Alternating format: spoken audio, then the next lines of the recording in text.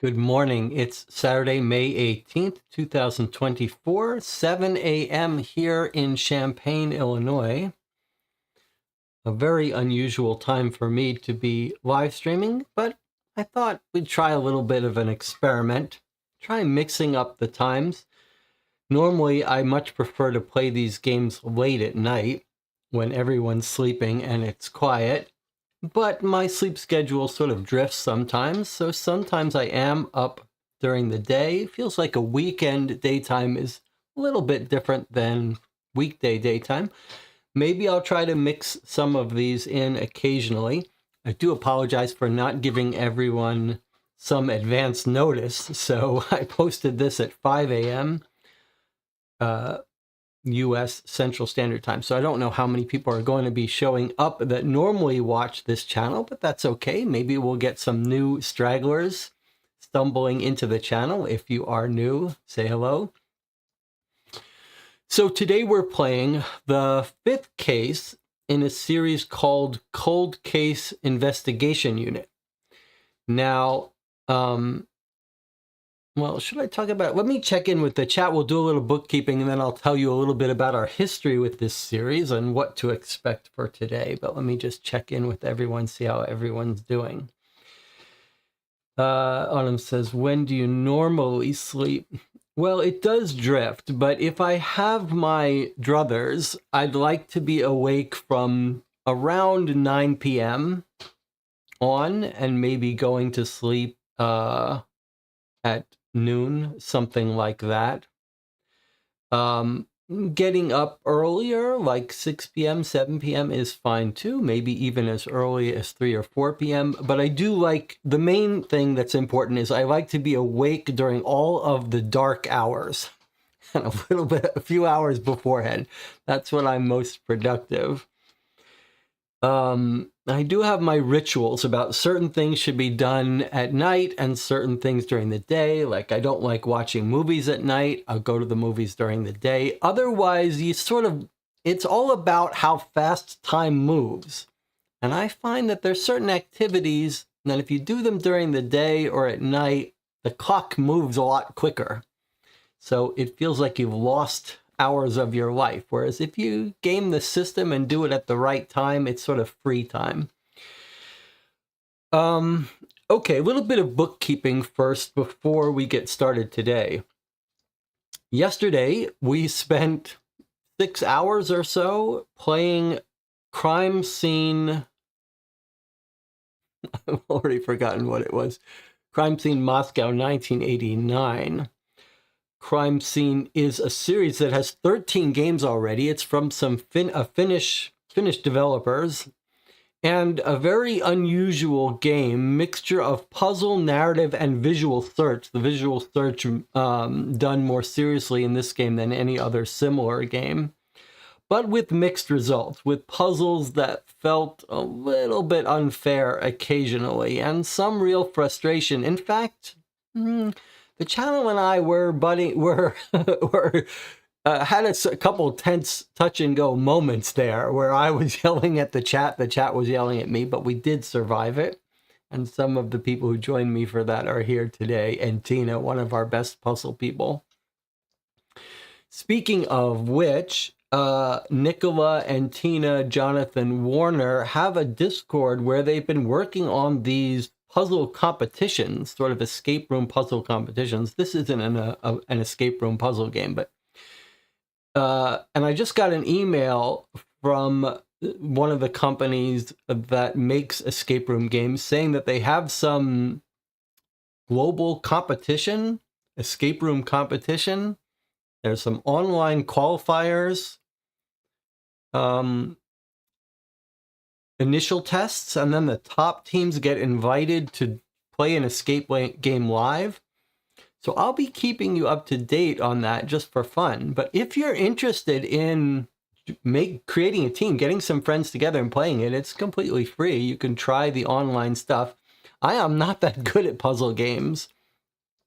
Some people are, though. But I forget what it's called. But I think if you search for Well, search for escape room game competition. I'm sure you'll find it. I think it starts very soon, the online qualifiers for it, and maybe Nicola and Tina are going to create a team and work on that. Okay, and then tomorrow at 1 p.m., again a little earlier than normal. Normally we do our mail-based games at 3 p.m., but we're going to try one at 1 p.m. We're going to start a new series of Dear Holmes letters, a series of 5, an older set of letters that Stacy, one of the viewers, sent me. So that'll be Sunday at 1 p.m. Those are short sessions, usually only an hour or so. So those are the sessions to join if you're interested in this kind of thing, but don't have much time to spare. And what else? On Monday, Jonathan Warner and I, and anyone else who wants to join, will probably start the final session of the 7th Citadel, assuming I can get my sleep schedule back at 11 p.m. I mean, the live stream will be at 11 p.m. I'm loving the 7th Citadel. A couple people have picked it up. They're selling it. They're selling some remaining copies of it now you can pick up. And then they're going to do another Kickstarter in June. So very soon. If you missed the 7th Citadel, you might check out our videos. I'll be doing a spoiler-free review as soon as we finish the first campaign. But we've played almost 80 hours of it, and I am really loving it. But it's a game for...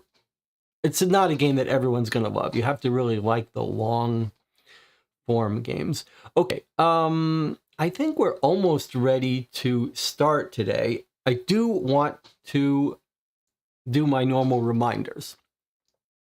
We have no relationship with any publisher on this channel. All of the games for the last 3 years that we've played have been purchased by myself, and now with the help of people who are contributing to this channel on Patreon. And I really do appreciate your support. I'd love to have your support if you can afford it. If you can't or don't want to put your money towards this for whatever reason, that's completely fine.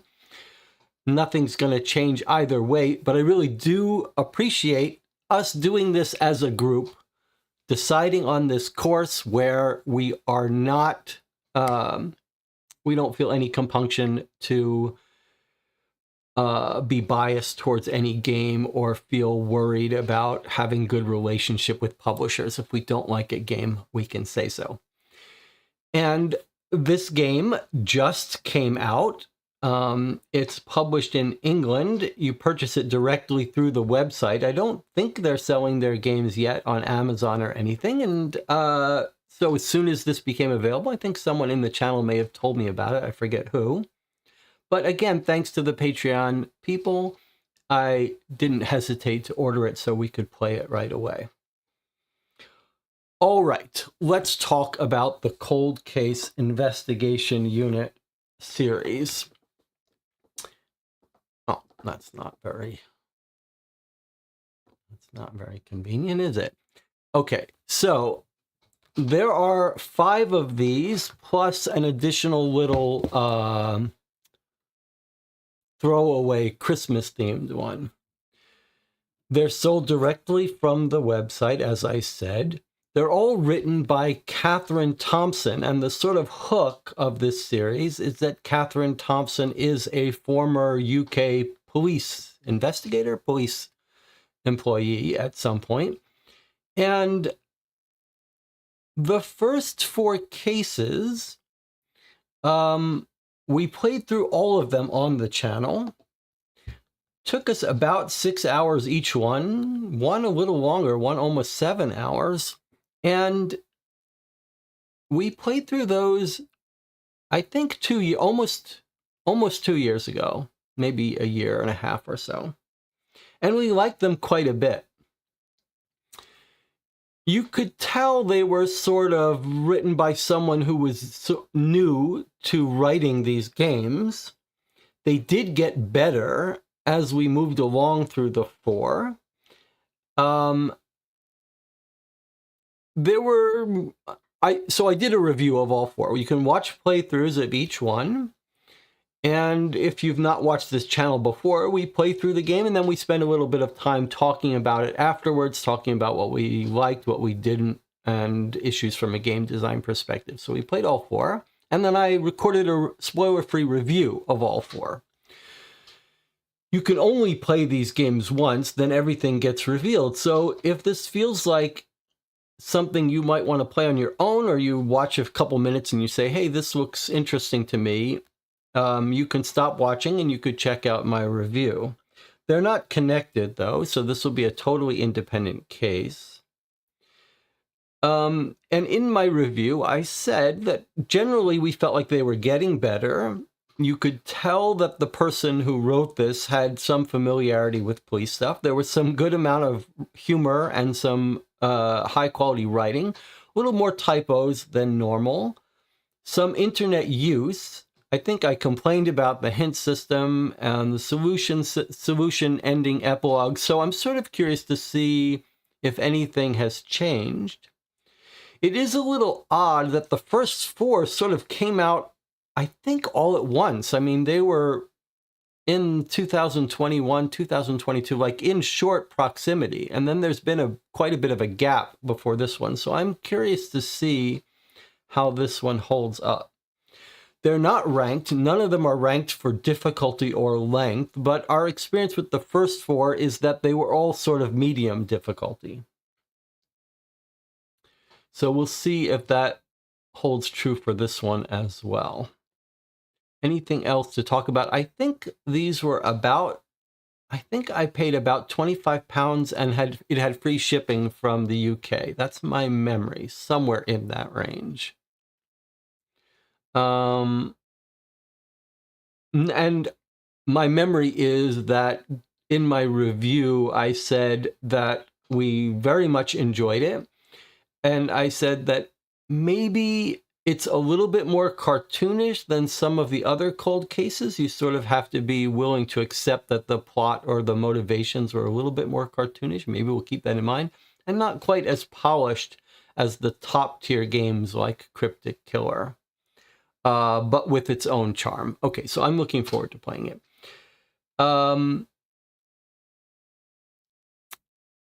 Let's see, anything else to talk about before we get started? I guess we can take a look and read the back here. Welcome to your investigation. Within this case file is everything you need to crack the case. You'll be examining statements, phone records, photographs, police reports, and much more in order to identify the suspects, their motives, and the opportunity they had to commit this crime. Created for you by a qualified former police detective. Okay.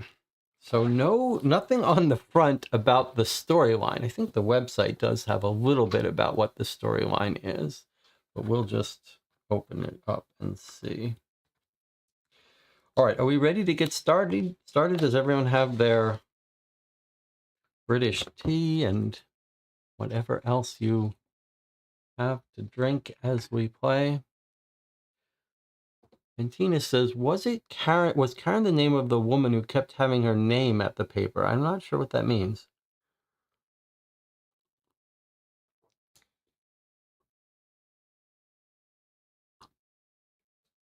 Okay, let's get started.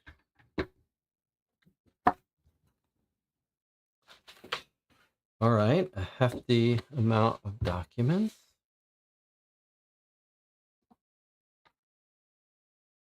Normally with these games, some people play them by organizing the documents first into different categories or by different people. Lately, we've been just playing them in order, which I think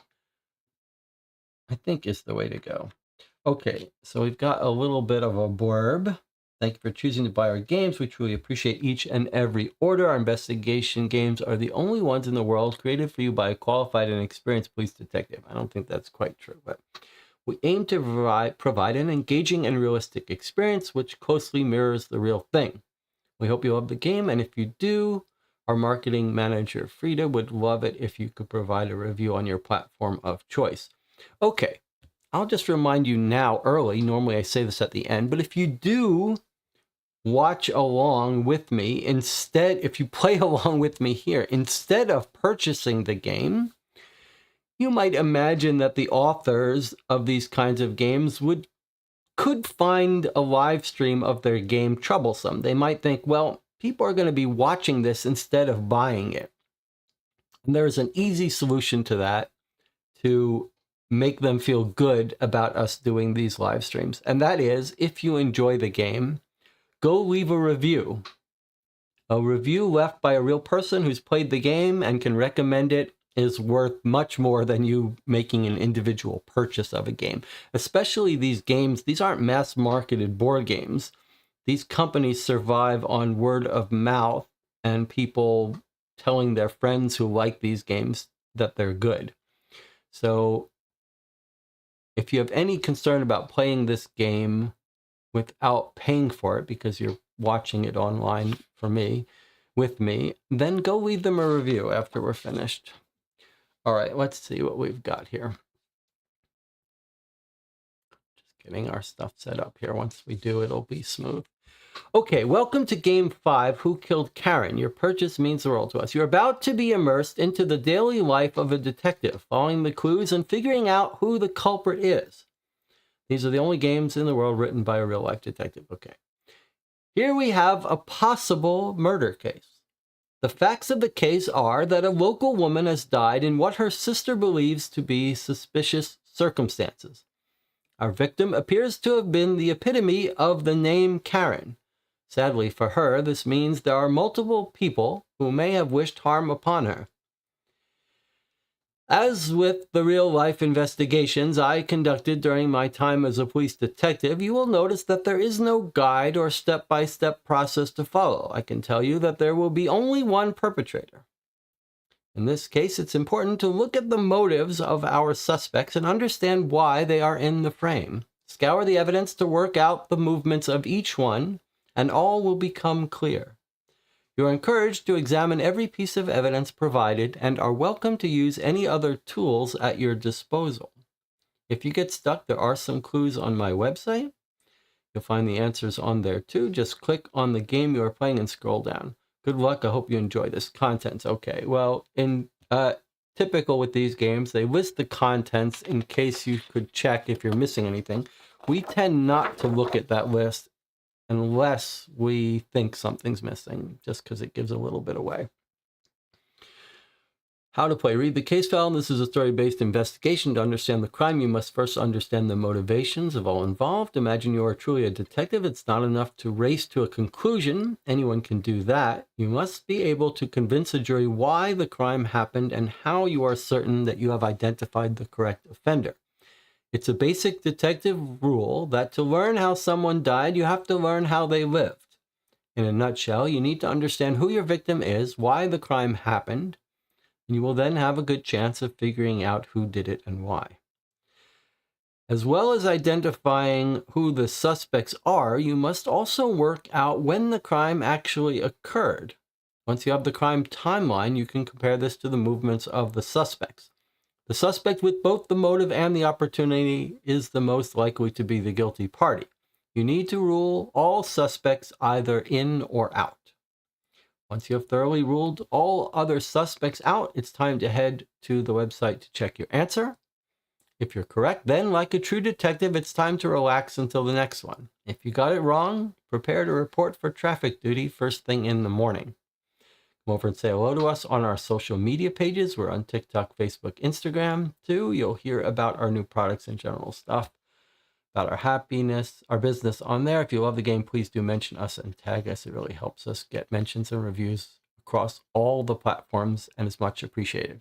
Again, these are this is an independent, small company, very small company. So if you like it, it really would be a nice thing to reach out and let them know. Okay, let's see. Well, maybe we'll put these off to the side until we get to them. This is going to take us several hours, so settle in. Okay, welcome back. This is one of those cases I'm not sure I should have taken on. It's been classed as a suicide, but the deceased sister insists it's a murder.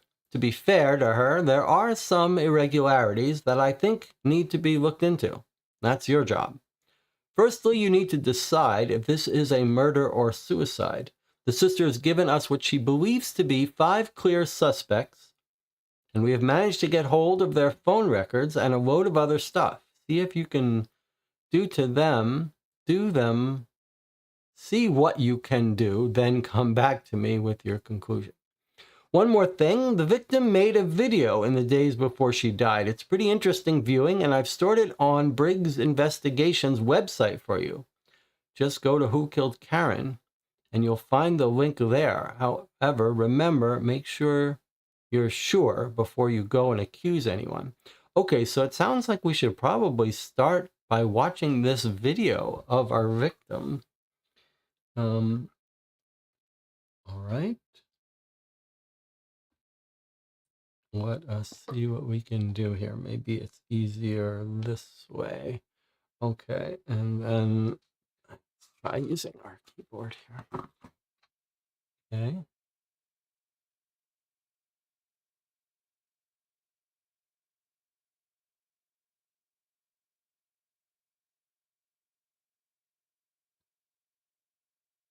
All right. Okay, that's fine. Go to Who Killed Karen. All right, let's see.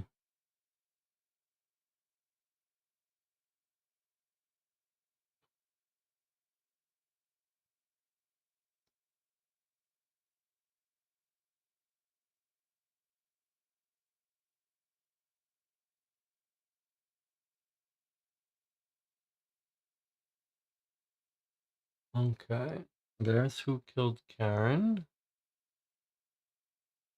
And are we looking at footage? Footage recovered, show evidence. I'm not sure they've had it like that before. All right, it's on YouTube. Okay, fine. Let's see if we can't maybe give it to you full screen. And I need to, it's always tricky when I have to hear the audio as well, but we'll see if we can do it. I've moved to a new version of OBS, so hopefully this is going to work for us. Let's see. Okay. Okay, guys. Leave us alone now. All right. I know this sounds dramatic, but if you're watching this, I'm probably already dead. Please, find out who killed me. Don't let them get away with this. Okay, I'm a freelance journalist, and there's quite a few stories I've been working on that certain people don't want published. I know I'm close to finding out someone's truth, but I just don't know whose. There's been a lot going on recently, but I'm going to try hard to make sense of this. I've been getting threats, phone calls from strangers. I swear the other day someone followed me. And then there's the banging and the tapping on my windows and doors all throughout the night. Then my death was announced in the newspaper I used to work for. I'm just so scared. I tried speaking to the police, but they don't want to know. I'm going to update this video as soon as I find out more information. But for now, I guess there may be a few people I can think of. There was an arsonist I was investigating. My neighbour found out she's running an illegal brothel. There was a guy I went on a couple of dates with, and a rogue trade builder who crossed paths with a few weeks ago. We'll listen to this again. There's someone I used to work with at the newspaper. I mean,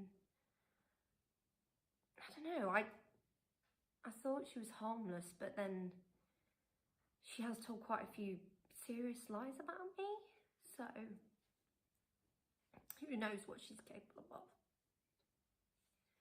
I just need a bit more time to dig into this before I take the full file to the police.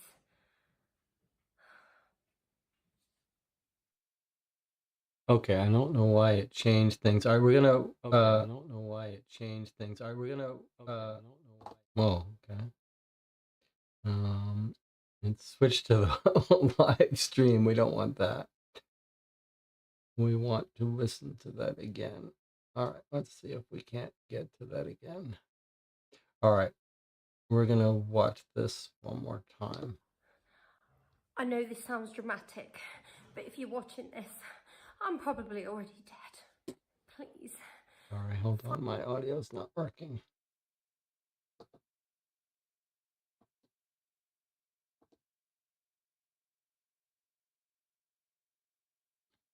I may have to do it this way for me to hear the audio. I know this sounds dramatic, but if you're watching this, I'm probably already dead. Please, find out who killed me. Don't let them get away with this. Okay, I'm a freelance journalist, and there's quite a few stories I've been working on that certain people don't want published. I know I'm close to finding out someone's truth, but I just don't know whose. There's been a lot going on recently, but I'm going to try hard to make sense of this. I've been getting threats, phone calls from strangers. I swear the other day someone followed me. And then there's the banging and the tapping on my windows and doors all throughout the night. That seems suspicious. Then my death was announced in the newspaper I used to work for.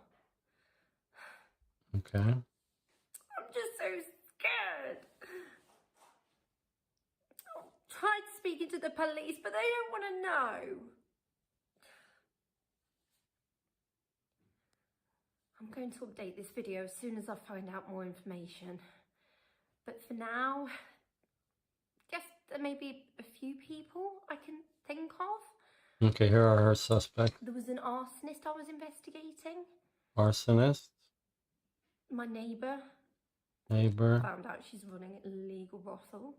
illegal brothel. Okay. There was a guy I went on a couple of dates with, and Big guy. a rogue trade builder who crossed paths with a few weeks ago. A rogue what builder? Tray builder? And What's also, that? there's someone I used to work with at the newspaper. I mean, Newspaper colleague. I don't know, I thought she was harmless, but then she Woman has told quite a few serious lies about me. who tells So, lies. who knows what she's capable of. Okay, so that's our 5 I just suspects. need a bit more time to dig into this before I take the full file to the police.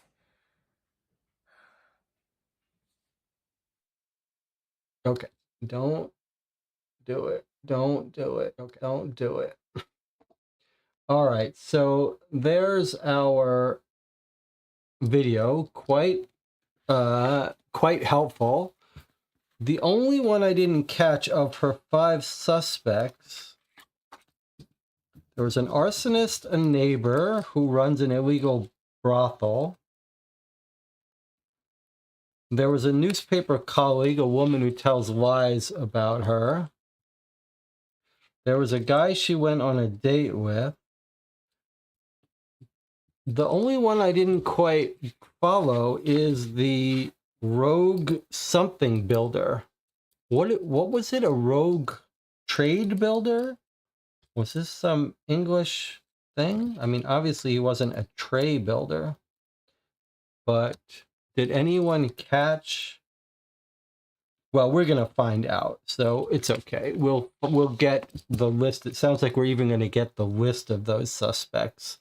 So we'll get this information.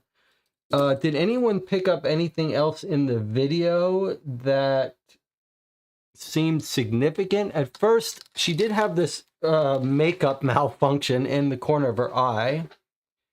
I felt like that might be significant. She had the photo in back of her that was sort of a Caribbean island. In the beginning, she kept looking off to the side, to one side, and I was thinking, is someone there making her record this? But then she looked to both sides, and it feels like just one of those things, you know, there's lots of interesting studies about where your eyes go when you're recalling something in the past or you're trying to make something up. Fascinating stuff about where your eyes look to retrieve memory. Okay. Antina says it's a trade builder. And then Antina picked up that the hairpin, she had a hairpin that looked interesting. Okay. And then in addition to the suspect, she told us a little bit more about her. She's a freelance journalist and she's been getting threats, phone calls. She feels like she's been followed. The one thing that really jumped out to me is banging and tapping on the windows and doors late at night.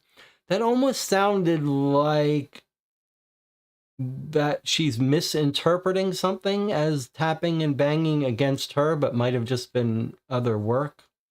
And then this interesting thing about her death was reported in the paper. Okay. Let's continue on. We've got a full-size newspaper here. Now, there's some interesting different strategies about how to go through newspapers. Lately, we have not been reading the full thing right at the start. We used to. In this case, since she is a worker for the paper, it does sound like maybe this might be more important than otherwise. And she was investigating an arsonist, so maybe we should work our way through the paper here. Okay, so the Daily Retriever, this seems like probably the paper she works for. Notice it's April 2024. This is a very recent case. Another suspicious building ablaze. Okay, what have we got here? Fire crews were once again to be found racing through our city streets after a major fire broke out in a derelict building on Browns Avenue. 12 fire engines and crews were working through the night to bring the blaze under control after it reportedly began around 8 p.m. on Saturday night. Police have confirmed that this is yet another blaze being treated as a suspected arson attack, with investigators still waiting to gain access to the burned out building. Okay, so you could imagine that the arsonist is one of the suspects. We might be able to rule him out by timeline if he was setting another fire, depending on when she was killed. Fire crews battle all night long. City center streets remain closed. That's another way we could alibi someone if it was hard to get to our house. Police confirmed blaze is being treated as suspicious. Watching an investigation. Okay, then what is this crazy Donnie Darko thing? Frank the Rabbit. Organizers may not be laughing quite so hard when they hear of plans of some of the parents to bring a class action against the venue for causing distress. This is from this article. Kids left screaming in terror as Donnie Darko Bunny turns up to egg hunt instead of the Easter Bunny. Complete and absolute shambles, says furious parent of 3, Shirley David. Whoever thought this was a good idea should be hanged. Okay, if you haven't watched Donnie Darko, it's a very interesting, unusual movie. Sort of a cult classic movie. I definitely recommend it. It's definitely odd. Described as the stuff of nightmares, families flocked to the free event held on Sunday at Feverbush Farm near Loughborough. What had been advertised as a fun and carefree afternoon of Easter egg hunting, cavorting with the Easter Bunny, and drinking to forget your life choices at the local venue turned into chaos after the arrival of the terrifying bunny. Already high on low-priced sugary treats, the children's squeals of delight quickly turned to screams of terror as Frank the rabbit began stalking through the grounds, glaring menacingly at attendees. Chaos ensued as an unsupervised group of youngsters decided to tackle Frank to the ground. They quickly learned rabbits have teeth and claws, as well as a litany of obscene gestures and language that would embarrass the lewdest of sailors.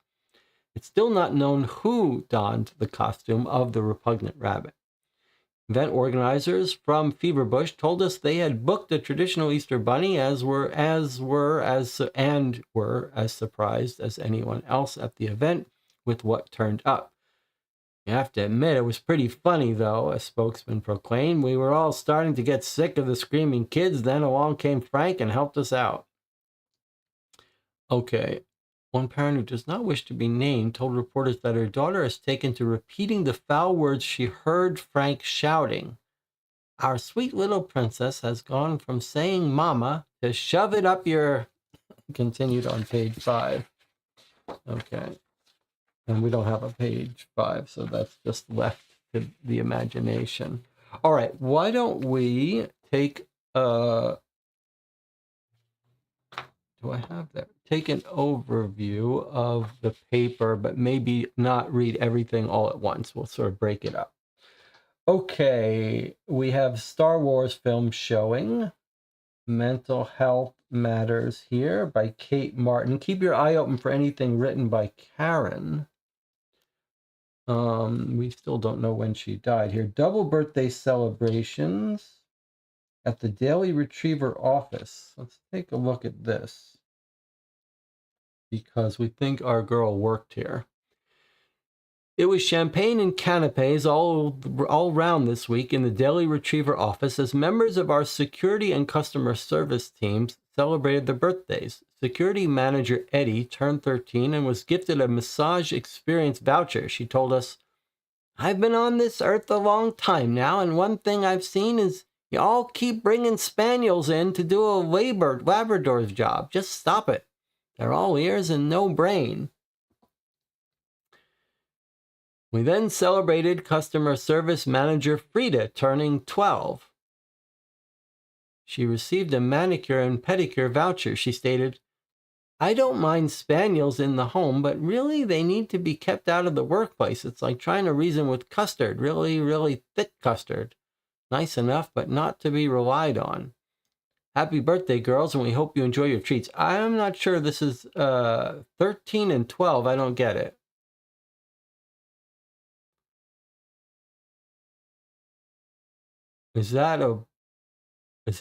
Are those typos?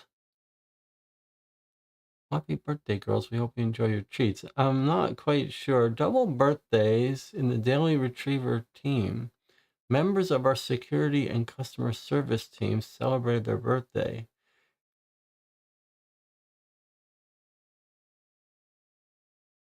I see. It's a joke pretending that they're pretending that the dogs are writing. Okay. Pretending that the dogs are speaking. Okay, so the one dog says you keep bringing spaniels to do a Labrador's job. And the other dog they're pretending is saying, I don't mind spaniels in the home. They need to be kept out of the workplace. I see. Okay.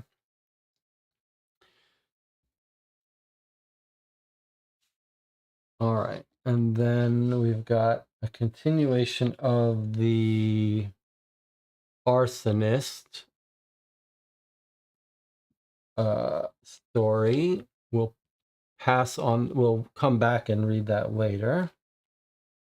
Interview with the Chief Wiggum, which is obviously a joke name from the Simpsons police. Let's read this one a little bit because we're told that our girl Karen tried to talk to the police and they didn't listen to her. An interview with the chief. With crime spiraling out of control across the county, we managed to secure an interview with the chief of Leicestershire Police to hear about the plans to tackle this epidemic and help people feel safe in their own homes again. Chief Wiggum Why are your officers not attending the vast majority of 999 calls made to your call center? Well, I don't think that's an accurate statistic to begin with. In a lot of cases, we're merely redirecting the caller to other services and dealing with inappropriate 999 calls. In others, there's simply no point in officers attending. For example, if you're reporting your car stolen, what is the point in an officer traveling to simply look at an empty space where the car used to be? To reassure residents you're doing something about the crime they have reported, perhaps. Oh, we're definitely doing something about the crime. A lot of our crime prevention and detection these days is done electronically. Are you up to date with all of the latest advances in crime-fighting technology in your force? Of course! Although it's a constantly evolving sector, as quickly as we develop techniques to track criminals, they learn how to evade our tactics. For example, our capability to trace internet activity or car and mobile phone locations are incredibly well known even among the most intellectually challenged of wrongdoers. It's now incredibly rare to find a murder suspect having Googled how to kill my husband or keeping their mobile phone switched on while committing a crime because they know very well we'll be able to track everything they do.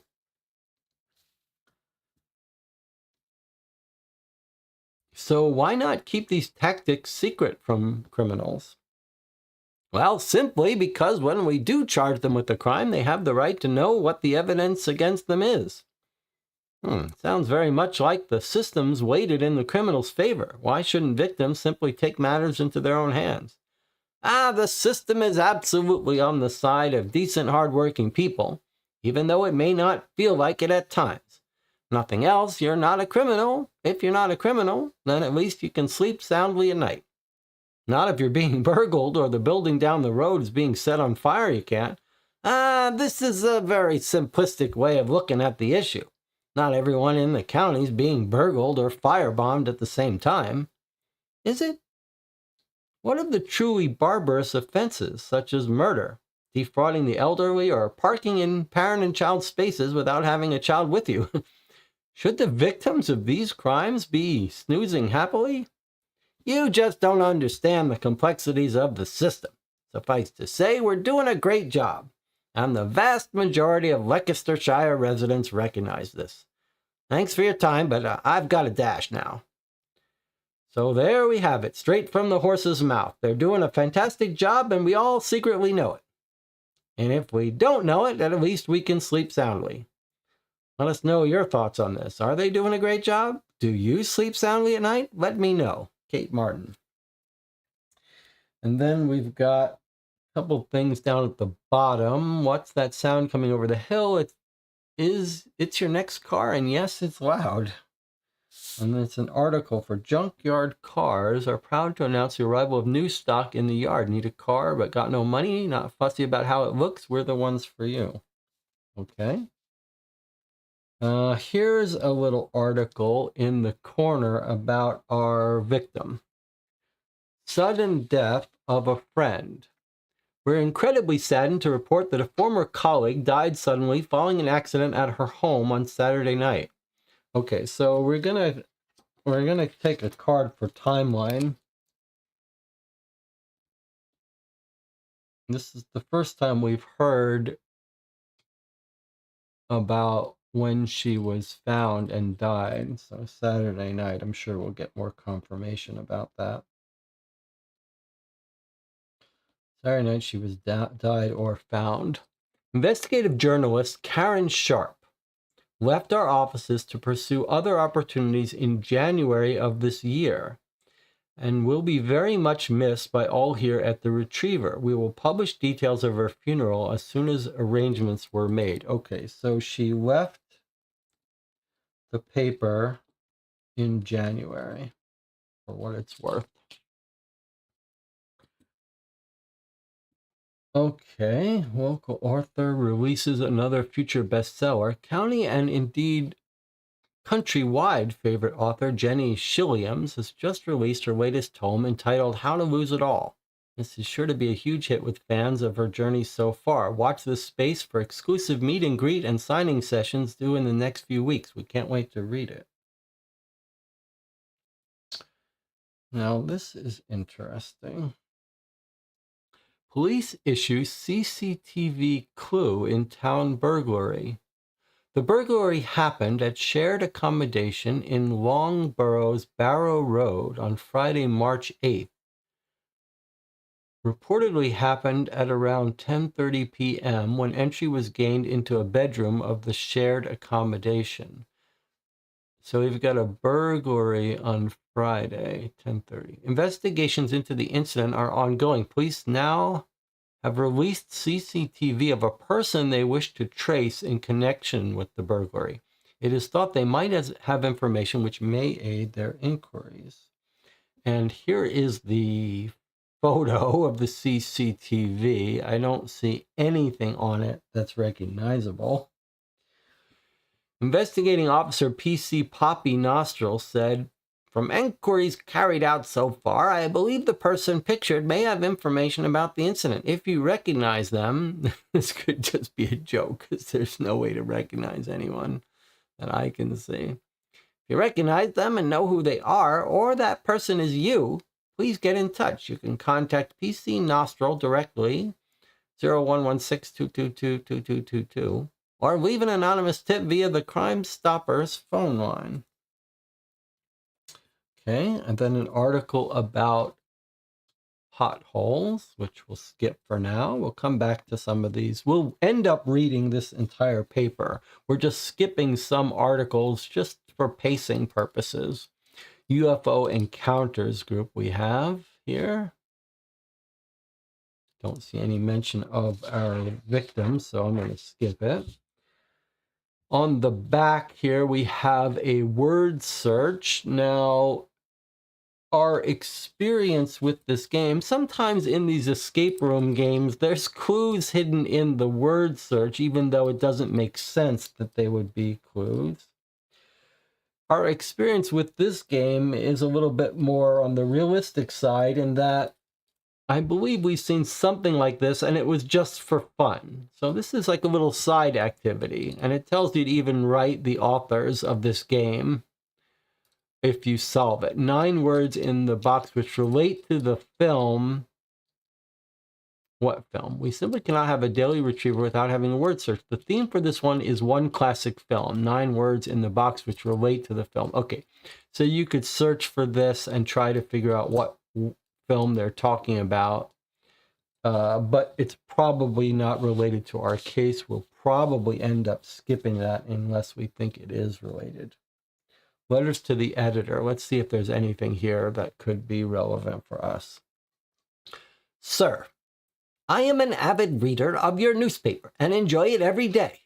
However, think you should know the following. On March 21st, there were a total of 6 spelling mistakes contained within.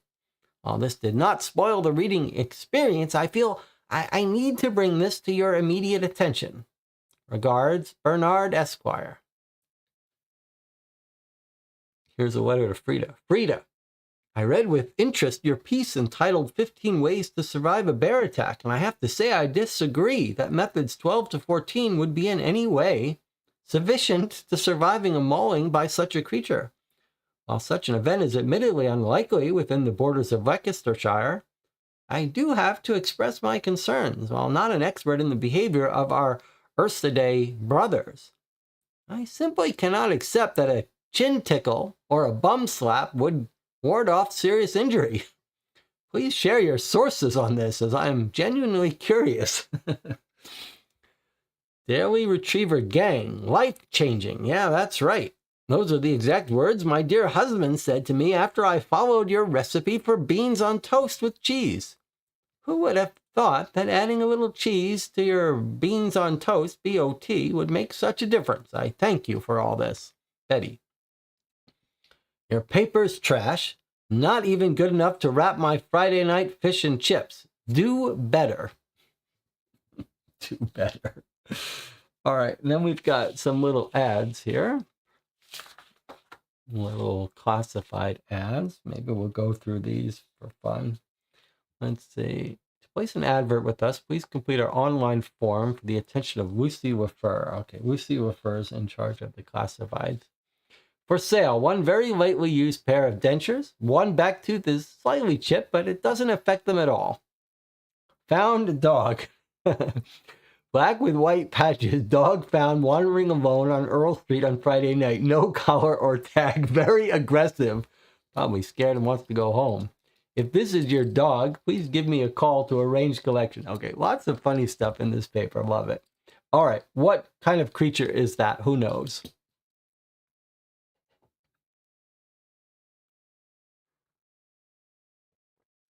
Where's our proper screen here to show this? Who knows what this is? And Tina says badger. Yes, that's a badger. Okay. Everyone knows it's a badger. All right, let's continue here. Wanted. Can you build a time machine? If so, could you make me one and we can travel back together? We only need to go back as far as last year. You'll get paid when we get back. Bring weapons.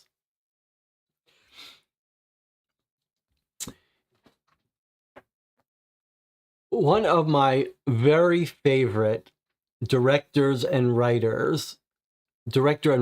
team of indie mumblecore movies are the Duplass brothers. The Red Puffy Chair is one of my favorite movies. Very, very low budget indie movies. And he made a movie, Mark Duplass, with Aubrey Plaza. What was the name of that movie? What was the name of the movie that Mark Duplass made of Aubrey Plaza? A very unusual movie, not nearly as low budget as Red Puffy Chair, but I really do recommend it. But I need to get better at bringing up these using Google. Not that I like Google, but using the microphone. Let's try this. Movie with Mark Duplass and Aubrey Plaza.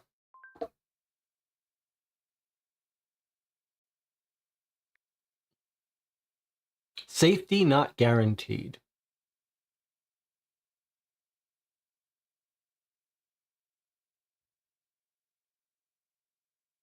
This is gonna be. I'm Mr. Ad. The babysitter. I don't really want to be playing an ad. What if I turn off the volume?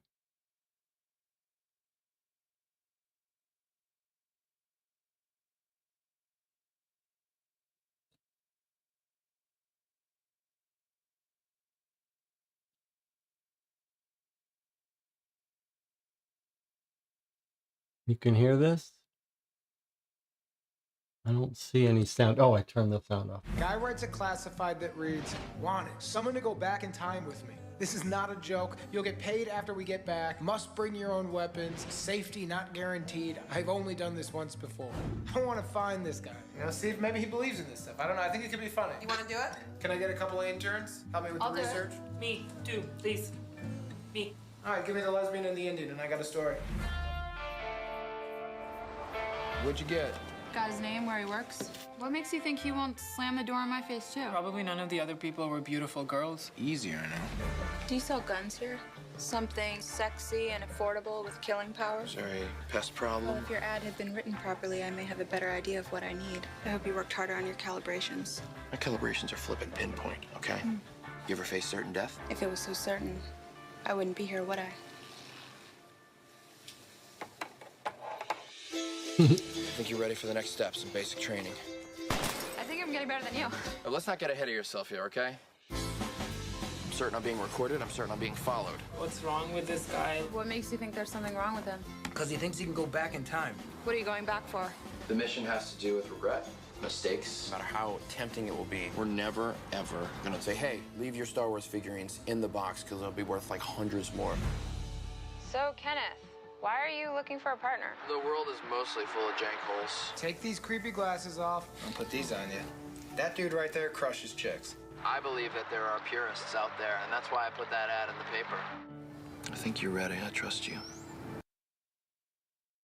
Okay, safety not guaranteed. I think this is a reference to that. I definitely recommend you go check it out. So you now have 2 movies so far recommended on today's stream. Okay.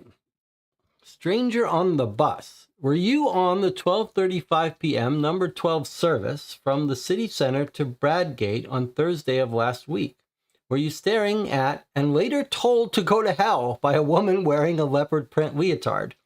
If so, I've had a change of heart. Be on the same bus this week and we can talk. I'll be in the leopard print. You'll be the staring one and we can see where this goes. That's hilarious. Learn a new skill. Sessions are available at Montfort Community Center to learn how to make your own fish fingers. These free courses are being paid for by the National Lottery Fund and aim to equip anyone aged 16 to 95 with essential life skills. Book direct on the council website and we'll see you there. All right, here we go. Book club meeting. Confirming the next meeting of the Barrow Bags Book Club at the cafe on the corner on Friday evening this week. All members, please ensure you are at least halfway through this month's read Mein Kampf and be ready for lively debate over a slice of lemon drizzle. They're reading Mein Kampf. Okay. House cleaner 1, a position vacant for a skilled cleaner in a large 6-bedroom house in Loughborough. Must provide own cleaning materials and be willing to wear a traditional French-made uniform. Minimum contract 10 hours per week. Excellent rates of pay for the right candidate. Wink, wink. Ceramic jigsaws for sale. Please support my new small business, Ceramic Jigsaws Limited. This new jigsaw concept has already proven to be incredibly popular, and new stock is arriving daily. Bulk and wholesale inquiries welcome. Each jigsaw is entirely unique. Okay. Blood donations welcome. Leicestershire Amateur Vampire Society members are once again requesting blood donations for use in their ceremonies. We have been asked to clarify that donations are now extracted via a needle, and donors are rewarded with a KFC voucher and a biscuit. Donors are also assured they will not become one of the undead as a result of giving blood. All right. I'm not sure. I do remember that the previous cold case investigation unit newspapers were funny. I'm not sure any other of the cold case games has as funny a newspaper as this series. A lot of them try. I think this one made Catherine Thompson may do the best at making these funny stories. There were some genuine, hilarious items there. All right, well, it's an hour gone by. We're going to take our first 8-minute break here. If you're new to the channel completely and you've just stumbled on this video, I hope you will say hello in the chat. We've got a bunch of regulars. They'd be happy to welcome you. So far, we are just getting started, just scratching the surface. I'm interested. I'm curious. I'll see you in 8 minutes.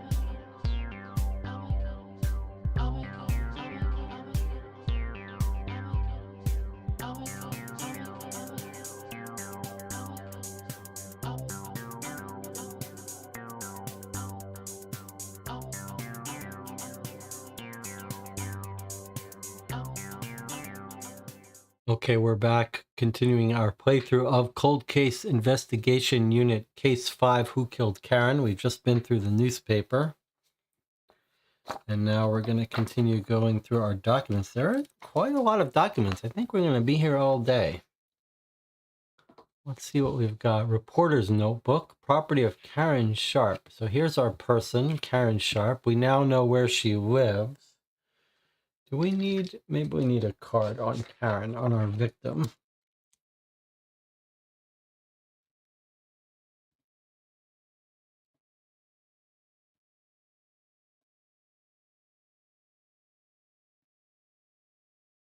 We know her address now.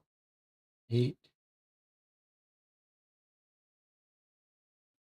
Everbury Place.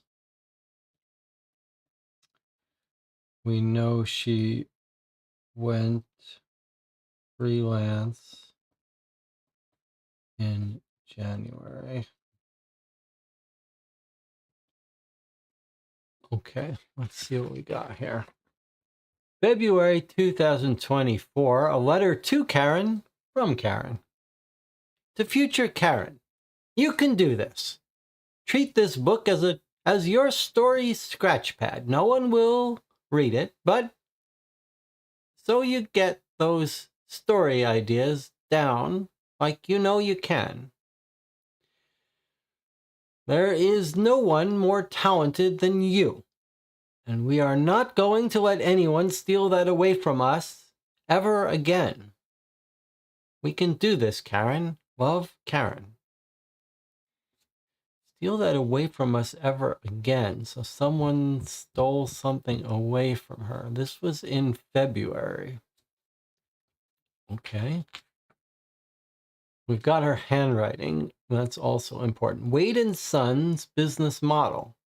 Began aggressively purchasing older housing stock in 2020. Immediately began applying for permission to convert the properties into houses of multiple occupation or bed sits.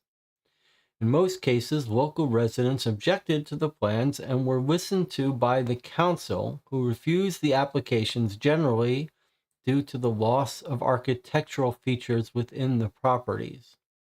In each case, the particular building suffered arson attacks within months of the refusal, allowing Wade & Sons to rebuild to their planned specifications.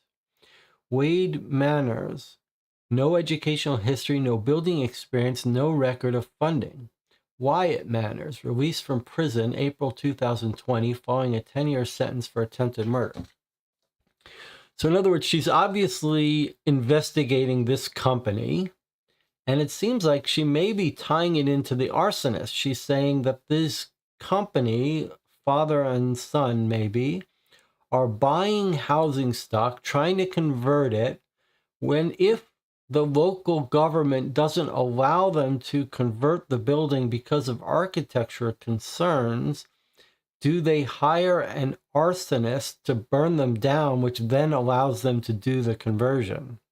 Sounds like she thinks this company may be doing the arsons, and that's the explanation of the arsonist. And here she is keeping records at what happened. Let's see. So going back to October 2020, did the government grant the application? No. And then there was an arsonist, burned it down 2 months later. Government granted it, so nothing happened. Government refused to grant the conversion. There was an arson same month. Government refused, arson 3 months later. Government approved, no arson. Government didn't approve, arson 2 months later. Government didn't approve, arson 2 months later. Government didn't approve conversion, arson 2 months later, 3 months later. Government didn't approve, arson next month. Government didn't approve, nothing yet. 12 to 14 Browns Avenue. Is that our... Fire broke out in a derelict building on Browns Avenue. So it sounds like this last one may be the arson. So her records look very convincing. That's a very convincing, reliable relationship. And here's our latest building got burned down. Okay, plan. Wade will be appealing the planning application refusal at the town hall meeting scheduled for March 10th. Attend meeting and challenge directly. Update. Okay, that went badly. So she confronted him and told him, hey, I'm doing a story on you, and I have figured out that you are responsible for all these arsons. Well, that would be a very strong murder to kill this person, because if she wrote this story and caught you, you'd go to jail for a very long time for all those arsons. So this is our very strong suspect. These are arsonists. And we think this is going to be Wade. What's his name? Wade and Sons Manor.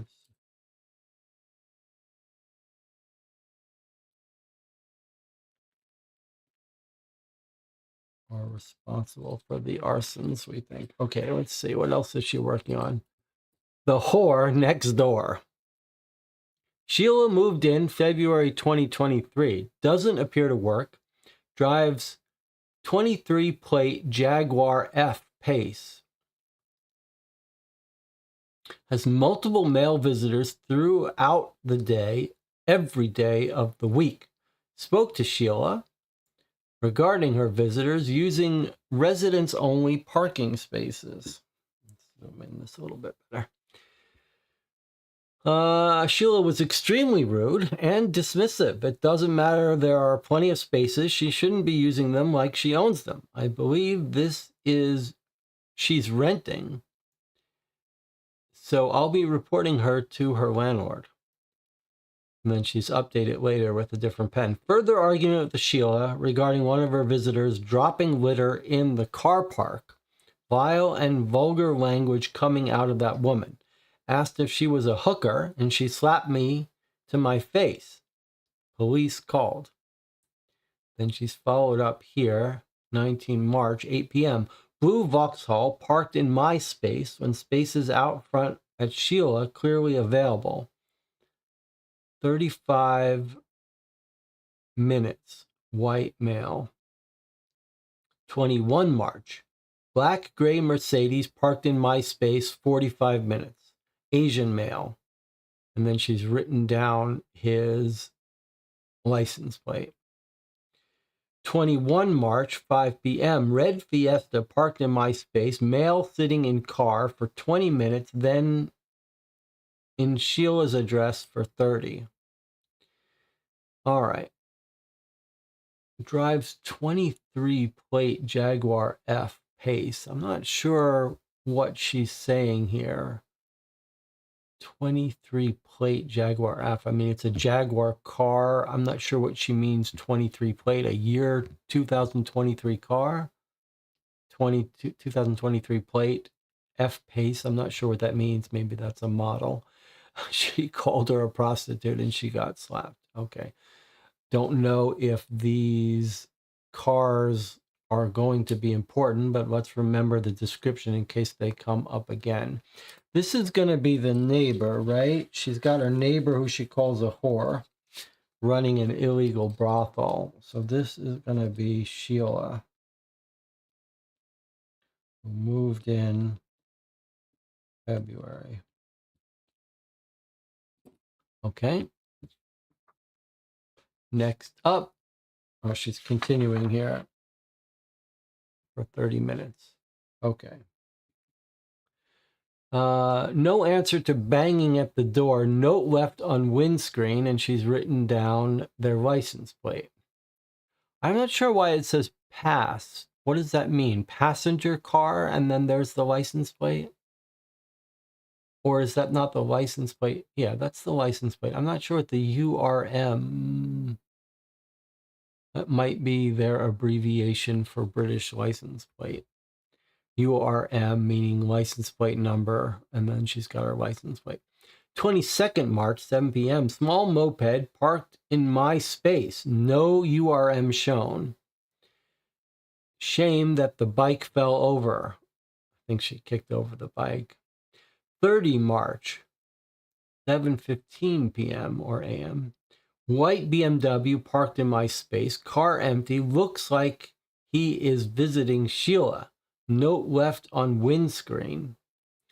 Check with HMRC to see if she pays tax.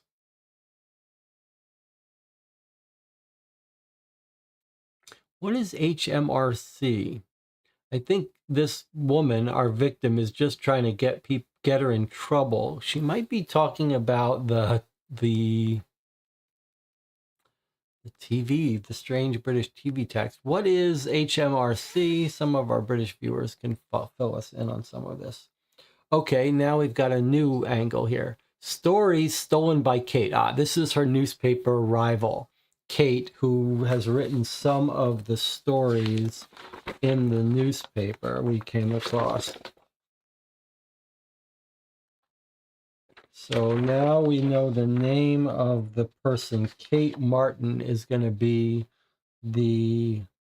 here's another article on the other page by Kate Martin. So Kate Martin is going to be her rival at the paper, and she believed that she stolen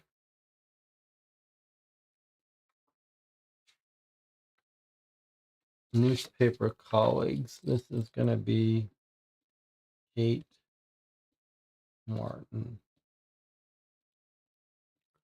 Okay, let's see. Stories stolen by Kate. Pothole campaign began interviewing campaigners October. Kate publishes identical story end of October. And there's another article about that in the paper that we skipped. Charity donations being stolen scandal info received November. Kate publishes identical beginning December. Spread fake story under investigation about bootleg Russian vodka flooding the county and making people blind. Kate began asking questions around the newsroom. Get statement from Bill and Dizzy about discussion. So she created a fake story to see if Kate would steal it, and Kate definitely tried to steal it. She says, send letter with evidence to Frida. Remember, Frida's another person at the paper, I believe we said. So she's going to try to report her. I'm going to have her job. Another dog off leash incident. Dog seen sniffing around on front lawns, clearly not belonging to owner. Went and confronted her. Maybe this should be on social media. Got told to piss off. Staffy type dog, female, wearing dry robe and white Crocs. Hair scraped back in greasy ponytail. Story about needing to clamp down on dog ownership. So she's upset about someone in the neighborhood walking the dog off leash. She's thinking, maybe I should put this video on social media. Maybe I should write a story about dog ownership. Okay, Michael Tolley says HMRC is, where's my thing? Can I bring it up? Her Majesty's Revenue and Customs, U.S. So I guess she's just wondering if she's paying any taxes.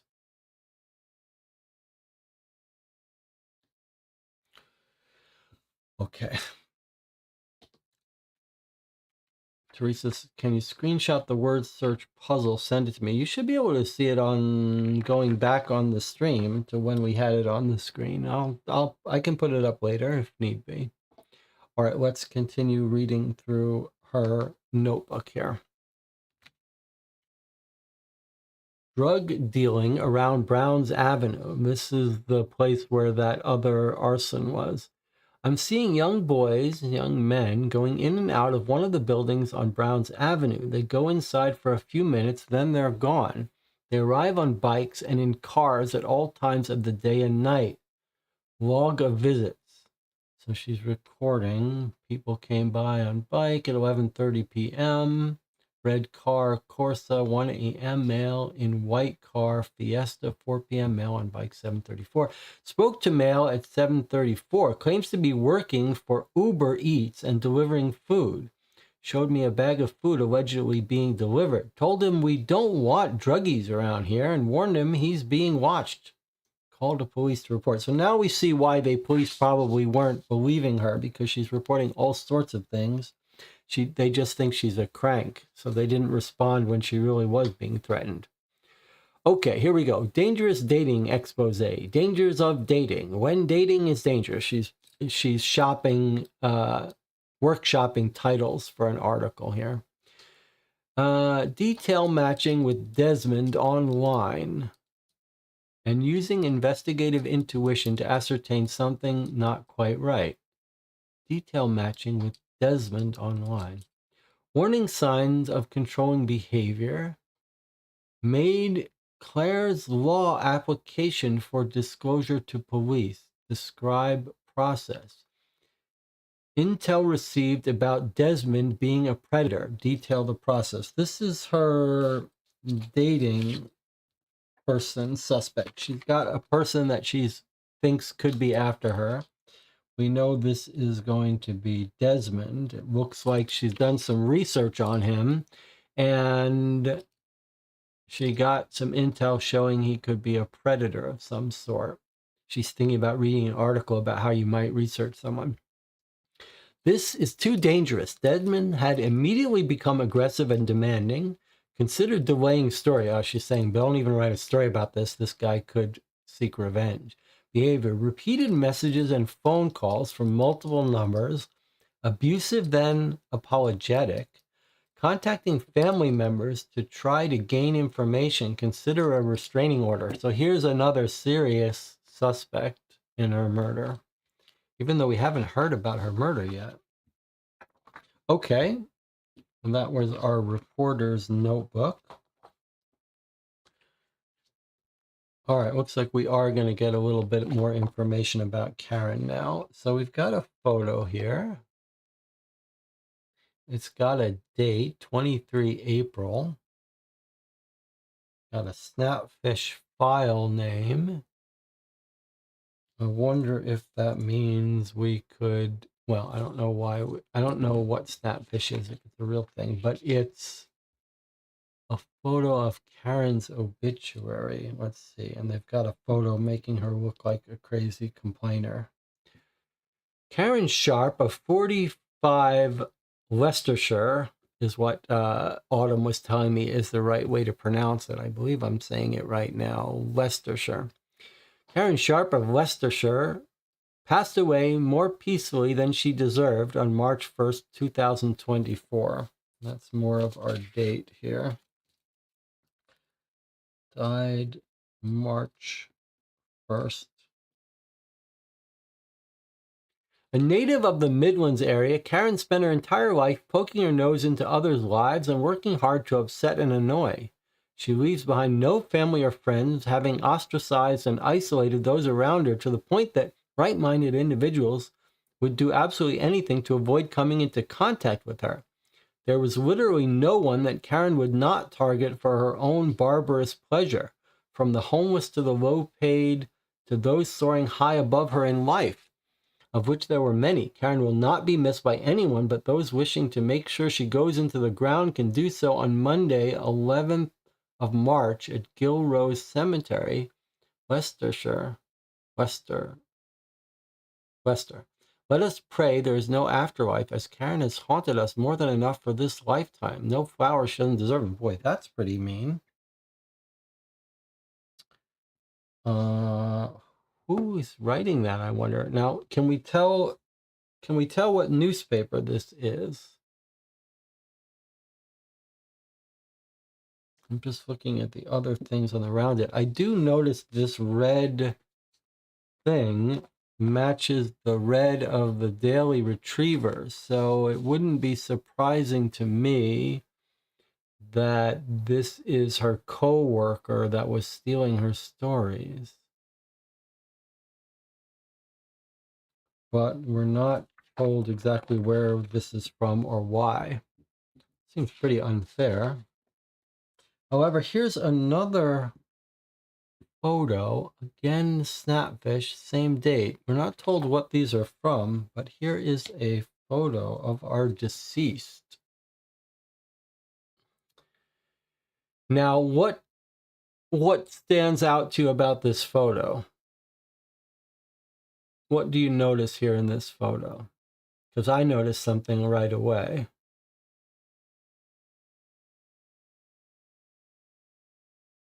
What do you notice?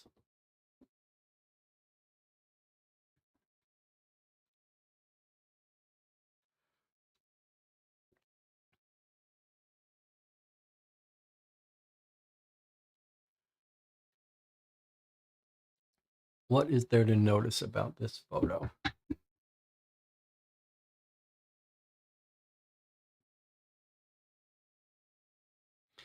mean, we can obviously see the head wound. We're going to learn, hopefully we'll see an autopsy at some point, but I see something else that seems quite significant from our standpoint.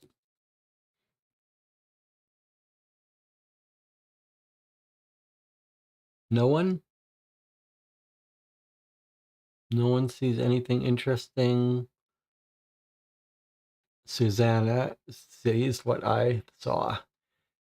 This is her outfit. This is her hair and her outfit from the video. So we watched the video of her recording someone to kill her, and she's been killed almost immediately after that video. Her hair has got her same style beret. She's wearing the same exact clothes. So that video that we watched here is her in that outfit with that hair. So yeah, that's kind of suspicious. I mean, it seems significant. All right. Now, do we know when she uploaded that video? Does she say in the video when she's recording that? I guess we can come back to that later if it's significant. All right, more pictures from Snapfish. This is one of these cases where it's not clear if this is meant to be part of the mystery or the actual real printing of this photo, but it does feel like proper photo paper printout. Okay, let's see. Oh, this is someone faking her committing suicide. I cannot go on. I have realized what a horrendous person I am, and I cannot live with myself a second longer. I'm sorry for all the problems I brought to those around me, and I wish I had done it differently. Maybe if I hadn't been such a barbarous person, I would have been happier. It's all a mistake. Okay, so there's two things that should jump out. The channel is already on it. Handwriting is different. Well, it's obvious that we have handwriting here, so we should check. I see something else, though. That's right. It looks like Nukas has picked up on it. Same author as obituary, same word use. That's the other more subtle thing to pick up on. What do we see that jumps out? Barbarous. Such a barbarous person. That's a very unusual word to use. And if we look at our obituary, we see where is her being described as barbarous. Target for her own barbarous pleasure. So we may have just solved the case right now. We may have solved the case right away. We haven't proved it, but I mean, it seems to me that whoever faked her suicide and wrote this letter is probably our murderer. And we've now got a very unusual word use here. Now, did you pick up anything else in here that matched the style of writing? I mean, other than that word, obviously she's saying how horrible she is. But is there anything else in this writing that made you think of this person's writing? I mean, that barbarous word is not a commonly used word. So I think we may very well have our killer here, her, which we think is probably her a colleague that was stealing her papers, but it could also be Frida, the editor. The overtones of creating problems. Yeah, but that's a little more ambiguous. Okay, let's do a little handwriting. Let's take a moment to do some handwriting comparison just for practice. All right, let's see what we can see here. Maybe we'll bring up a full view and try to get it in on the close-up camera. It's not on. Yes, it is on the closer camera. Okay, let's see.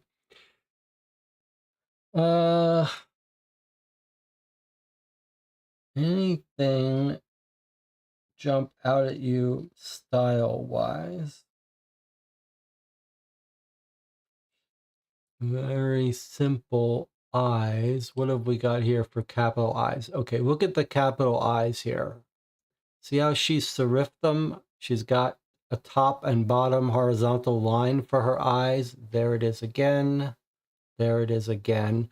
And look at the eyes that this author uses. Just a straight line down. Eye, eye, eye, eye. That's quite a pronounced difference. That's something that would be hard to think of to fake. And it's so prominent.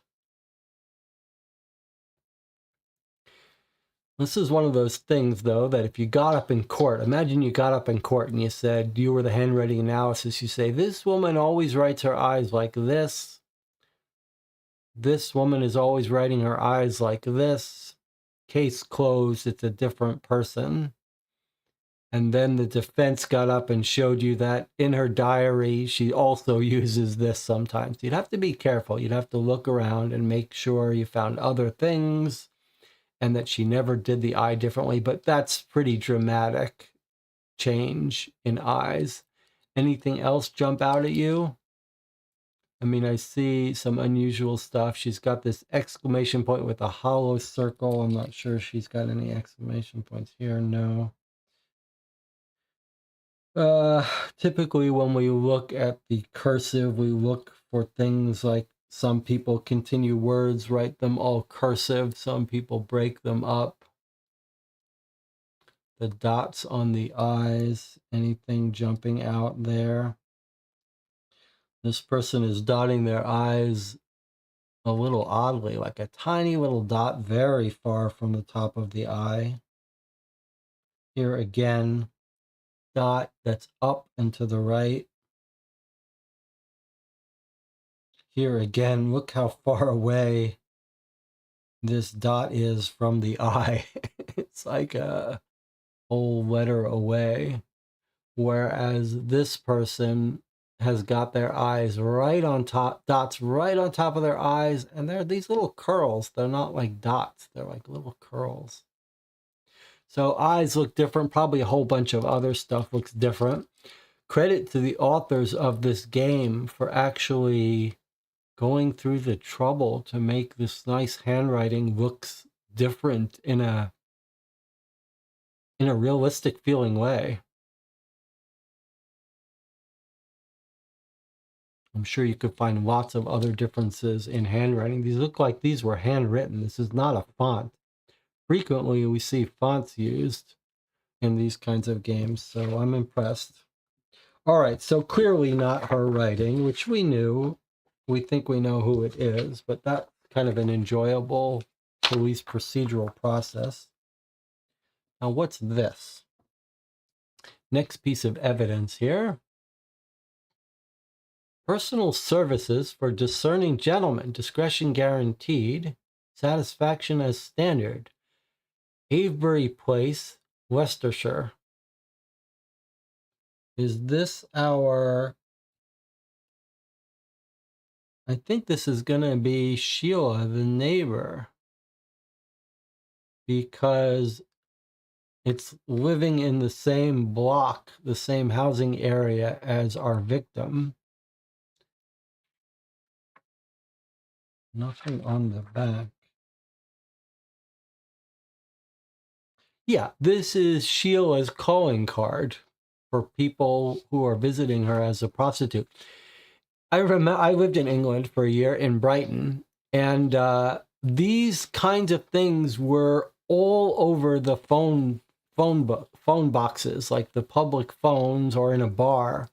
There would be hundreds of these little pamphlets of a woman advertising her services. Very odd thing. Okay. Here's our builders. I guess this is... She's got the rogue trade builder and the arsonist as separate suspects, but really these, I think these are the same suspect. But okay, this is going to be our Manners and Son that she wrote about. Property management, Wade and Wyatt Manners. And there's a phone number. I wonder if you could actually call that phone number if you had a British phone. If someone's in England and wants to call that phone number and let us know what happens. Normally we're calling at 1 a.m. and when we see a phone number in a game, and we're deathly afraid we're going to wake someone up at 1 a.m. But here it's during the day, although I'm not sure what time it is in England. Because we have the ability, let's bring it up. Let's see. It's 2:43 p.m. in England. Okay, so you could actually call that number without waking anyone up. Nothing on the back.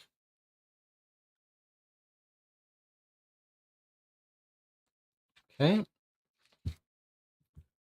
What's this? Star Wars on the big screen, one night only, Montfort Town Hall, March 30th. So it's a receipt. They paid by PayPal. M. Reeve. This is going to be someone's alibi. March 30th. So we haven't March 30th. We've got our person dying on March 1st. Is that right? That doesn't seem related to our case. I'm not sure. We might want to check these dates. Remember, there have been some typos in this game, so I'm always on the lookout for them. There's an article in the newspaper about Star Wars. Yes, there was. Yes, there was. We do have an email. So when we play these games, one of the most important things we do is keep a to-do list so that we won't forget to do things. And one thing might be that we have an email address for Star Wars receipt. So my gut tells me it's an alibi information, but now I see we have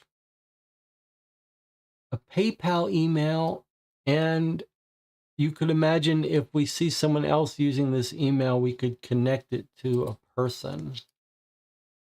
But let's follow up on this. We might actually email that address and see if we get a reply. Okay, nothing on the back. All right, now we've got a whole bunch more documents, including perhaps medical report.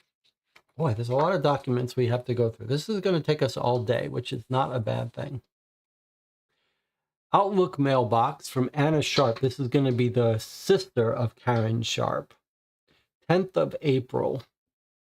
To Adams Briggs, that's us. Hi, Detective Briggs. I'm hoping you can help me. My sister Karen died last month. Police have declared it a suicide. The coroner recorded it as accidental, but I know it was neither. She was murdered, and I really need your help to look into this and get justice for Karen.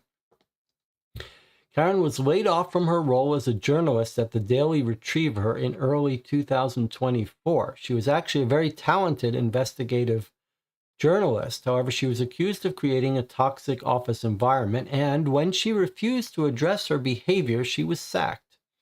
I know she was working on a few stories she hoped would get her back in the door. Over the last month, she began saying she was in danger. I thought at first she was being paranoid, but then she called me saying someone had published her obituary in the local paper. Oh, that obituary was before she died. Interesting. That's what she mentioned. Someone published it before she died, so kind of like a joke insult. It really scared her, and she was especially furious that it contained a spelling mistake. After that, she kept getting nasty texts, food and taxis sent to her door at all hours, and eggs thrown at her car, so someone was definitely trying to intimidate her. Just a week before she died, she told me she was onto something big. She even said that if something happens to me, it wasn't an accident. I wonder if this is another clue to Barbarous. She's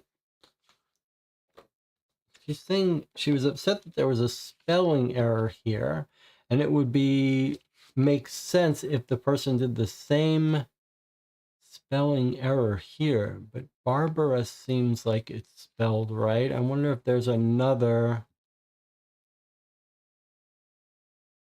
Where is the spelling error? Is Barbarous spelled correctly? Because this would be a second clue to the author. Let's see. Ostracized. That seems right. I have pretty bad spelling, so I'm not sure I would pick it up. But let's see. I'm on individuals who would do absolutely anything. Maybe Barbarous is spelled wrong. Ostracized? That seems right.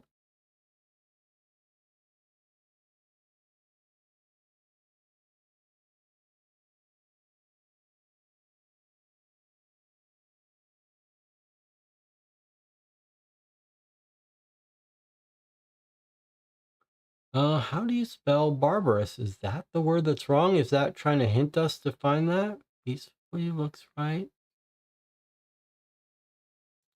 Ask Google how to spell it. Yes, I could ask Google how to spell it, but I expect someone in the channel to help me out before I have to do that. I mean, I can give you a more subtle thing. I mean, right-minded probably should be hyphenated, but that's not going to be what she's talking about. And in the same way, probably no one shouldn't be hyphenated, at least not in American English, but that's a whole different matter. That's not what she's talking about.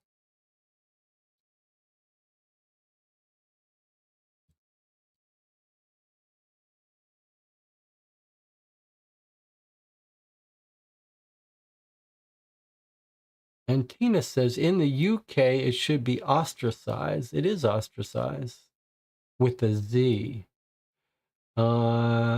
Ostracized with a Z.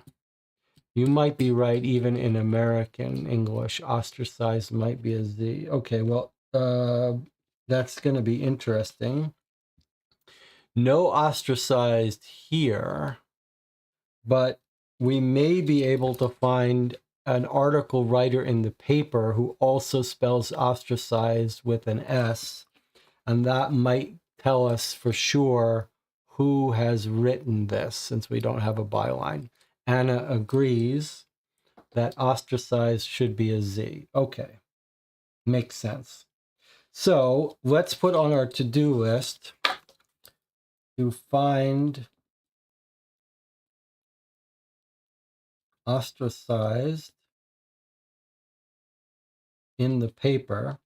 If we do that, we may be able to get a name for who wrote the obituary in the paper. All right, back to here. She said, if something happens to me, it wasn't an accident. The police found that they are what they are calling a suicide note left at the scene, but I'm pretty sure the whole thing is a complete setup. She was keeping things close to her chest, but I found her notebook and a little video she made before she died. I've sent the link to you and also the book to see what you think. I don't want you to think I'm trying to influence you too much, so just please look at everything very closely. If after all this you believe she either did it to herself or it was some terrible accident, then I'll just have to accept it. Feels like this probably should have come first in the document set. It's explaining how we got some of the other evidence. Okay, I've made a list of a few people who I know she had disputes with. I don't know a huge amount as we weren't really speaking regularly when she died. She could be difficult at times. 1. She had a date recently with some guy who was harassing her. She called him Dez, told me he was pretty rude to her, but then won't leave her alone. She was planning to write a story about the dangers of dating using him as an example, but I don't know how far she got. Okay, that's Desmond. We know about that.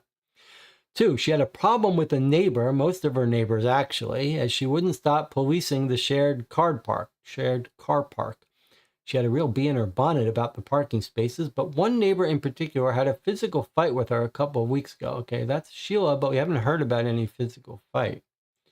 Then we have Malcolm, a builder that did some work creating a mezzanine in her house. Okay, so this is not our Wade and Wyatt Manners. Okay, so the trade builder is different from the arsonist people.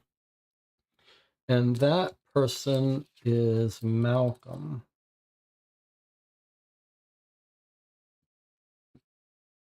A builder did some work creating a mezzanine in her house. He did a pretty shoddy job. Karen was taking him to small claims court. I did warn her to stop, but she kept leaving really negative reviews on his social media and bad-mouthing him wherever possible. I know he lost a lot of work because of this. Then we have journalist Kate Martin. They had repeated run-ins, and Karen really thinks Kate was stealing her ideas. I know Kate had to have some time off work because of the stress Karen caused her, but I think she's back there now. But there is still a lot of bad blood between them. 5, she didn't give too many details, but told me she was going to bring down a powerful businessman. That's the arsonist, Wade Manners.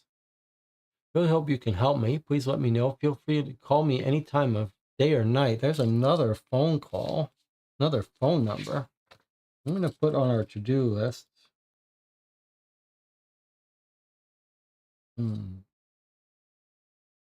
If someone's in the UK and doesn't mind making a phone call, it might be nice to call that number, see if it answers. And here's the reply from our office, and we've got another email address. I suspect for this game that these aren't working emails, but we do have a whole bunch now. Kind of unusual to give us full emails that are usable. Of course, will help. I'll get back to you as soon as I've had my team of detectives on the case. B. Okay. Here we have a document from the police. And Tina says, I looked it up and I was wrong. It's ostracized in the UK. So it is an S in the UK. So maybe that's not the word that's misspelled. What about barbarous? All right, so we may not know what word is misspelled. We'll come back to that. Okay, Leicestershire Police. They've got, this is a 999 log on 30th of March. So why did we write that she died March 1st? Maybe what we meant is March 31st? Is that what? Where did we get our March 1st? Okay, I see. This early obituary that was fake says March 1st. We jumped to the conclusion that it was real and gave us the date, but we really don't know when she was actually killed. Okay, that's where we got that wrong. But here we have a report on 30th of March. So let's put in here that we've got our 999 call. 30th of March, 21:33 hours. So 9:33 p.m.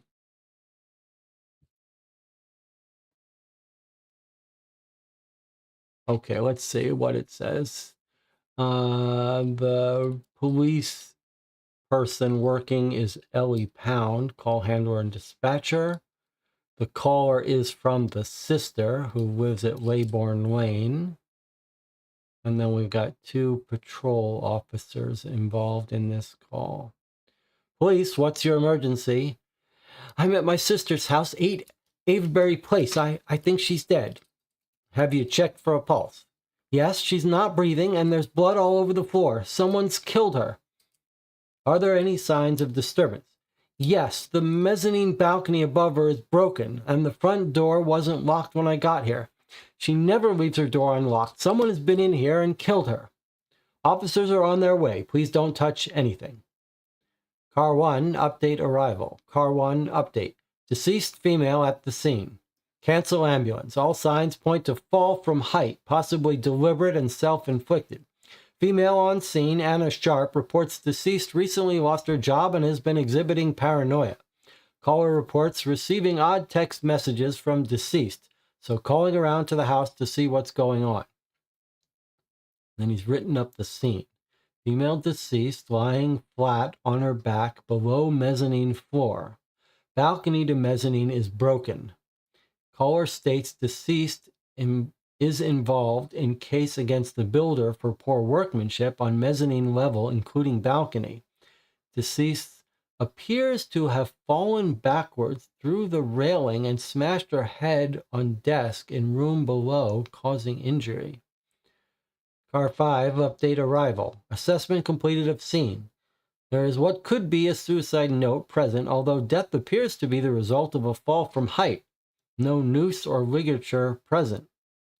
Oh, that's good that they checked from that. Caller states door was unlocked and bag of takeaway food sitting on the doormat just outside the door. That might be giving us a hint to think that it was that building that claimed to be food delivery. House appears tidy, no signs of disturbance other than the broken balcony on the mezzanine level. Due to the presence of a potential suicide note and also text message to deceased's sister offering an apology, I surmise that the deceased has taken her own life. No further investigation required. Please call for coroner to collect deceased. Wow, this cop here has jumped to some serious conclusions. Then they closed the case right away. April 3rd, file note added. Sister of deceased disputes cause of death, wishes to complain about lack of investigation. Case forwarded to coroner. Sister next of kin allowed access back into property to recover personal belongings of deceased. Nothing on the back. All right. Let's take a look at some other documents we have. This is a very generous big collection of documents. I'm trying to, we've been reading these in order, but I wonder if we shouldn't jump around a bit. All right, we can continue doing them in order. We've got text messages. Should we do them in order? Because I do see some police reports. Okay, we'll do them in order. All right, what have we got here? We've got some mobile phone records. Who told us? Someone told us we had phone records. I forget who, though.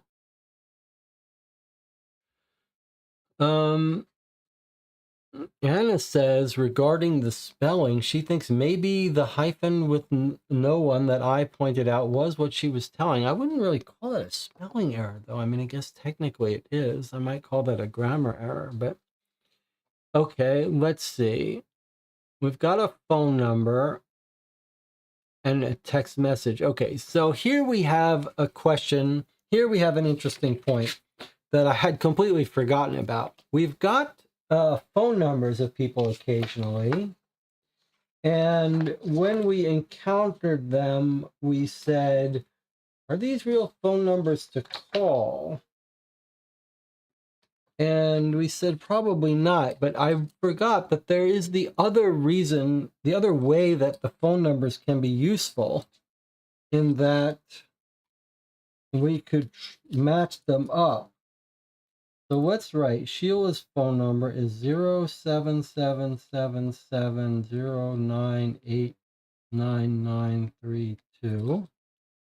And then we've got another phone number from our business card. We're going to put this under our arsonist. Okay. What's our phone number here?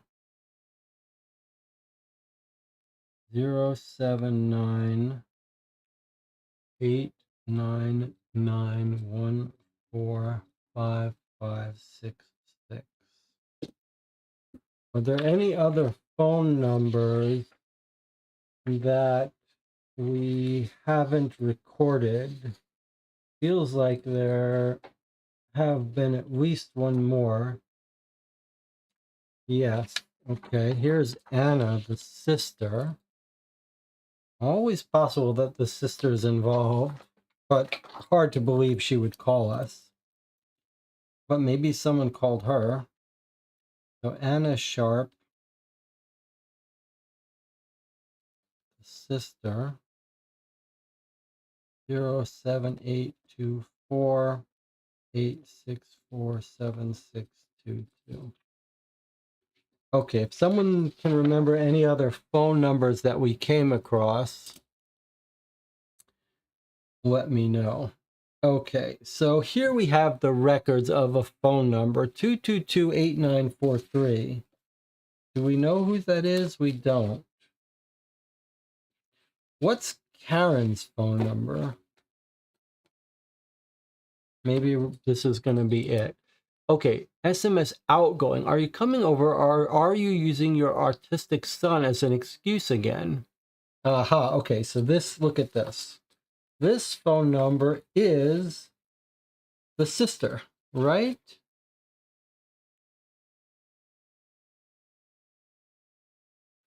So Anna Sharp's phone number is 62247. So this is someone calling the sister. So this is going to be our victim.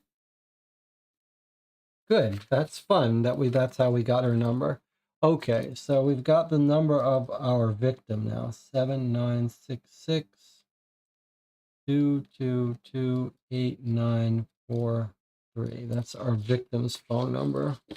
Maybe we'll just try it on our notes. This feels like a very procedural game so far, even though we might be able to make a guess right now who the killer is based on that obituary and finding that out. It seems kind of fun to treat this as a procedural case.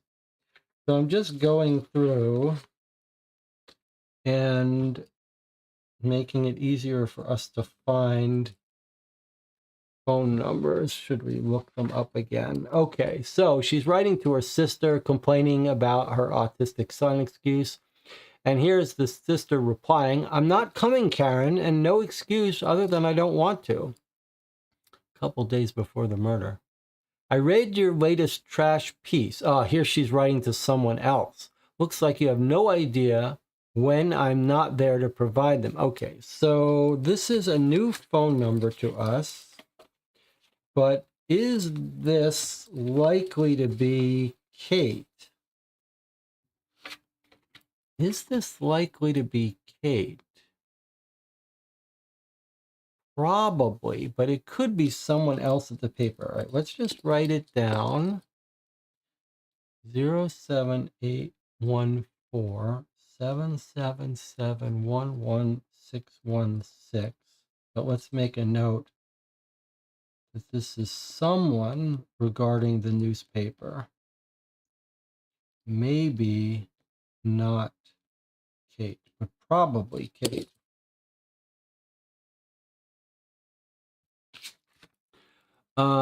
Okay. And then here's a message from the builder. So now we've got the builder's phone number. "Can you stop leaving crappy reviews? You're destroying my business for no reason. How would you like it if I or someone does the same to you? You got exactly what you asked for." Okay, so here's the person who built her mezzanine, Malcolm. And now we have Malcolm's number.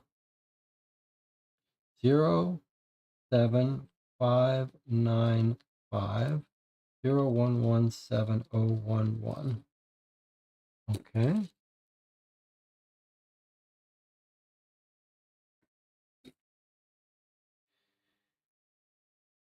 And here is going to be Desmond, the stalker from the dating site. "Want to change your mind and meet me for dinner tomorrow night? You owe me a meal at least." Okay, so let's get Desmond's phone number here. 07966223013.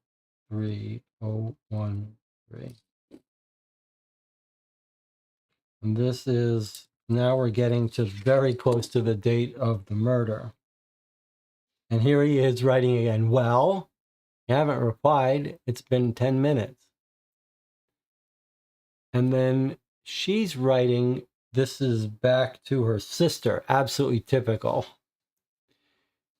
And then here's the sister replying, it wasn't an excuse, nothing to do with him being autistic. He broke his bloody leg and needed to go to the hospital. I'm sorry that spoiled our coffee plans. Okay, here is the predator online dating Desmond replying, you really think you're too good for me? You've got a lot to learn, you stupid girl. You'll regret this. Okay, he waited a full 50 minutes before that. Okay, and then here she is writing. Here she is writing to the builder. Oh, I just cannot wait to see you in court. Your work is as horrific as your personal hygiene. That woodwork is going to fall down any day. Okay.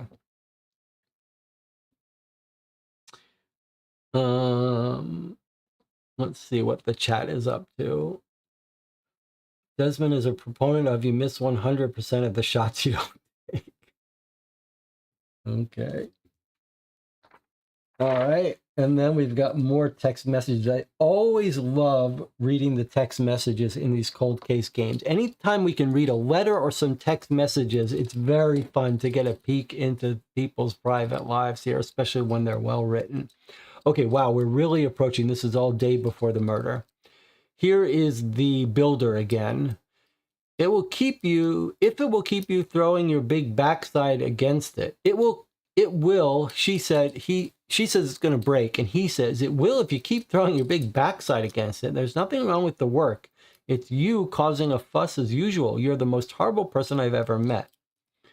Okay. And here's a message to, tonight is the night your guests have their cars towed and maybe their wives find out what they've been up to. I'm sick of this nonsense. Okay, here's our Sheila next door. Let's see if that matches what the message on Sheila's pamphlet. Yes, it does. Okay, so now we can confirm that this is absolutely Sheila. And here is who writing. Who is our 263 phone number? Do we know that one? I don't think we have a 263. Who is that? Listen, I'm only going to tell you this once. Knock it off making up stories about us on your pathetic Facebook page, or I'll make you regret every single word. No one ever reads your stupid page anyway, you loser. Get a job.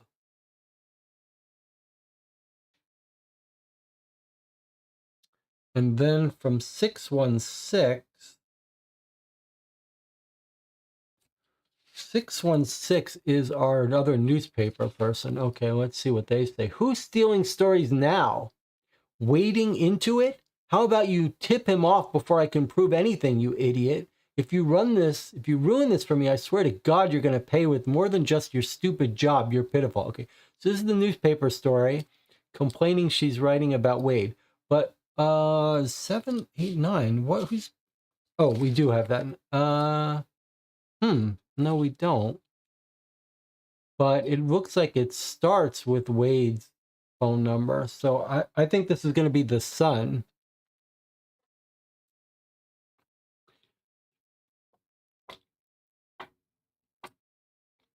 Okay, so the chat is screaming about the no one. No one, no one. And Anna has triggered my little light alert here. No one. Okay. So this is interesting now. Because what have we got? We've got a number for their business card. Okay, we're going to get to the no one. First of all, I do want to point out that when we look through the spelling, I said the no one hyphenation looks wrong. Is not traditional grammar. Okay. So the business card has this address, 07989. None of our other numbers have this prefix. And here we've got an email, a text message that looks like it's about, could be about this company, but it's a different phone number, but close. So I think 079077.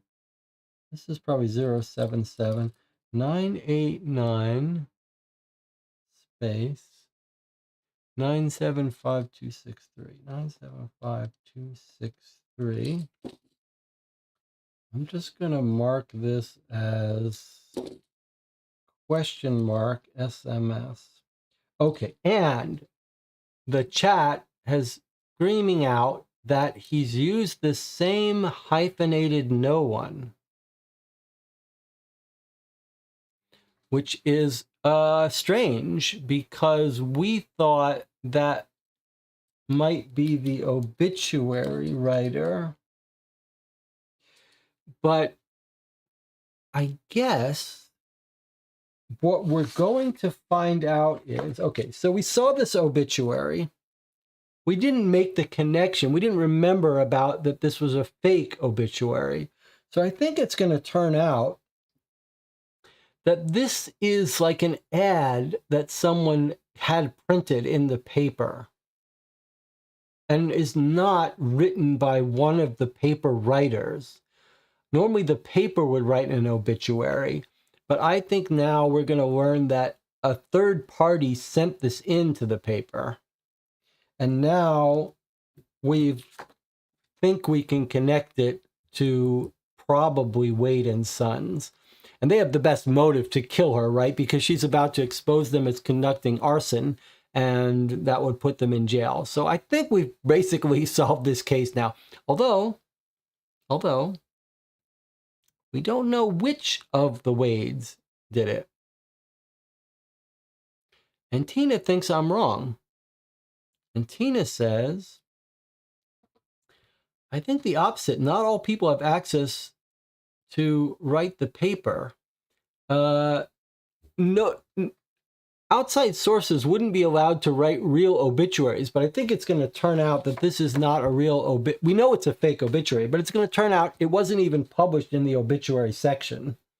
Notice, this is not how obituaries normally get done, right? Normally you have an obituary section and a whole bunch of people. This person died, this person died, this person died. This is going to be an advert that a third party placed, not a newspaper writer. So I think that's going to be the explanation for that. Okay, let's continue here, then we'll take a break. So she gets another contact by her person at the paper saying she's stealing stories for her. Okay, now who is this person? 77616. That's, again, Kate, the same person accusing her of stealing, of getting the same newspaper person. Oh, poor you, you poor crazy lunatic. I'll take everything you think you own and I'll laugh my face off as I do it. You have no talent or integrity, and apparently you can't even cope with life. Pathetic. Watch this space, you nut job. That's pretty great. This is her rival colleague at the paper. Okay, I'm going to order in if you can pop by. This is the sister. She's reconciling with the sister. And then, oh, this is Karen talking to her sister. I'm going to order in if you can pop by. And the sister replies and says, really sorry, but I can't. Another time, I promise. Okay. And then here she is, writing to who, saying, I'm sorry for everything. Writing to her sister. Oh, sorry, I jumped ahead. She's writing to the sister, trying to make up. I'm ordering food. Do you want to come by? Sister says, I can't, another time. And then down here at 8:18, she says, I'm really sorry for everything. In the meanwhile, though, she makes a call for 2 minutes to this number, 872. That's our builders, right? 789. No, who is that? 9872. I don't think we know who that is. I'm looking at my sheets here. She makes a 2-minute call to 8979-221-9872. I don't have a record of that phone number. So that's a new number for us. Oh, she's calling to order food. I see. She calls for 2 minutes. She orders food. She gets her food delivered. Okay, so let's just write this down. 8979-221-9872. Food delivery.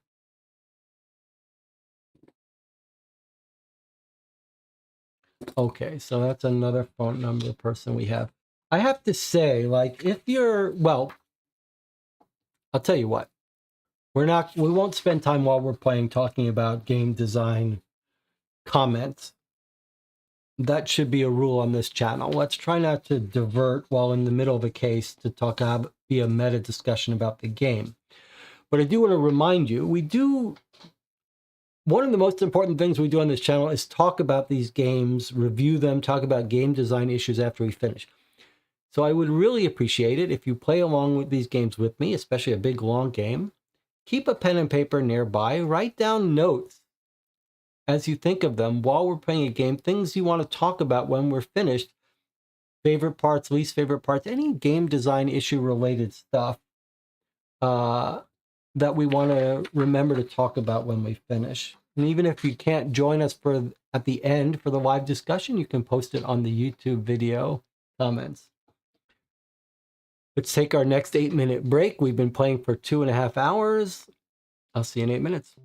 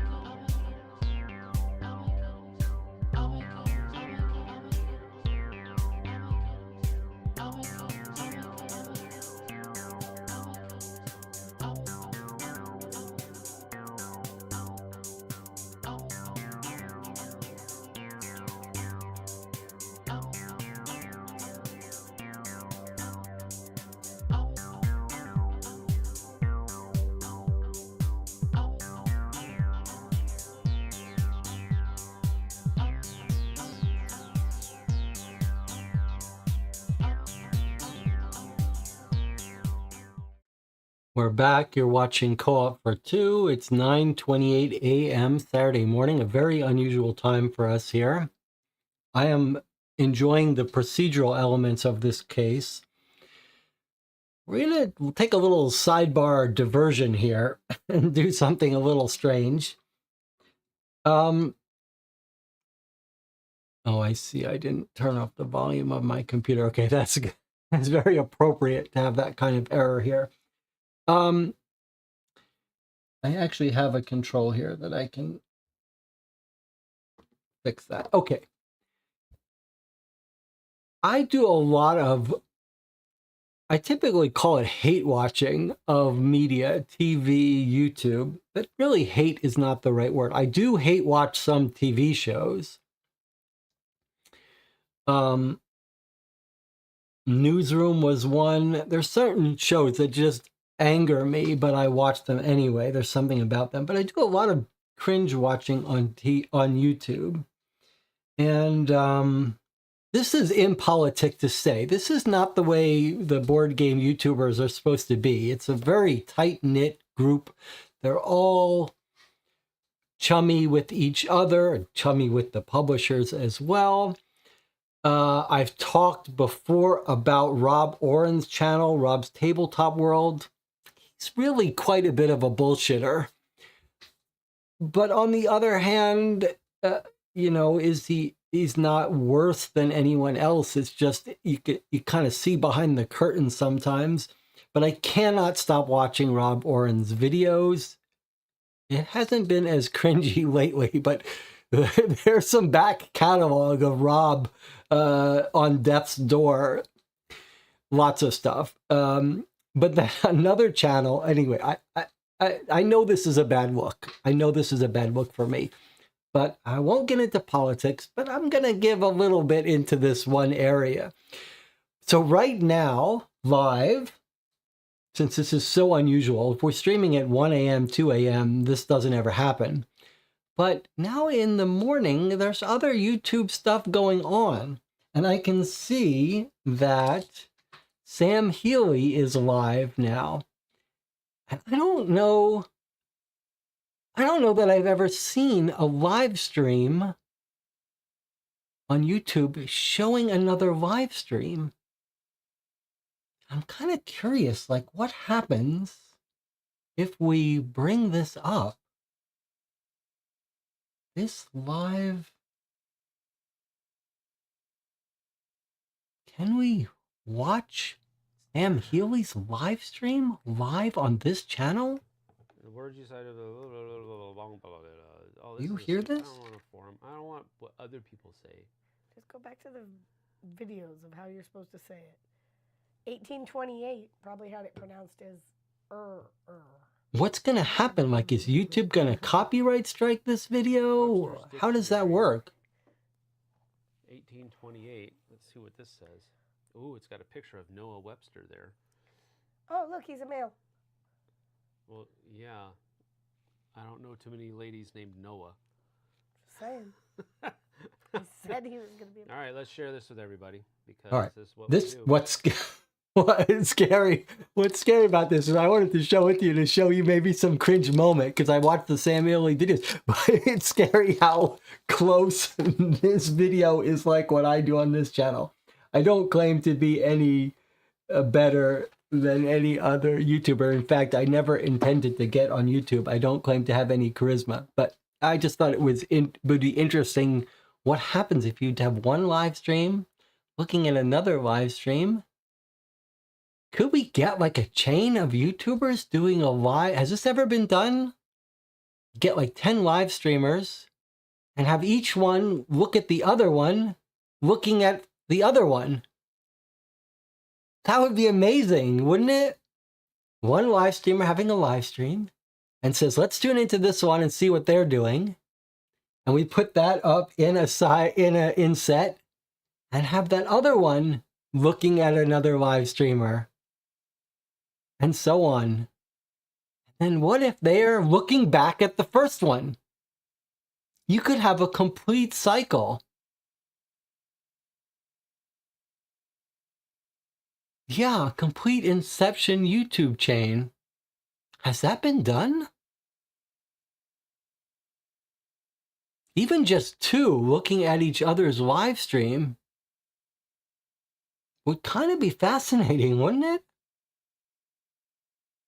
we got an idea. It's too bad that I'm not friends with anyone that I could do that. Okay, back to our actual game here. Let's bring up the chat, see how everyone's doing. Antina says, what's happening with the coffee machine project? That's an actually relevant question. If you see my videos, I have a couple of unsubscriber videos. Those are videos that have nothing to do with what the normal channel is, and whenever I post them, people start unsubscribing. But I've posted 2 or 3, maybe 3 videos talking about an Arduino electronic project I made.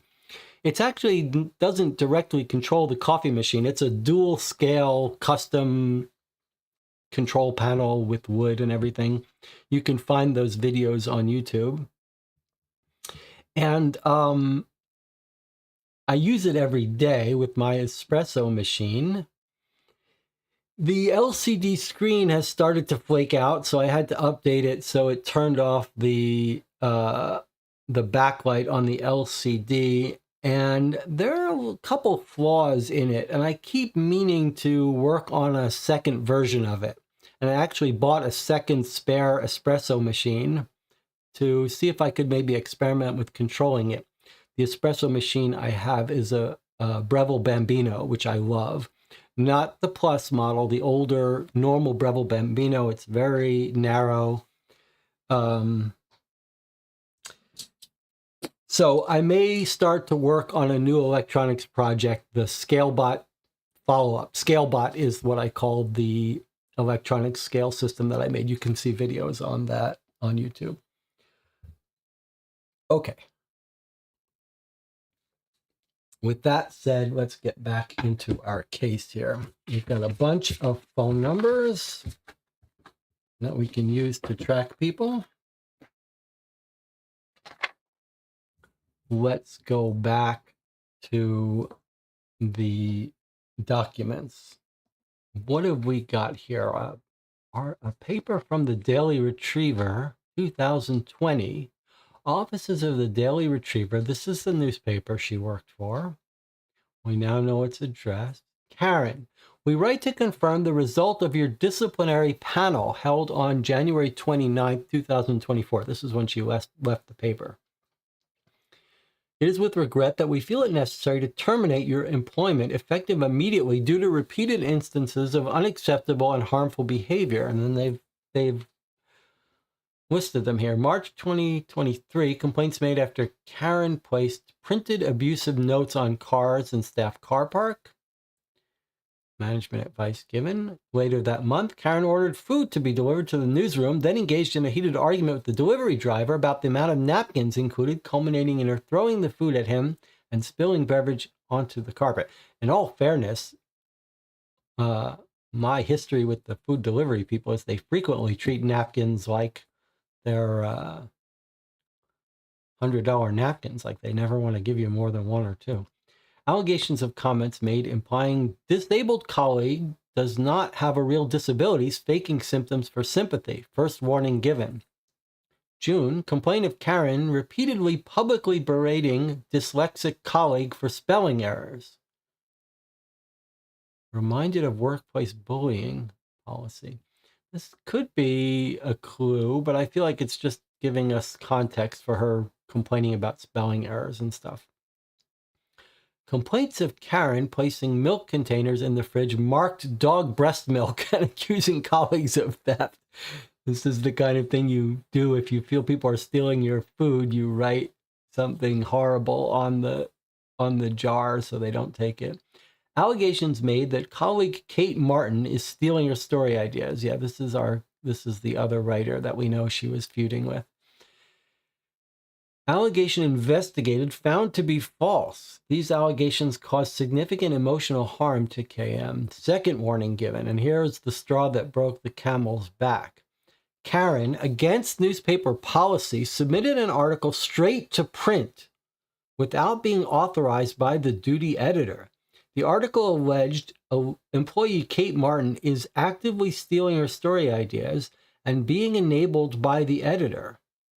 Despite previous warning and investigation, Karen maintains her stance, resulting in KM suffering a mental health episode, resulting in 6 weeks sick leave. Okay, so this is interesting. Enabled by the editor. So this seems to think that Karen and the editor, she thinks the editor is helping Kate Martin, and maybe this is why the editor could have let this fake obituary run. We wish you well for the future, and as discussed, we would be willing to consider any product on a freelance basis. However, reiterate that you are no longer permitted to attend the Daily Retriever offices. Please only correspond directly with editor Frida Black. So there we go. We mentioned Frida came up before. So Frida Black is the editor. She might have been the person who had to approve that fake obituary. And now we've got some sign that Frida might also be her enemy and maybe collaborating with Kate Martin to steal her stuff. And here's Frida Black writing. And maybe we might want to note that we have a small handwriting sample.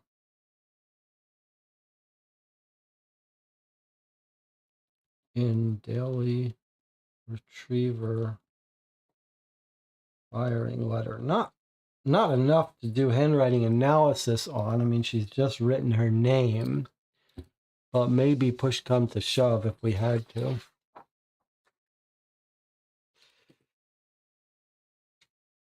Marco is saying he uses a mocha pot. A mocha pot is a very famous device. I don't know when it was invented, but it's a very cool device. You put your coffee at the bottom, you screw it on, you put it on a stovetop, and the pressure from the boiling water, steam, pushes the water up through the coffee bed and bubbles out into the top. It's a pretty cool low-tech device.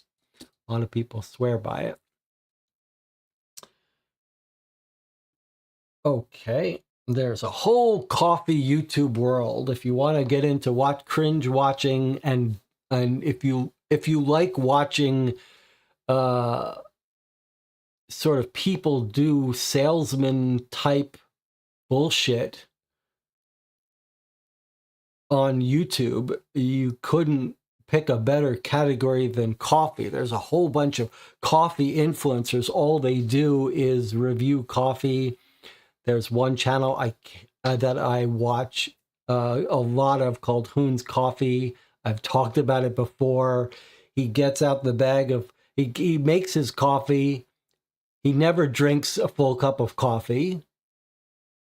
He just takes a sip of the espresso. He makes espresso twice a day live on YouTube. He tastes it.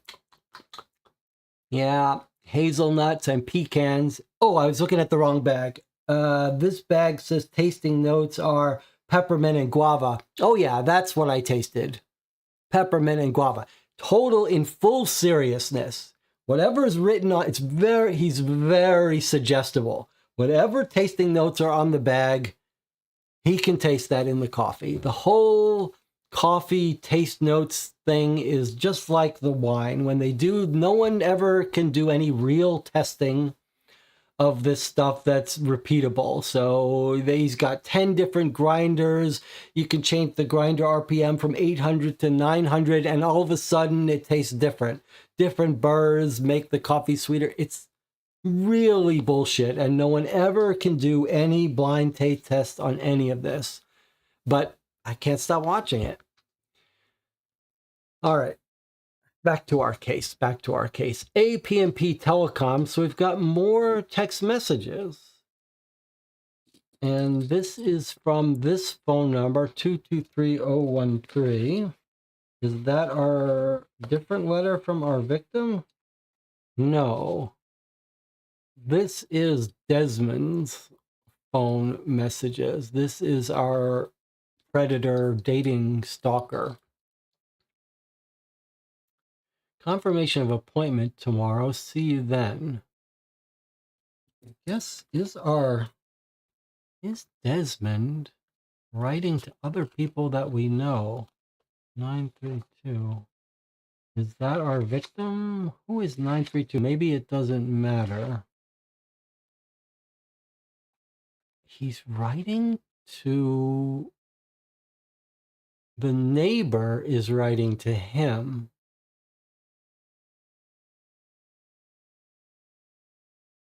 The prostitute neighbor is writing to Desmond. Is that right? Or is that...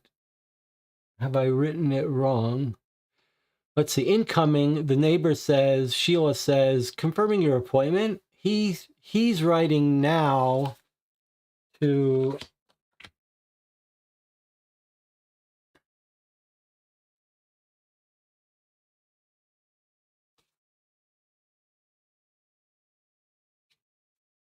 Three. Do we have that? Do we have a phone number? 263-267. I don't know who he's writing to. Are we still free for our walk? I think he's just writing to random people. I'm sorry I can't make it. Good luck. You're disgusting anyway. Lucky escape. This is our stalker writing. Happens to be coincidentally having an appointment with the prostitute across from where Karen lives. But then random women he's calling. Are you still free for a walk? She says, sorry, I can't make it. He says, you're disgusting. Hey, want to change your mind? Meet me tomorrow night. You owe me a meal at least. This is going to be our...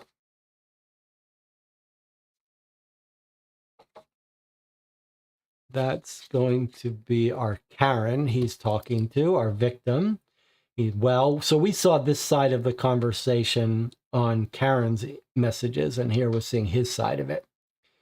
Okay, and then here is our stalker, our predator, calling the next door neighbor prostitute Sheila. He wants a double appointment. She says, I'm booked up all evening. And he says, you really think you're too good for me? You got a lot to learn, you stupid girl. You'll regret this. Oh, no, that was our Karen. I wonder if we could set up a date. He's sending to a new random person. Hoping to hear from you soon. Reminder of your probation appointment. Wednesday, 3rd of April. Okay, that's no alibi. I can see you're online on the site. You're just ignoring me, proving how ignorant you are. You're all the same and you're going to pay. Hi, mate. Free for drinks tomorrow night at all? So these are just random people. This 784 is just a random girl he's dating. But now,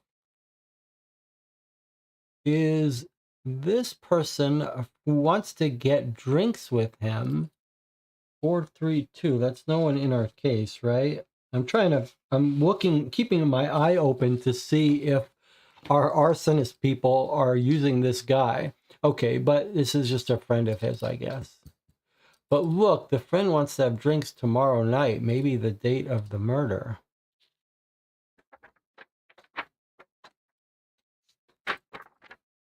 Okay, but that was fun. I guess we're going to get to see different people's phone numbers. Okay, whose phone is this? This is Sheila, the neighbor. Now we're going to see Sheila's standpoint. And Tina says, I went back and watched Kate's interview with the police chief. You should read it again. Okay, we will read it again. Thank you. I'll put that on my to-do list. Reread police interview. Okay, in paper. All right, let's take a look at how Sheila the prostitute, we'll take a peek into her personal messages. I'd like to show you this full screen, but I can't read it when it's full screened all the time. Confirmation of appointment. Okay, let me put out all my phone numbers are here. So here she's saying confirmation of appointment with the stalker predator, which we already saw in the predator's messages. And then she's confirming an appointment with someone else, 437. I don't think we know that number. Can we make our appointment double session? This is the stalker again. She says, I'm booked up. Then she's confirming another appointment with someone else who we don't have in our database. Okay. Then she gets a message that says, tonight is the night your guests. Oh, this is from Karen, our victim, tells her, I'm going to call the police on your people. And then our Sheila prostitute calls the cops on Karen and says that moronic next door neighbor is making threats about non-existent parking issues again. Can I add this to my complaint about her? And are you actually going to do something? I'm more than happy to take matters into my own hands. Don't want anything getting back to my wife.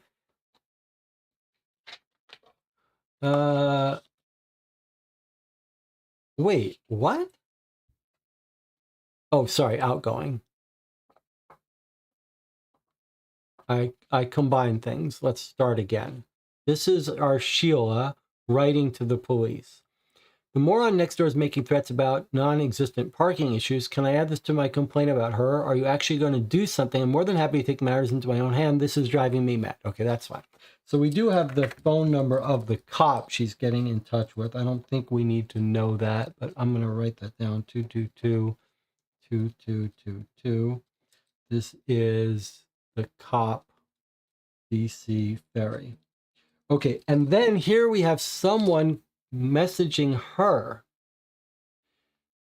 And then that says, hi there, just a heads up, there was a really aggressive woman hanging around my car when I left earlier. She shouted at me, it seemed to be making notes. I don't want anything getting back to my wife, so might need to cancel next week. Okay, so this is one of the people that Karen was reporting on, recording their cars. I'm going to put these all on one sheet here. 7990 843 5643, and we have a date 30 March 24, and this is the prostitutes John, who we know we're going to be able to find his license plate probably because Karen wrote it down if we need it.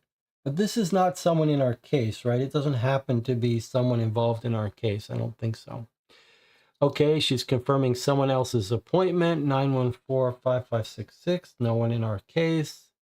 Sorry about that. She's a nuisance. I'm putting measures in place straight away to prevent any further issues. Don't worry, discretion is guaranteed. She won't be a problem going forward. So this is just more motive for why the neighbor prostitute could have attacked Karen, but probably not. Okay, it's fun to seeing these phone messages from different people. Now, what's this? Telecom Investigation Services. Detective Briggs, glad to hear from you as always. Thanks for getting in touch. I've completed the rush job you requested. I've been through the phone records you sent me, completed cell site analysis for all numbers communicating with our victim on the dates the 29th and the 30th. As requested, I've provided the data in 20-minute increments, which should provide you with a decent picture of the movements of all the listed numbers. Don't forget, if there's no data at any time, this indicates the phone is either switched off or otherwise non-operational. And remember, speaking of the interview with the police chief, he talks about how people know to turn off their phones.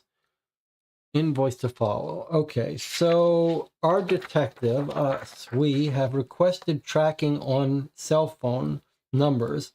Now, look at all these cell phone numbers we have.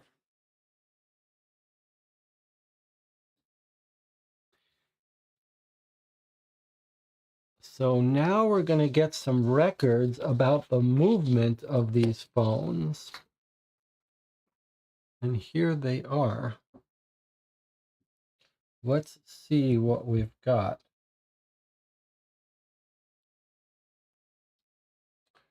So he says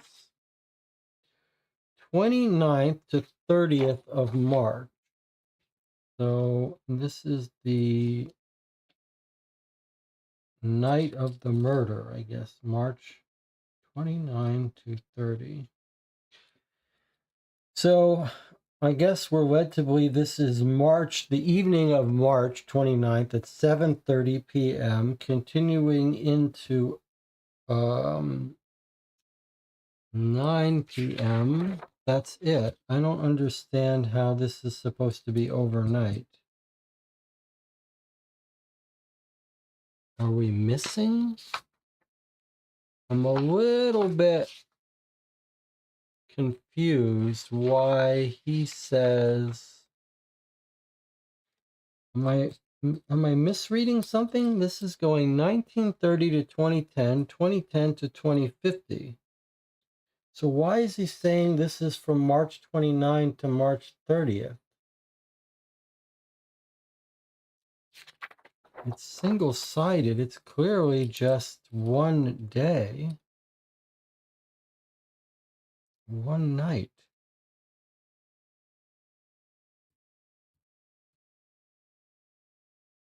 Well, let's put this on our to-do list to resolve cell phone tracking 2 days.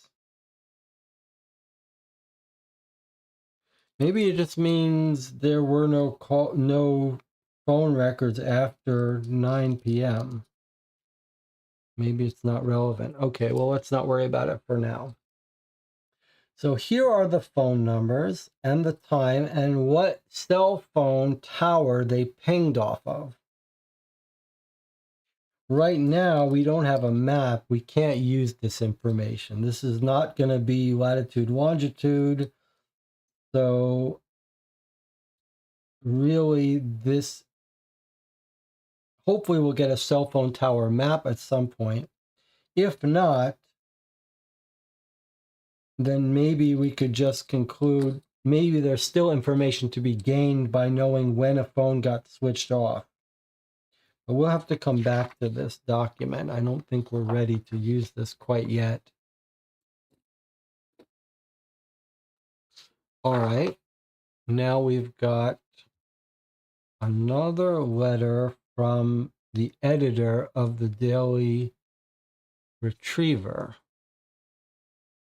FAO Briggs Investigations, that's us. Thank you for your inquiry regarding an obituary published in our newspaper on March 3rd of this year.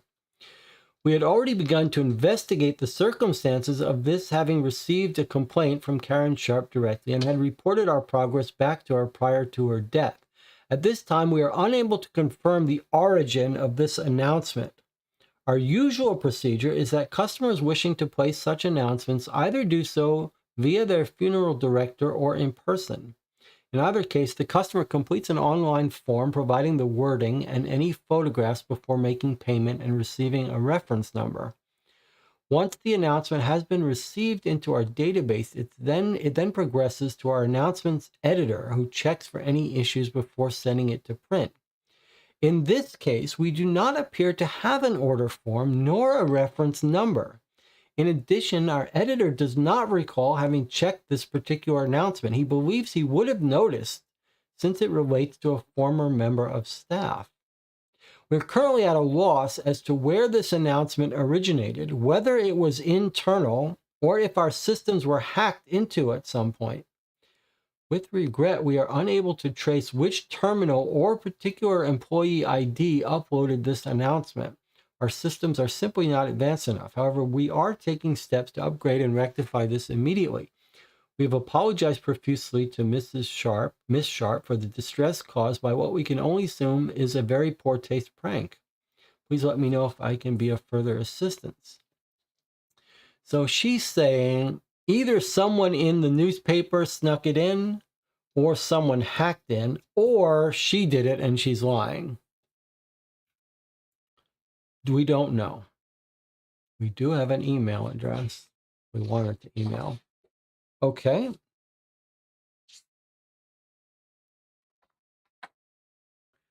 This looks like it's going to be from our online dater. This scheme, it's a domestic violence disclosure scheme. The scheme enables the police to release information about any previous history of violence or abuse a person might have. Under Clare's law, this is probably a real law, I don't know, it's in England. you can apply for information about your current or ex-partner because you're worried they may have a history of abuse and are a risk to you, or request information about the current or ex-partner of a friend or relative because you're worried they might be at risk. Please note, Claire's Law does not replace CRB, the Criminal Records Bureau, checks, DBS, checks, subject access requests, or freedom of information requests. Okay, let's see. So Leicestershire, March 2024, basis is right to ask. So right to ask or right to know. She's replied because she's allowed to ask, not because someone else. Okay, applicant Karen Sharp, that's our victim. She's asking about Desmond Burnshaw. We now have his address. Let's add it to his sheet. And we got his full name now. Desmond Burnshaw. And we have his address. And his just his address. And his date of birth. Okay, date of birth. September 14, 1979. And he lives in Flat 2, Netherhall Road. You can see why these addresses might be important once we get cell phone tower addresses. Okay, let's see. Sentenced to 12-month prison sentence for an offense of actual bodily harm committed against partners. So he actually is violent. Sentenced to 24-month prison for an offense of previous body harm against partner, 2015, then again 2018.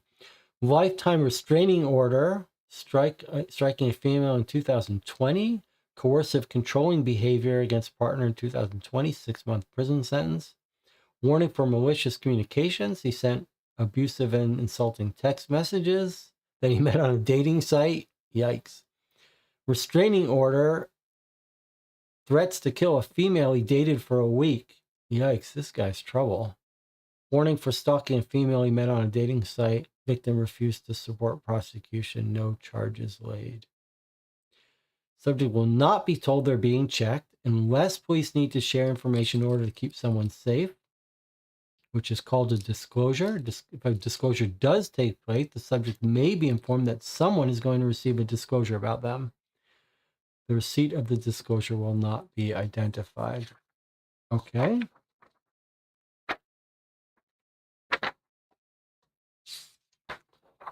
All right. Still got quite a few documents left. Looks like we are going to see an autopsy next. Okay, here's the person, the builder she's suing. Small claims court. That's where you go to sue someone for not a criminal offense, but a civil offense where they owe you money. Karen Sharp is suing Malcolm Reeve. Do we already know his full name?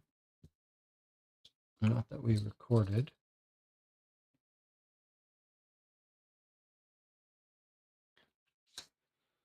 Okay, the statement of complaint attached below is important. You must take immediate action to protect your rights. You're required to post a handle or a copy of written answer, admitting or denying. It must be posted within 14 days. Summons issued 18 March. So 18 March, he got a claim. And look, we've got his address now. 12 Burdett Close.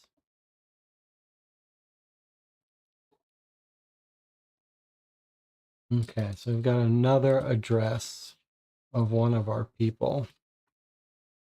That's going to turn out to be useful eventually. Okay, here's the claim she filed against him. Malcolm Reeve contacted myself after I had placed a post on a local Facebook page asking for builder recommendations. He told me that a job he had planned for the following week had fallen through. He would be immediately available to complete works for me at a short notice and for a good price. We agreed on a schedule for him to build me an open plan mezzanine level at my home, which would become a research library and reading space.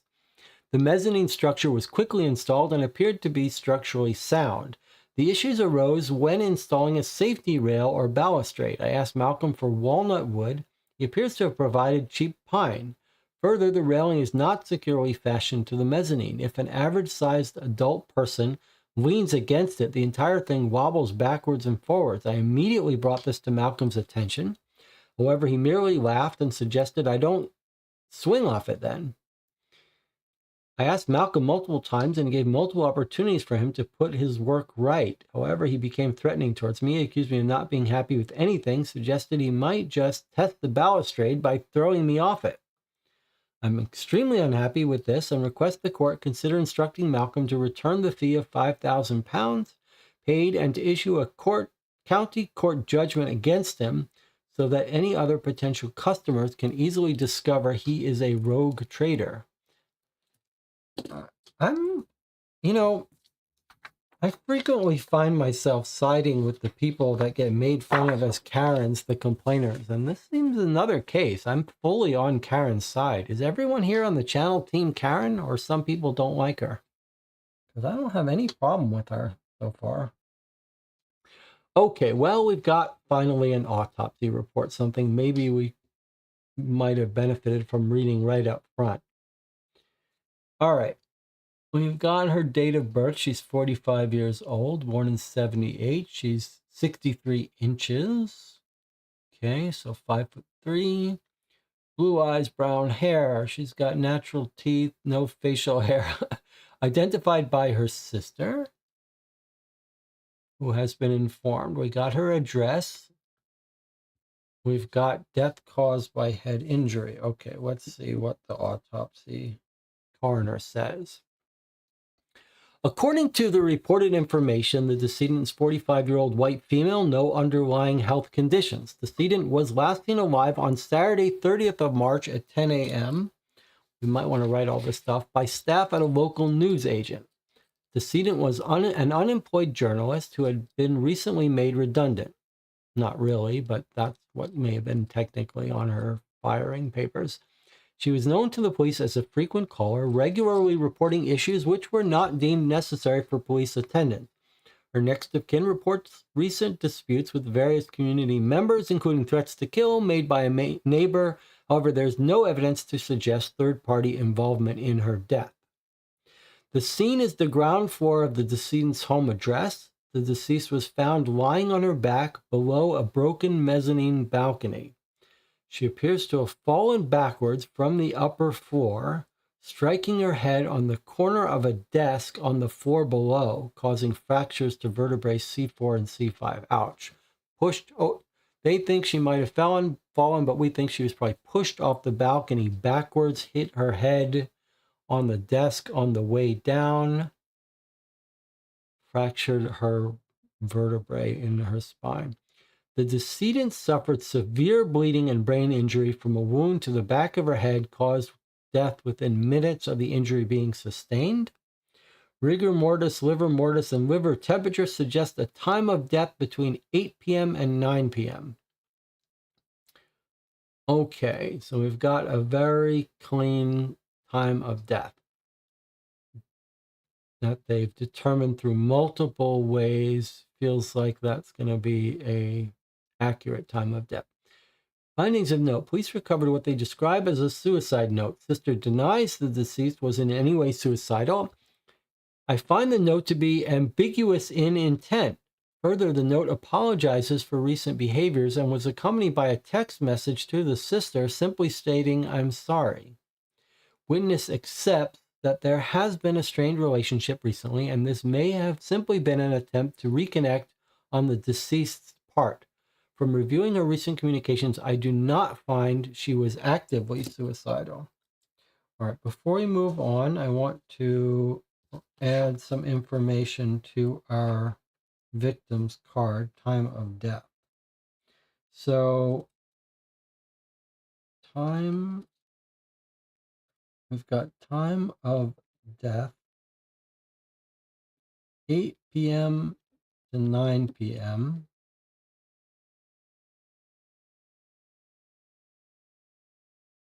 on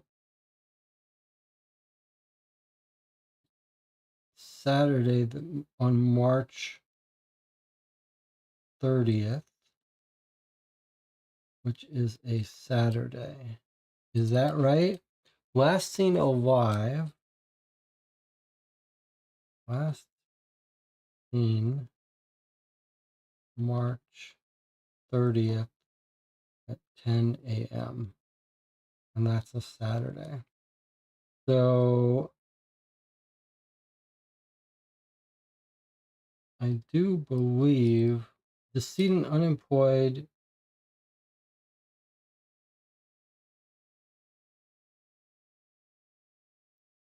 I just want to make sure it's that night that she was found dead. I believe that's right. Okay. So March 30th between 8 p.m. and 9 p.m. and then found on the 31st, Sunday, I believe. That's what we're dealing with. Police recovered. Okay. And then we've got a coroner's diagram. Let's see what they've said here. So she's got some bruising as if someone pushed her on her chest, maybe struck her hard on her chest. And then we've got wound fractured on her neck broke, bruising, scrape. I mean, those are all things you could get falling down. Scrape a little harder to get falling from height, but feasible. It's this one that jumps out to us because she fell straight backwards. You wouldn't expect bruising on the side of the face or on the chest. That feels like that happened first, then she fell. Injuries. Consistent with blunt force. Can we move this down into the better camera? Are we on the better camera? Yes, we are. Okay. Come on. Click into the good camera. There we go. Okay. Back of her head causing death. Fractured vertebrae. Light bruise to chest. Origin unknown. Light bruise to left cheek.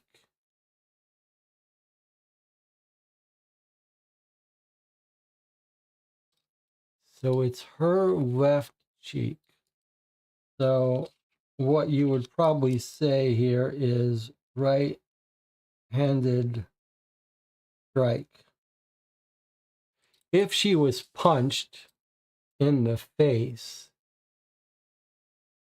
then you would expect that would be a right-handed person. If that's the cause of that bruise on the left side of her face, someone facing her would have been right-handed. Scrape to the right arm on the back. That could just be falling backwards, scraping the pine handrail. I think that makes sense. Pushed backwards. Okay, let's see. Let's catch up with the chat. We see the message again, then we know she was dead before that because she didn't write it. Says Antina, I'm not. You're saying if we see that she wrote the message after 9 p.m. to her sister, then we know she didn't write that. But I think she did write it. It's just she wasn't talking about suicide. Here, let's cover that right now very quickly. So here is the message. I'm sorry for everything. And it's written at 8:18 p.m. So I think that is her, probably, and not the killer. It's either the killer and she was killed between 8 p.m. and 8:18, and then the killer wrote this, but much more likely, it's hard to get access to someone's phone and unlock it. Much more likely, this message is tightening our time of death, probably of death from 8 p.m. to 9 p.m. and is now changing it to 8:18 p.m. to 9 p.m. Assuming she read the message to her sister right before she got killed. That's what I would guess. That's what I would guess. Okay, let's go back. All right. So just to give you some idea of what's left, not too much left. Clearly, we've got a cell phone tower map here, which I'm looking forward to. All right. So here's a dating site. Let's put on our to-do list to visit this dating site to see if it's real. If someone wants to check that now, we don't really suspect this dating guy is the killer unless he's also working for someone. Okay, and Tina says, all right, it's time for me to complain a little bit. She didn't use the XXX at the end. I agree with Antina. This really sorry doesn't sound like our Karen, and the XXX is missing. Okay, so I guess what the channel is trying to say. Okay, let's see. All right, so the channel, Anna and Tina have made a point. And what is their point? They're doing their typical shorthand, but what they're saying is that every time our Karen writes to her sister, she signs it XX. In fact, every note she signs it XX. XX, XX. And then here, though, she says no XX. So I think you're making a pretty convincing case that this is not our Karen. So let's go back. With that point well made, let's go back to this and say that this is one option. Our other option then for time of death would be 8 p.m. to 8:18 p.m. Option 2, option 1. If you're right that she didn't send that message, then she had to have been killed between 8 p.m. and 8:18 p.m. That's quite interesting. That's quite a clever observation. Okay. That's a good observation. Okay. It feels like a mosquito is biting me down at my feet. I don't like that. All right. So here's Desmond's profile. I'm a man. I'm all man, hunter, gatherer, provider. Here's his stats. He's 5'10", looking for a long-term relationship, never married. I have a career and work hard. It's a reflection of myself as a whole. I pride myself on doing everything to the best of my abilities, as you will soon find out. There's his car. A dream holiday is I don't like hanging around on a beach with everyone staring at my woman. And if you think I'll be happy with you cavorting around half naked, you can think again.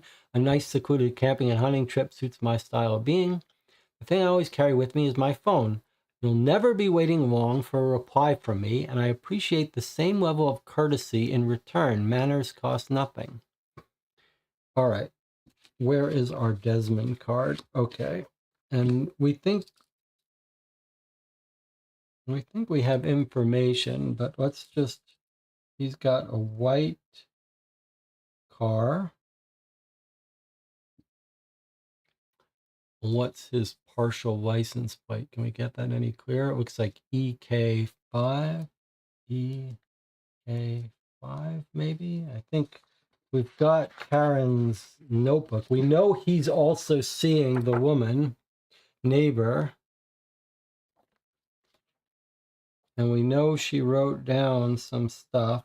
Black, gray. Not sure if she wrote down the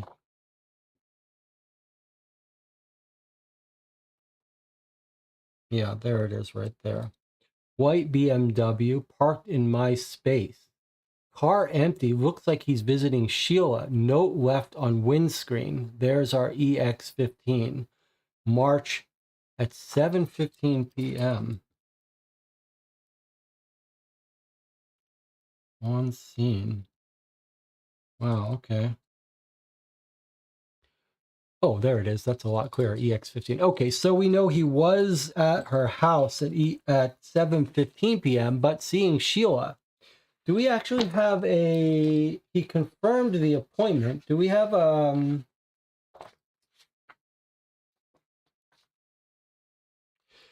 so 8:10. Is that our Desmond? Yes. So Desmond's appointment was from 7:20 to 8:10. So that puts him at the scene of the crime at around 8:10. If we think she was murdered between 8 and 8:18, he has the opportunity, unless we catch his phone pinging further away. But we know he was very near the crime scene, very near the time of death, and he would have finished with this appointment. Okay. We think until 8:10. All right, well, that puts him nearby. But he's always got his phone. Let's see. Congratulations, Karen. It's a match. Oh, this is Karen's report. Desmond likes Karen. Karen likes Desmond. February. Here's where your love begins. Oh, look, these are options for you to send people. Or, oh no, this is their messages. How are you? I'm great, thanks. That's a nice fish. Hey, I just throw my hook in and they leap right onto it. That must be nice for you. Don't take that the wrong way. I'm just good at fishing. I wasn't. I mean it. It must be nice to have a skill. Happy to show you. I'd love that. You want to meet for dinner. Okay, reaching back out. On here, as you seem to have blocked me, I assume it's a mistake. Suggest you rectify this, get in touch straight away. I'm only going to ask you once. Then he writes, bitch. I'm going to make you regret this. I paid for a nice dinner, then you ignore me. You're all the same, and this time you're going to find out you've made a big mistake. Okay, well, he seems dangerous. All right.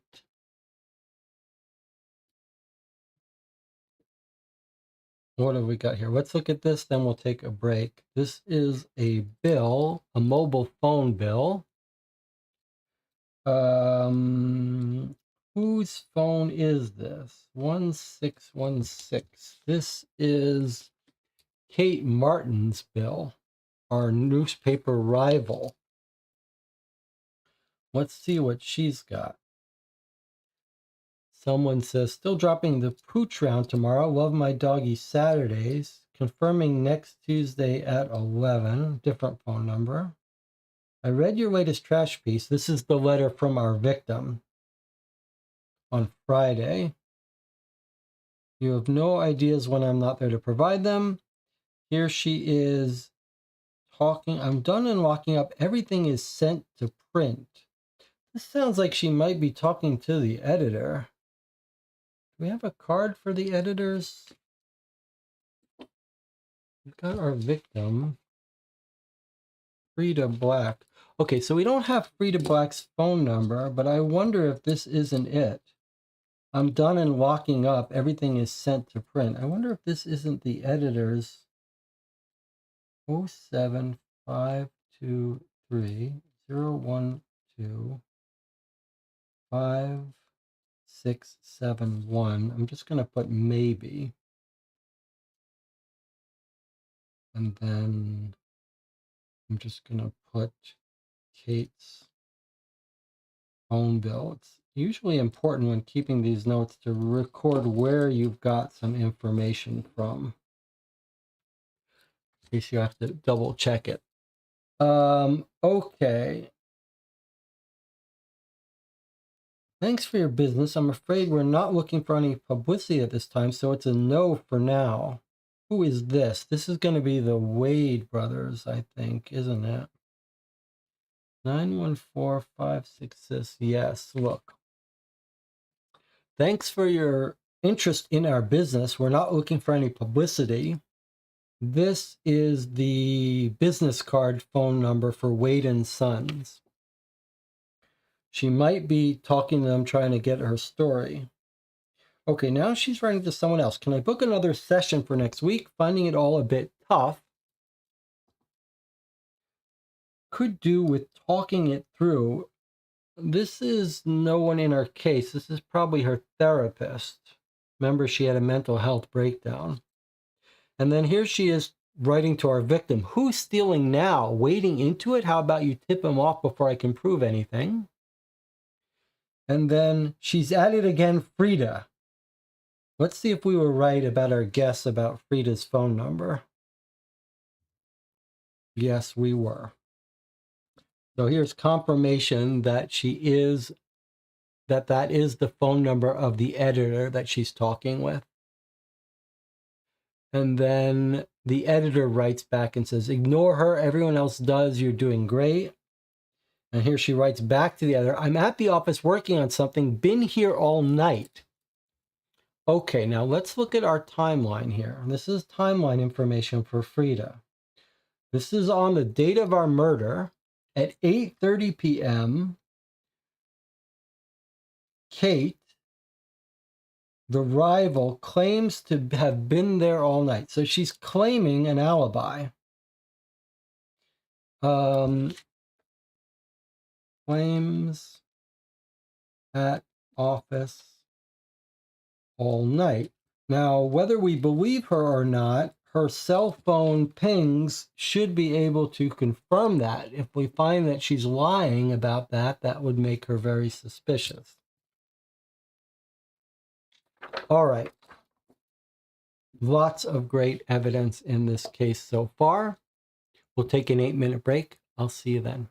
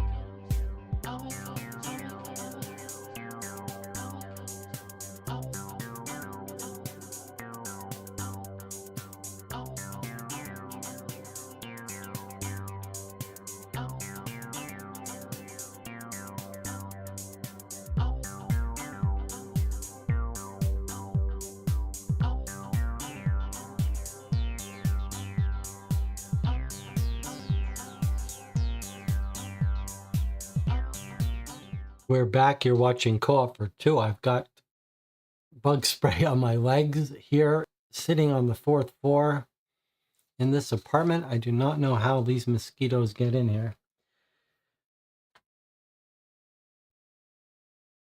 All right, so we're starting to put together our timeline. The cell phone messages have been extremely useful. And now perhaps it's time for us to look at the cell phone tower data. All right, let's see.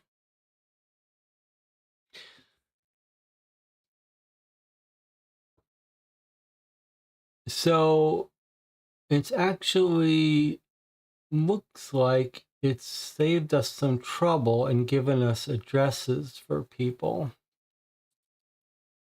Let's see what we've got. Here's the sister's address, police headquarters, Malcolm Reeves' address. That's the rogue trader that she sued. Here's Kate Martin's address, the rival at the newspaper. Here's Wade Manor's address. Here's possibly where she ordered takeaway. Here's where she lives, and the prostitute lives right near her. Here's Desmond, the stalker, where he lives. This doesn't unfold? Yeah. Okay. And then we've got various others. Okay, so here we have the home address of Wade Manors and the working office. And here's the office of the Daily Retriever. Beacon Hills Country Park. We don't know who this would be relevant to. Okay. Well, let's maybe, where's our cell phone ping data? It might be premature for us to look at the cell phone ping data. In fact, let me suggest that, yes, let's put this off for the end. Once we get to the end, maybe we'll be able to track our different people.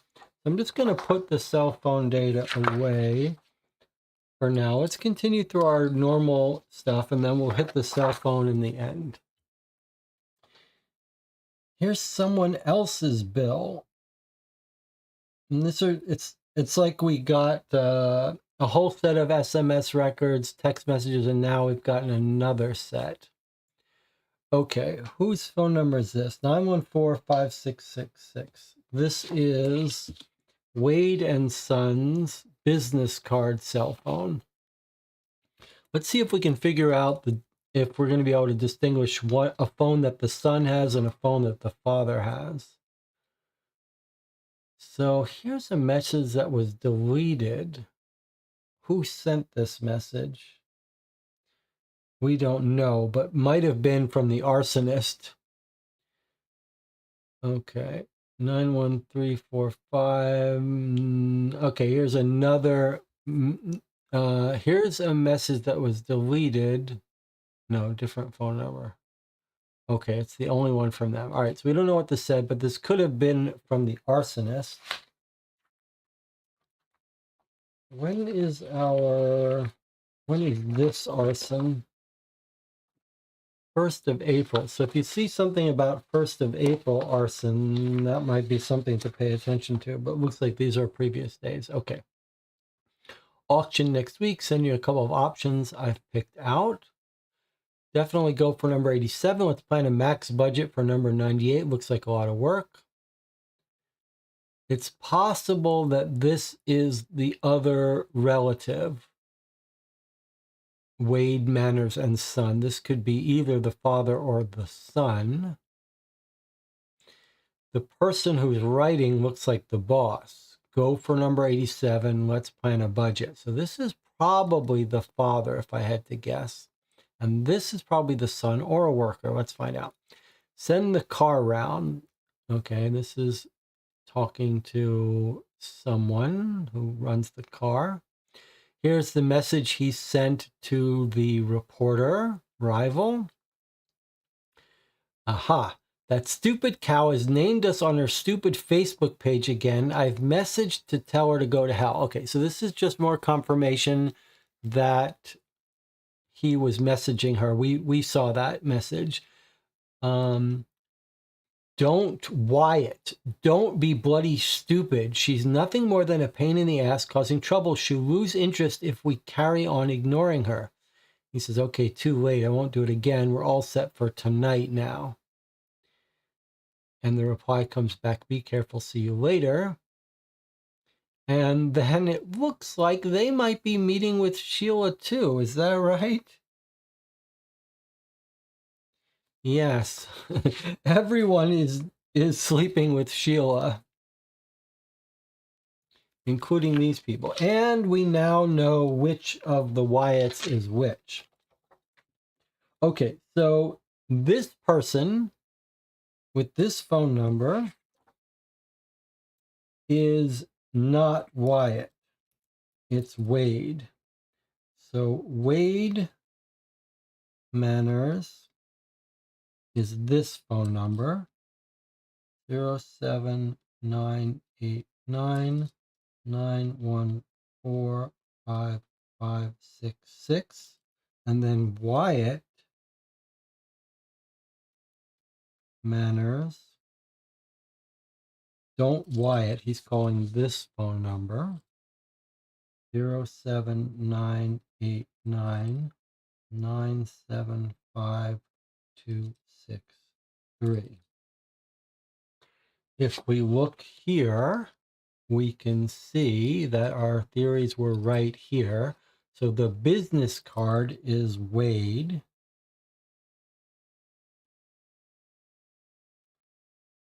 And this guy here who writes to our victim is Wyatt.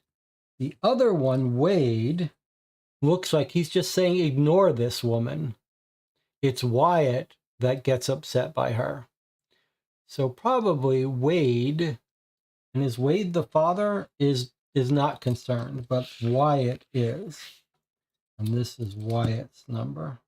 Wait. Don't Wyatt. Have I written this down wrong? Let me see.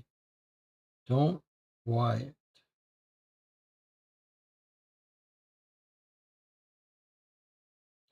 $263 is Wyatt. Yes. This person here is Wade. He's the person who says just leave her alone. She's no big deal. The other person is, and that's him. He has the business card.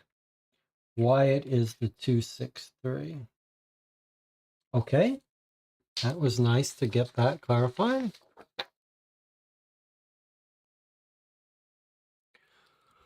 Whose phone number is this? 7011. This is Malcolm Reeve, the builder that she's suing. Let's see what he's got to say. And then, of course, this is also useful for timeline information, right? Because here he is messaging back and forth between 6:21 and 7 p.m., and then his phone is off. We'll come back to all of their timeline information after we're done, when it's time to lock everyone down. But let's just, before that, go through the rest of these for content. Okay, so this is Malcolm Reeve, the builder. Let's see. Got the tickets sorted out, used your PayPal. Okay, so remember, very early on, we found that Star Wars receipt. And we noted it had a mreeve at Hotmail. Okay, so this is Malcolm Reeve. So we're going to put a little note here, Star Wars receipt. And note that it was at 8 p.m. So this would have been a strong alibi for this person. However, look at what it says. Someone messages Malcolm and says, I used your PayPal. I owe you £25. So someone else used Malcolm's PayPal. However, Malcolm looks like he's going. Malcolm says, excellent, can't wait.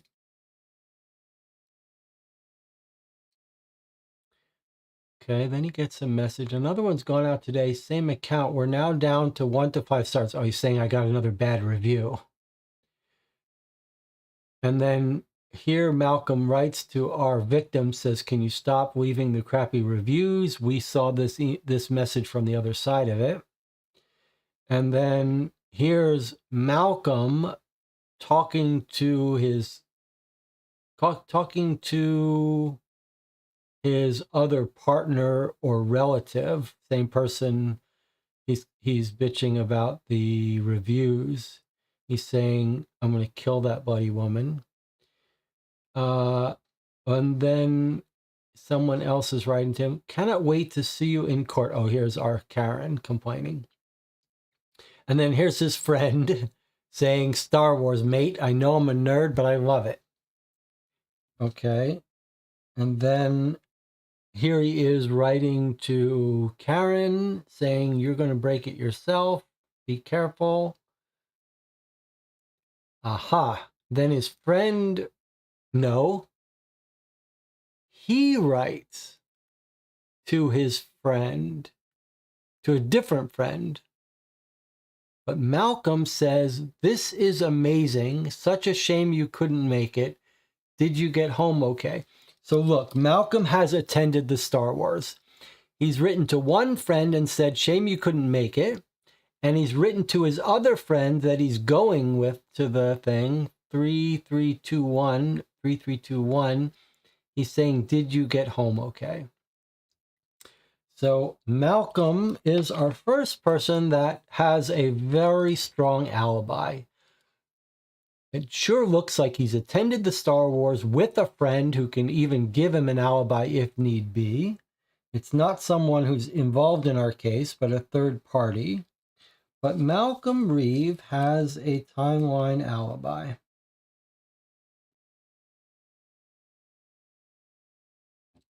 He bought the tickets. It started at 8. We know our victim was killed between 8 and 8:18. We might want to verify his cell phone pings, but probably it's going to show him at the Montfort Town Hall or turned off. And clearly he went. All right, so I think we've got our first strong alibi for our case. All right, not too many documents left. What have we got here? A letter from the lawyer. Oh, I see, a cease and desist letter to Karen, our victim. Notice the cease and desist. Dear Miss Sharp, we've been advised you have been making libelous comments and allegations about our client, Mr. Wade Manners, on your Facebook page, Karen Investigates. As you well know, Mr. Manners has been the victim of numerous arson attacks, which are still under police investigation. For unknown reasons, you have chosen to make repeated insinuations as to his involvement in these crimes, despite them being to his detriment. Please be advised, this is unacceptable and actionable. We warn you that should there be any repeat of your claims, we are instructed to take swift and decisive action against you. There will be no further warnings. D. Winger, solicitor. My memory tells me that 2 years ago, when we played these cold case investigation units, Deborah Winger from the movie Legal Eagles and various other movies was mentioned by this author before. I think this author really likes Deborah Winger. Okay, and there's the address of the lawyer, 113 Highcorn Street. Okay, but I'm not sure this has any relevance to our case, except to help confirm us. It's Wade Manners, Karen Investigates. I mean, we could search for this website. I don't think that's anything to do, but we haven't really found any other websites. Visit Karen Investigates. I don't think, I'm just putting potential things on our to-do list. And this isn't High Street Corn This isn't on Legal Eagles. Legal Eagles was a movie, maybe with Deborah Winger and Robert Redford. Is that right? It doesn't appear to be on our map anyway. I think Legal Eagles was Deborah Winger and Robert Redford. Someone in the chat correct me if I'm wrong. YouTube says 18 concurrent viewers and 8 likes. I don't think it would kill you to like this video. You might like this video. It wouldn't kill you. If you want to see more videos at 7 a.m. on Saturday afternoon, Saturday morning, you should like this video. If you don't want to see any more videos at Saturday 7 a.m., then you can give us a dislike. Okay, so here's someone writing to us. Briggsy, as requested, here are all the calls made by Karen Sharp to the police in the weeks before her death. These calls go back years. This is all we can give you without a warrant, but I think you get the idea. Let me know if you need anything further. Okay, so they reviewed her as a nuisance. Let's see if this shows why. Remember, she's hearing all kinds of taps on her door and stuff. Okay, so this is just, no, we've got 2 pages of these leading up to her death. So they start back 5 March. Okay. Come on, cubes. All right, let's see. Drawn genitals on the caller's door with a marker pen on the 5th of March. Persons unknown banging on the door, running away. Cat defecating in her garden. Demands officers attend and follow cat back to its home to identify owners. Advise callers this is not a police matter. Caller states she will be laying poison in her garden in the future. Caller reporting threats to kill made by neighbor. That's Sheila. One female arrested at scene. Oh, they've arrested Sheila on March 11th. I think we heard about that. Abusive text messages from former partner. That's Desmond. They gave her some advice. These are all happening at her home. Unknown in the parking where they don't belong. Police have no, that's not police business. Challenge one person parking and is being verbally abused.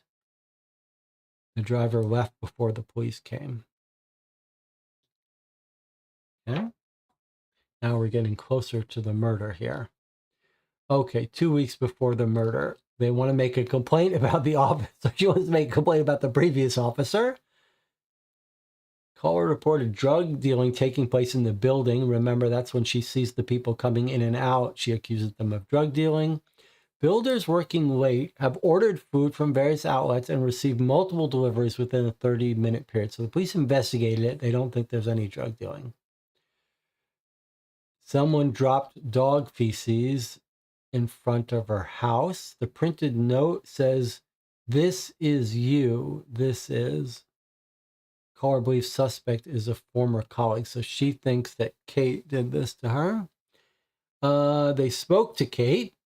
She denied it, and she doesn't have a dog. Then she called again on the non-emergency line. She's complaining Kate Martin has not been arrested, and she says there's no evidence. The cops say there's no evidence. Okay, here we go. 26th of May, 4 days before murder.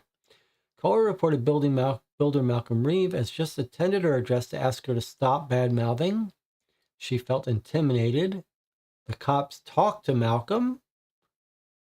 No, to talk to Karen, say you should sue him, which she decided to do. Karen now calls and says, hey, I just got a McDonald's delivery, but I didn't order it. No, sorry. Caller says she ordered McDonald's delivery. She got her delivery, but they didn't bring the sauces. Okay, that's making Karen not look good. It's a bad look for Karen, although she did call the non-emergency line. Caller advised this is not a police matter. Unknown male banging on her front window, putting his fingers to his head, mimicking a gunshot. Male left in white builder's van, so probably Malcolm threatening her. Police scheduled an appointment. This is day before her murder. 30th. Okay, well, this is a little bit of a clue for us. White building van. But that's not the dating site guy. He's in a white BMW. So that sounds like it's Malcolm, but we've already ruled out Malcolm. Caller reporting further abusive text messages sent by former partner. That's Desmond. They scheduled an appointment. Okay, and then they looked for the van. They couldn't find it. Now, what's the last message she made on the date she was killed? Caller reported she has just been to a local shop, which opened 10 minutes later than advised. When it finally did open, they were selling fish fingers at $6.99 a pound for 12, which she believes is criminal. Caller advised this is not a police matter. Caller also updated of a report made by store owners complaining about her abusive attitude this morning. Requested she be advised she is banned from the store for 1 month. Okay. Funny. All right. 3 more documents.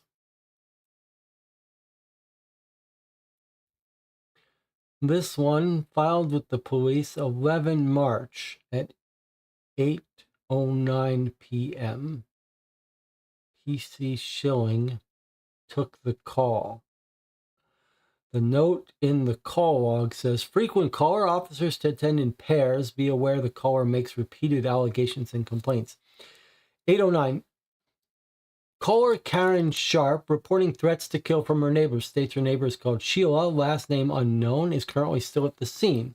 This is when she reported the neighbor. We know about this. States she has disputes recently with Sheila, who has multiple guests throughout the day and night, all of whom park illegally. She challenged her about this, and Lizzie has threatened to slice her throat. This is like a Lizzie Borden, as she's using a nickname for her. Slice her throat if she doesn't shut the hell up. States she's in fear for her life and believes Sheila will physically assault her if police do not attend immediately. The cops went and talked to both parties. Neighbor dispute. The cop is logging it. Caller is very upset, alleging neighbor is a prostitute due to having numerous male visitors who park in residence allocated spaces. Neighbor repeated threats to kill caller in front of officers and has been arrested. Okay, so Sheila threatened to kill her, and they arrested Sheila. Detained person released from custody. Okay, she was held in custody for 2 hours. Caution for threats to kill. Counter complaint of harassment made against caller has been recorded, sent for allocation to investigator. Be aware, Sheila remained incredibly angry throughout her time in custody and has been warned about approaching the caller until the suspect situation has calmed down. Report forwarded to neighborhood team. Okay, so Sheila is angry. And then it looks like we have 2 witness statements. One is right after that incident. And here is Sheila. We've got her last name finally.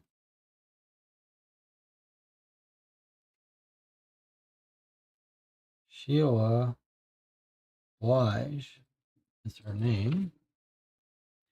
Okay, she's over 18. She's an entrepreneur. 1 pages, each signed by me, best true, the best of my knowledge.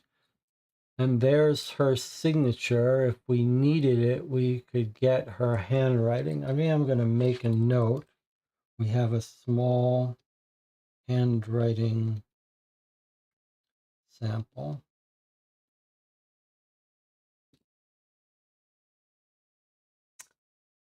Very stereotyped, very recognizable handwriting where she draws the cap giant and the lowercase is much smaller. And that would be easy to recognize. Okay, here's her statement.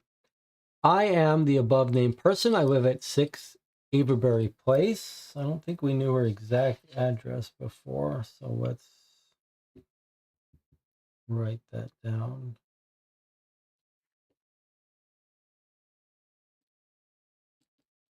We knew she lived right next door, but okay.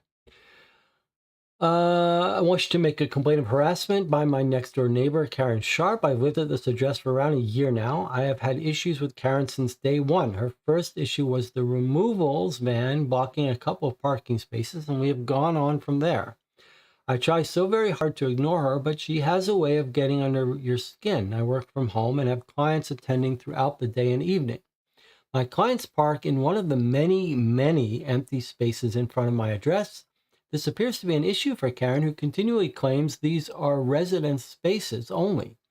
They're not residence spaces. They are plain and simple parking spaces that are mainly used by residents and their guests. Over the last few months, Karen has caused me problems on a daily basis by going out to challenge my clients as they park their cars. Her screaming and shouting is attracting unwanted attention and driving my customers away.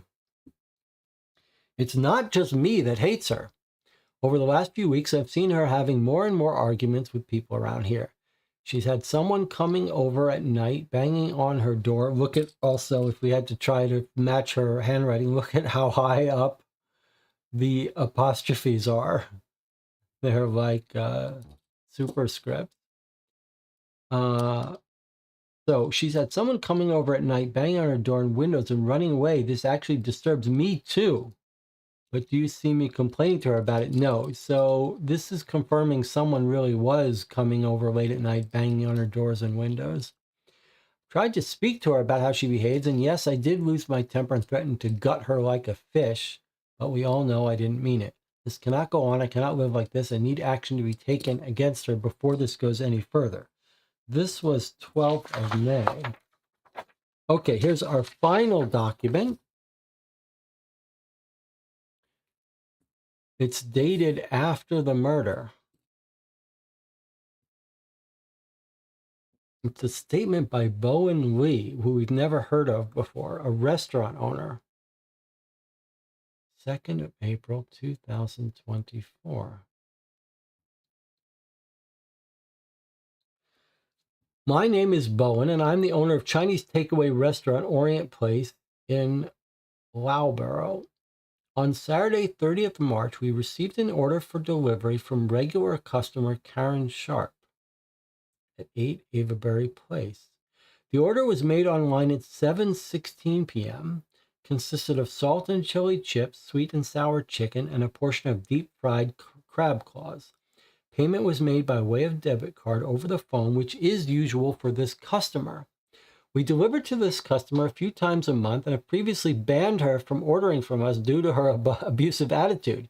She always has something to complain about, from not receiving plastic cutlery to the delivery driver knocking too loudly, knocking too quietly, parking in one of the many empty parking spaces outside her property, anything else she can come up with. After we banned her, she apologized and begged to be allowed to order again. We were not surprised she was so desperate to come back to us. Our salt and chili chips are the best in town. We agreed to keep taking her orders, continue taking her orders, and even to deliver on the basis that our delivery drivers do not have to have direct contact with her. Most are scared of her, having been shouted at in the past. She agreed that for all deliveries, we would text her as the food leaves the kitchen, meaning it will be with her in 10 minutes. The parcel is then left outside her front door. The driver knocks to ensure she knows the moment it has been delivered. This has worked well. There have been no problems recently. I can confirm her order was delivered at 8:14 p.m. by myself. We had a new delivery driver starting work on Saturday, and I didn't want to risk them meeting Karen on their first shift. I knocked on the door, which was actually ajar. I recall as I was a little worried that she would appear and berate me about something trivial. I thought I could hear someone moving around inside the house. My knocking opened the door a little wider, at which point the sounds went silent. I shouted, "Food delivery," and then made it back to my car without seeing or speaking to anyone. Come to think of it, I would usually expect to have seen Karen, or at least her arm reaching out the door to grab the food as I drive away, but I don't recall seeing any movement at all. Hopefully she got it while it was still hot. Okay, so this is even tighter timeline. It confirms the channel's theory that she didn't send that message, but that she was killed earlier. We've got it locked into 8 p.m. to 8:18. this guy says that she ordered at 7:16, which makes sense. She sent her sister a message saying, I just ordered food. And then they're supposed to text her 10 minutes before they arrive, right? And then he says when they deliver it, 8:14 p.m. So by 8:14, she's dead. So I think that's clear from what he's saying. Like the door is ajar. The person went silent as soon as this guy knocked on the door. So now we've narrowed down the time of her death to a very small window, 8 p.m. to 8:14 p.m.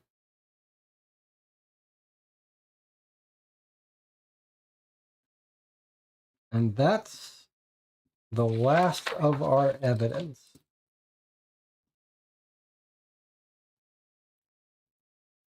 All right.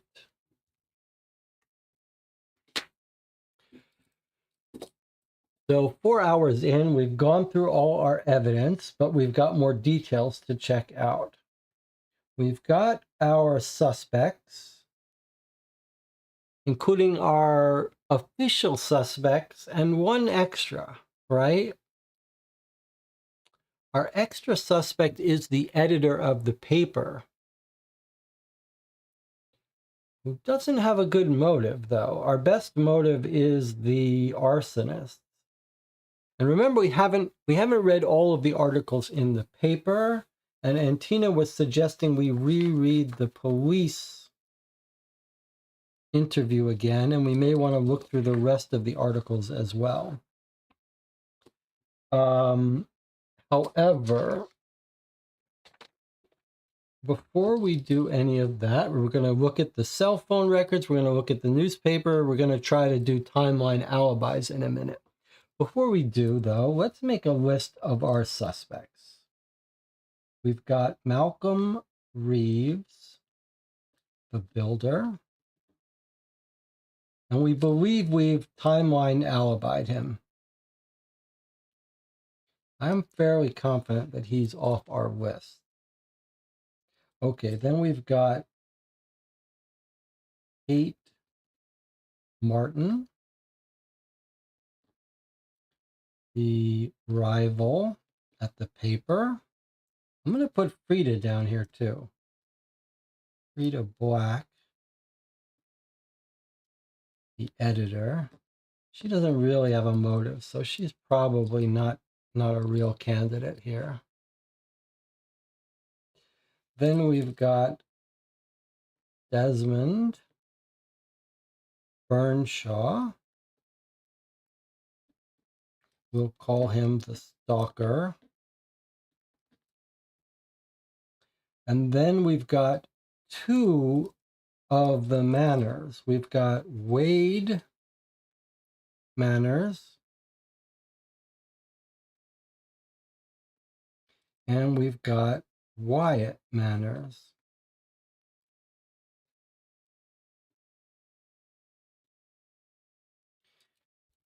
And we've got strong reason to believe it's not Wade, because Wade is writing and saying, Wyatt, stop complaining and getting angry at that woman, because she'll disappear if you just leave her alone.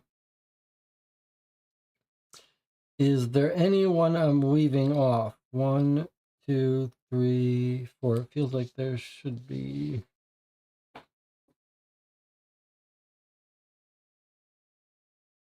We've got the Rogue Trader. 1, 2, 3, 4, 5. I guess that's our 5. Sheila. All right, there's our 5. Okay, Sheila. Sheila Blige. This is the prostitute or massage specialist. And then these people are we're calling the arson builders.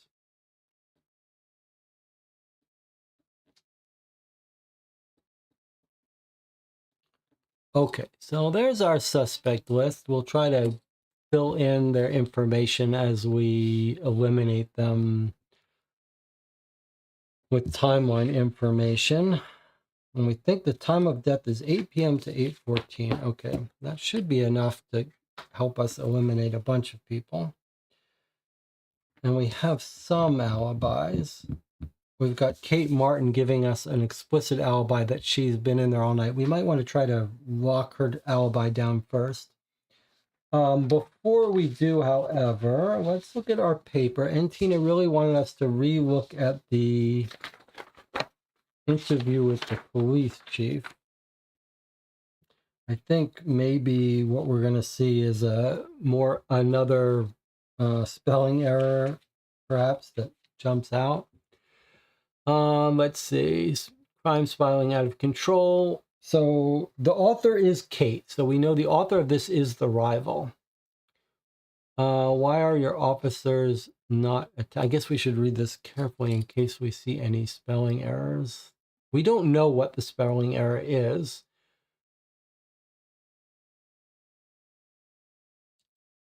Do we... Yes, we think the fake suicide note was probably written by the same person who wrote the fake obituary. So if we can find who that is, we might have our killer. So if we think it's Kate, we're looking for Kate saying something perhaps in black here. Why are your officers not attending? He says most of what we do is we send people around, doing something about the crime. A lot of our crime is electronics. Are you up to date with the latest advances? Of course. For example, our ability to track internet activity. Incredibly rare to find a murder suspect through the Googling. She says, well, okay, so Kate knows about turning off her phone from this interview. Kate says, why not keep these tactics secret?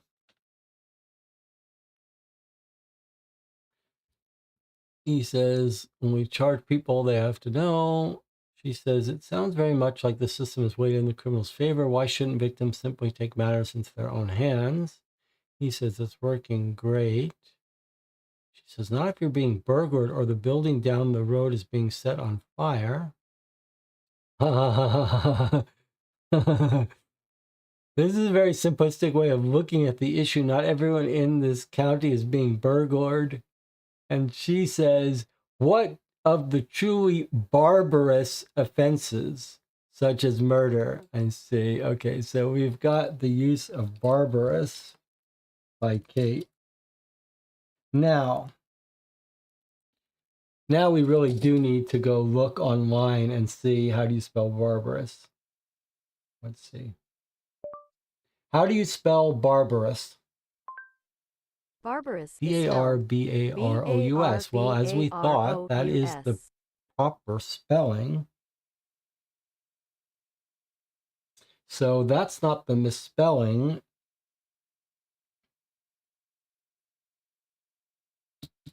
But boy, that barbarous really jumps out. So Kate is high on our suspect list now, near the top. Though we haven't matched her up with the spelling error. It would be nice to find a spelling error here where she spells the same word wrong here that she spelled wrong in the fake obituary. But nothing jumps out.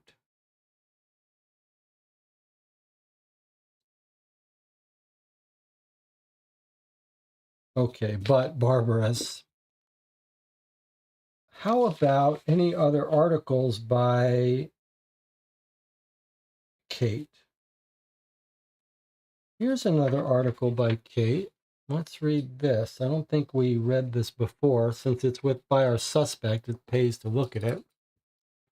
Readers, do you know what's important? You are. You're the most important thing in your life. You need to learn to take care of you.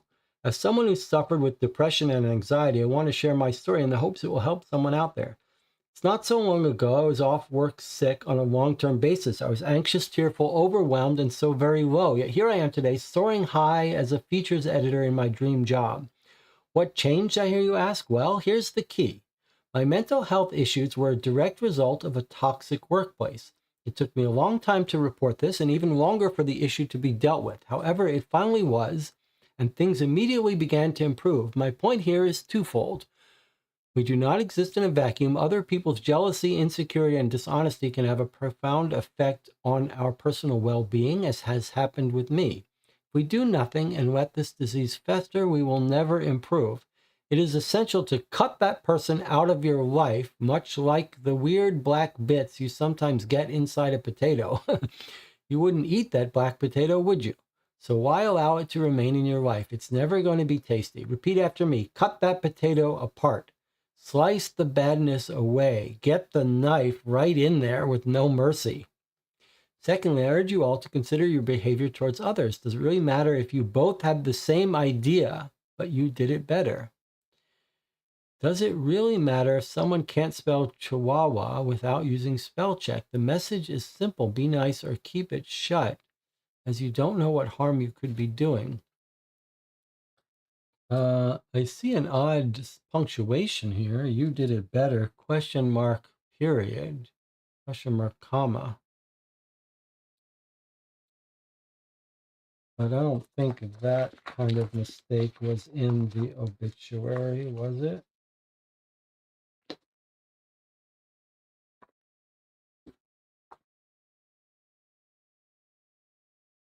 We're still not sure about the spelling error.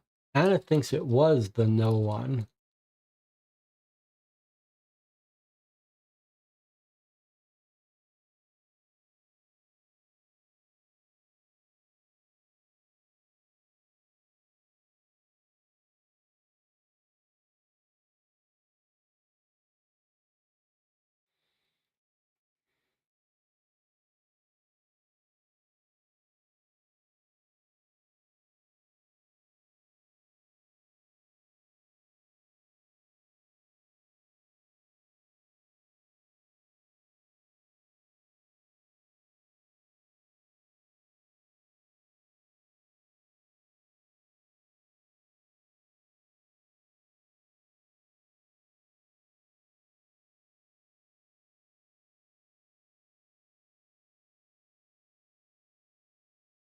Okay.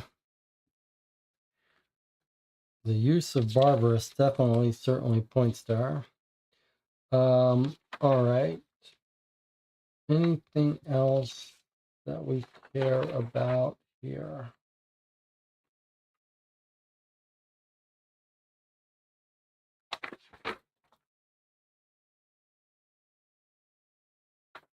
Not that I know of. Okay, so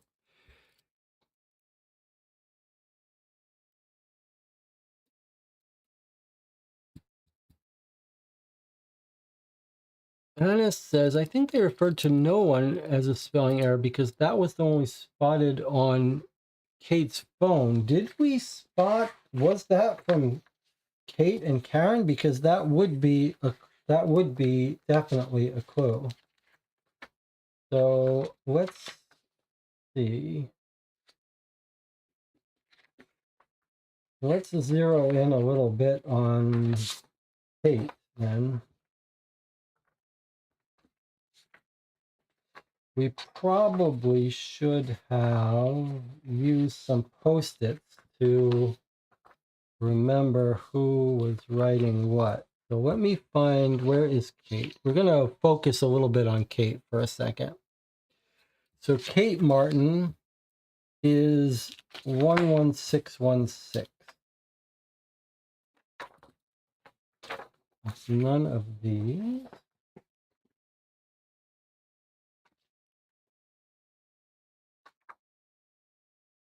No.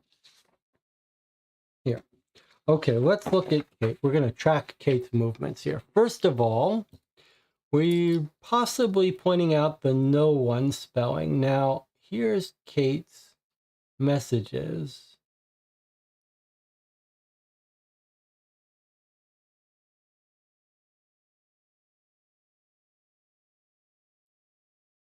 I'm walking up.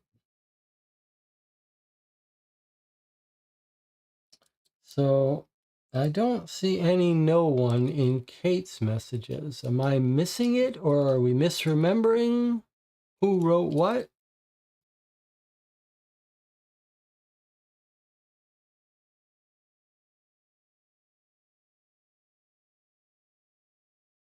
Kate is not using the word no one anymore, but okay.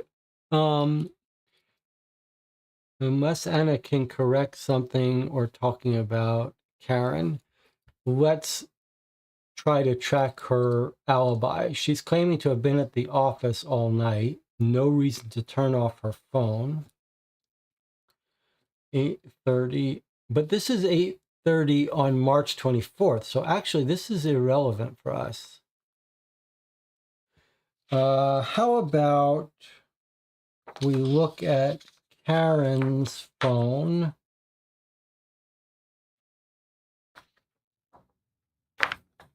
On the night of the murder. This is still the 24th. We need some SMSs. 23. Oh, 30 March 24th. Sorry. This is the 30th of March. Okay. So here she is saying that claiming at 8:30 p.m. on the night of the murder that she's at the office. So by this time, our victim is dead 15 minutes ago or half hour ago. So let's see if we can catch Kate in a lie.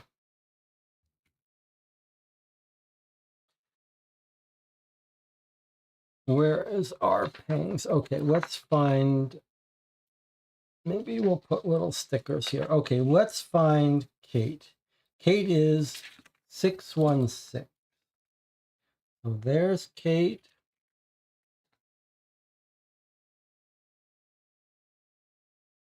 There's Kate. Sorry, can you see this?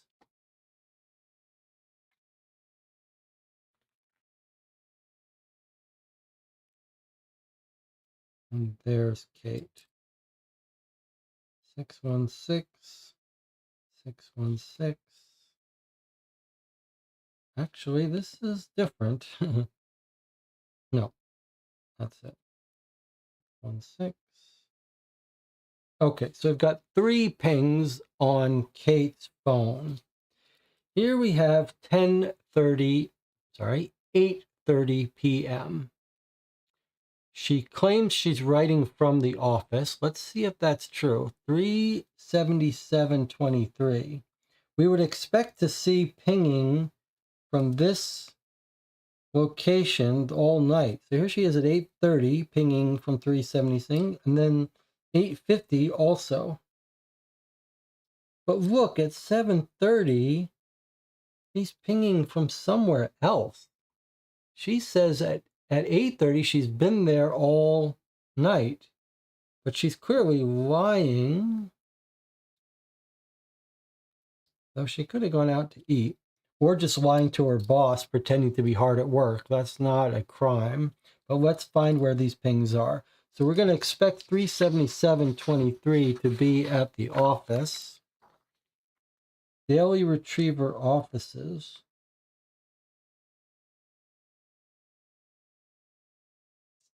That's odd. She's pinging over here, which looks like she would be home. So it seems like she's lying about being at the office.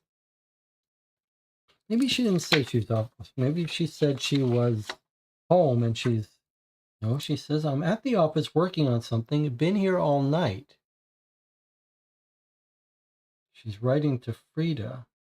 Boy, that's risky. Because where she really is at 8:30 is hanging off this tower, which is near her home.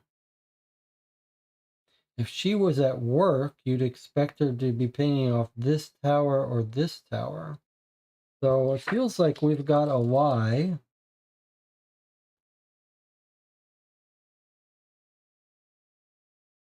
She was home at 8:30.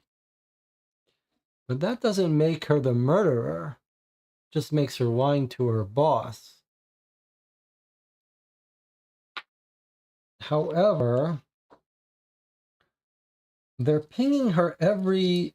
Remember, the guy says in this letter about the cell pings is that he's checking pings every 20 minutes, right? So isn't it odd that we don't have a ping for her at 8:10? This is the very close to the murder, 8 o'clock and 8:10. See the pings every 20 minutes, 9:30, 9:50, 20:10, 20:30, 20:50. So our Kate has her phone turned off from 7:30 to 8:30. Her phone is off. That's looking pretty suspicious. That's looking pretty suspicious. Let's just write down that this is our Kate. Okay, well, let's, as our last detail, she's lying about where she is to her boss, not inherently implicating her, but the fact that her phone is off is very suspicious. And let's see, where was she at 7:30? 4:52:19, where is that?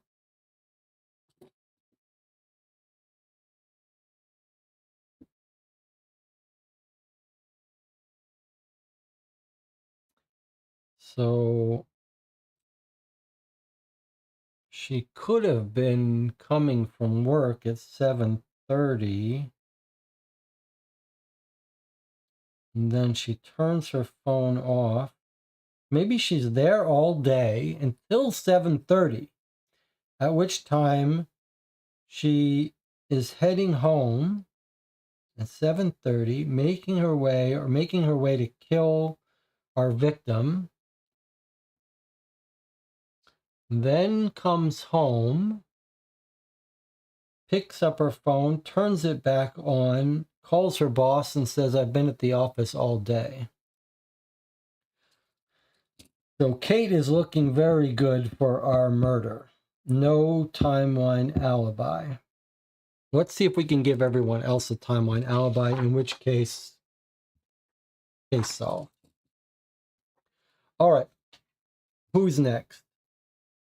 I think the most likely person not to be involved, well, we were actually very suspicious of Desmond. We know his car was at the scene around 7:15 to 8:10. She didn't cancel that appointment, did she? Let me double check that. So we know that on 30th at 7:15, Karen, our victim, sees Desmond's car visiting Sheila, probably. We know it's Desmond's car by the license plate. I think this is just going to give us a reason why he would be in her area, but that's going to make it difficult for his cell phone to be useful to us. But let's see.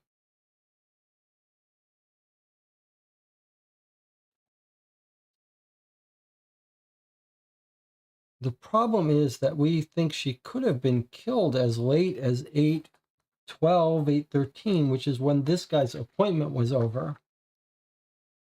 And unless we misunderstood, did he get a double appointment? Did he get a longer than normal appointment? Because that would mean he would be out of contention. Let's see.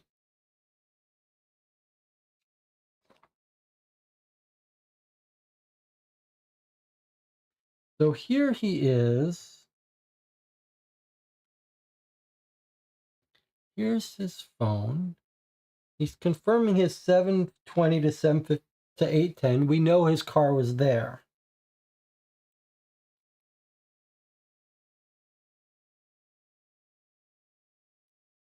Now he tries to make it a double.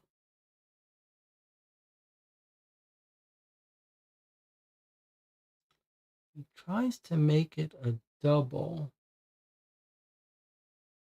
But unfortunately, she says, I can't.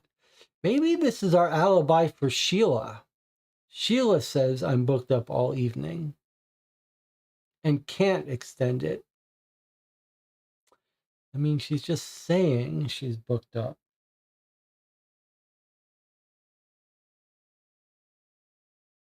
What about this? Free for drinks tomorrow night at all?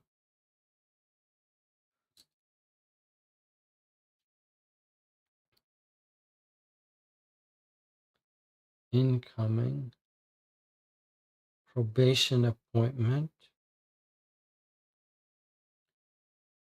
I'm fairly free. I don't see any alibi for him there. What about cell phone records for him? So Desmond is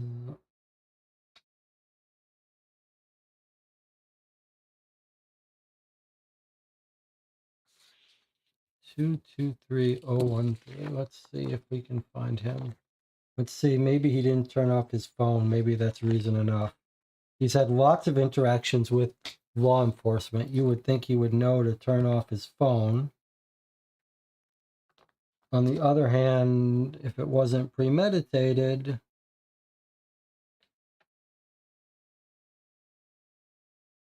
I mean, there's a reason that people get arrested a lot, because they're not the brightest.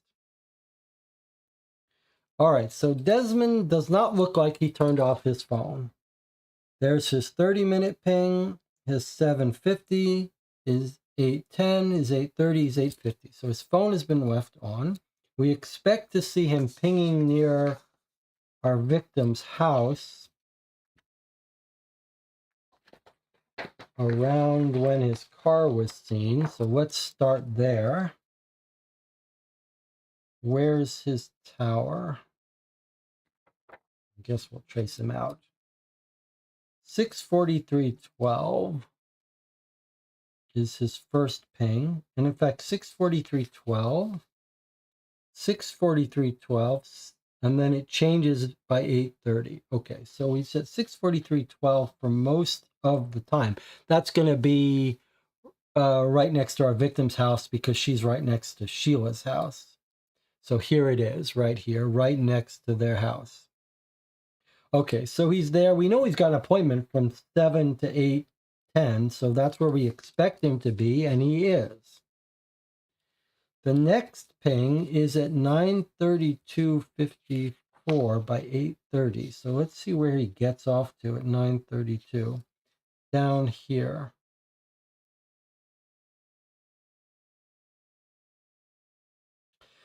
It's really of no help to us. I mean, that's completely consistent with what we think he's doing, but doesn't really give him an alibi.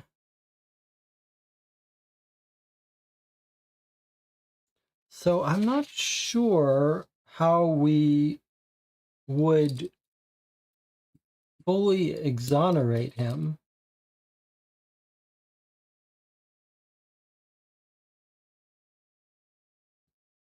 We don't think it's him, but I'm not sure how to alibi him. There must be some other way for us to rule him out. We'll have to come back to that. Desmond claims his phone is always on. Well, it certainly seems like it was always on. The only circumstantial information is he doesn't seem to have turned it off. And he certainly doesn't seem to have any plans to kill her. And why would he? It would be very dangerous for him to do this without an alibi, but that's not really hard evidence against him. So we don't think it's him, but we can't clearly alibi him out. Let's see if we can alibi Sheila. Sheila says she's busy all day, so we don't think it's her. But let's see if we can find her.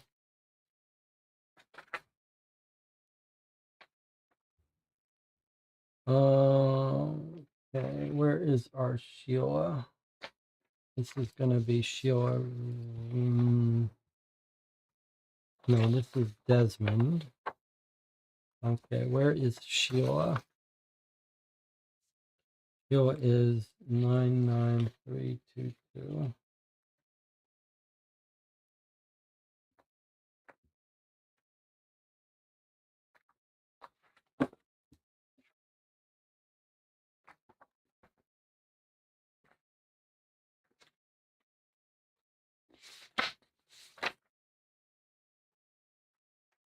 I wonder if there's any information.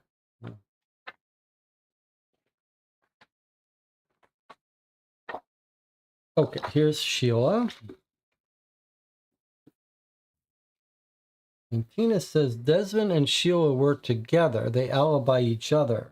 Not according to our timeline. Our timeline says that Desmond had an appointment till 8:10 p.m.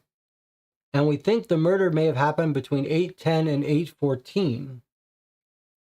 So there's no reason why he couldn't have left there and killed her on his way home, on his way out. I know why we know he couldn't have done it. Do I know why he couldn't have done it?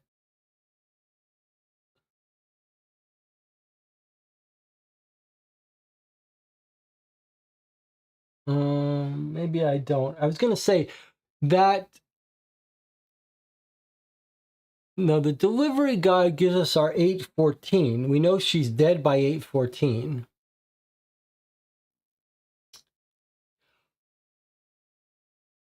But we know she's dead by 8:14.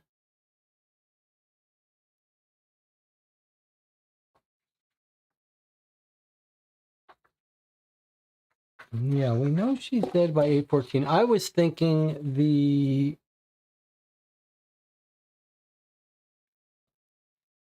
Marco says the delivery guy would have seen him. Well, the delivery guy did hear the killer. So the killer is in her apartment at 8:14.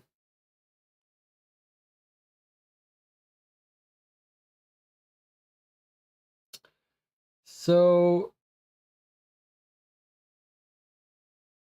we know by 8:14 the killer is still there, but we don't know how long he's there, right? We know that Desmond is home by...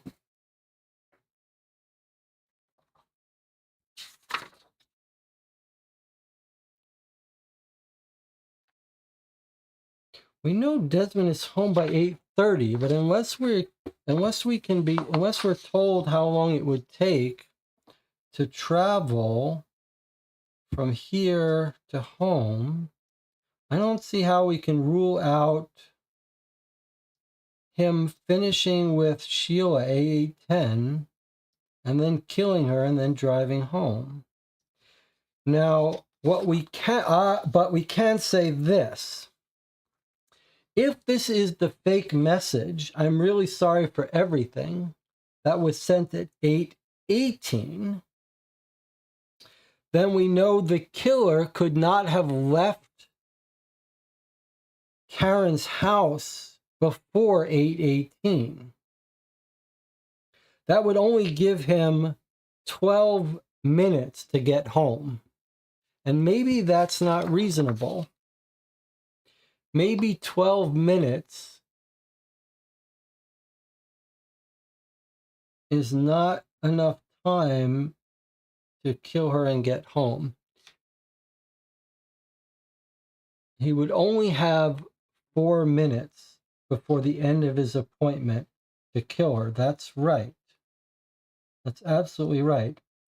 But how long does it take you if you're right there in the apartment building? You just go across the street, confront her while you're there, push her off. That's it. She's dead. However, you have to hang around and leave the message, but that doesn't have to be done within the time frame she's dead. So it feels very tight timeline, but I wouldn't say we can rule it out. I would say maybe it's easier to rule it out by this. If he left a fake message at 8:18, but is home here by 8:30, the question is, could you get from here to here in 12 minutes? It doesn't look that far, but maybe that would be too hard to do. Also, yeah, you'd have to get at least halfway before you started pinging over here, but you might not even have to get fully home. So I don't feel like we have a strong timeline. And Tina says, by that same logic, Sheila doesn't have an alibi either. I think that's right. Unless we can catch her on the phone to someone at the time, I don't think Sheila is going to have an alibi. She says she's got home. She says she's got appointments all day. Let's see.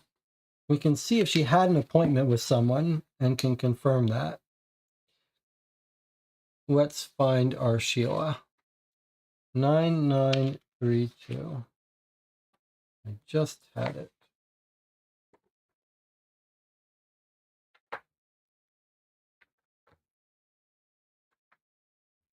Okay, let's look at Sheila.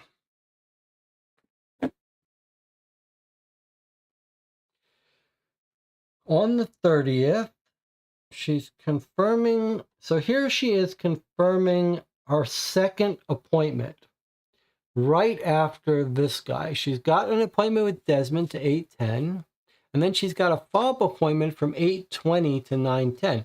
Now, she could go next door and kill our girl and get back here by 8:20. That seems pushing it, though.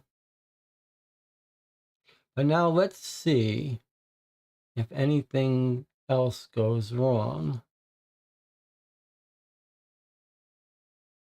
17, 545, 704. That's the last call from her. So we don't have her cell phone, any messages. Let's see if she's got her phone pinging. I mean, again, a very tight timeline. It seems unlikely that either of them would have time to do it. But I'm not sure if you could say it would be impossible. Okay, let's find our girl.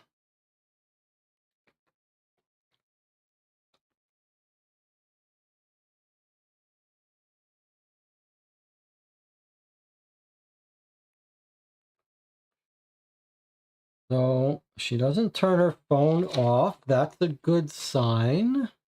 Because our cop is saying, hey, all criminals know now, turn your phone off. So it's hard to catch them. And Desmond doesn't turn his phone off, and Sheila doesn't turn her phone off. Okay, let's see if she's pinging from home the whole time. 643-12, 643-12, 643-12, 643-12, 643-12. All right, well, she's pinging from her home the whole time. That doesn't help alibi her because her ping is right next to the victim's. So her alibi is her confirmed meetings, but she still has a tiny window in there.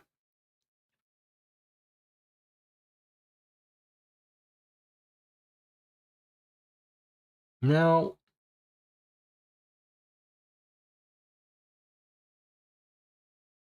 well, let's put those details aside for a second. We're going to say that Desmond has a tight timeline alibi, and Sheila has a tight timeline alibi. In other words, it's theoretically possible, but unlikely. Anna says she's going to need a little break between clients. I mean, I agree with you. But it wouldn't be the first time that a killer didn't.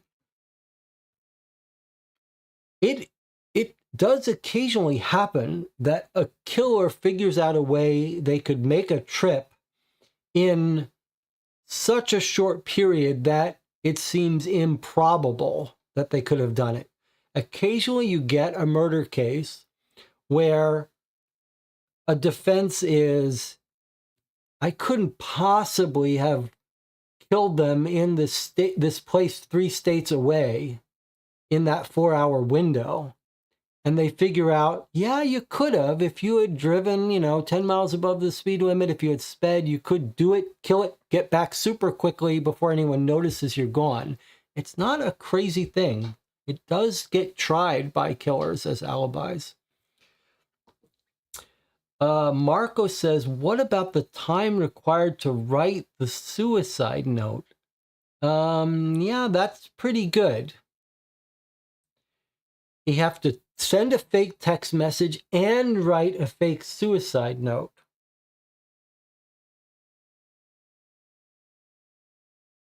There's also the handwriting of the suicide note.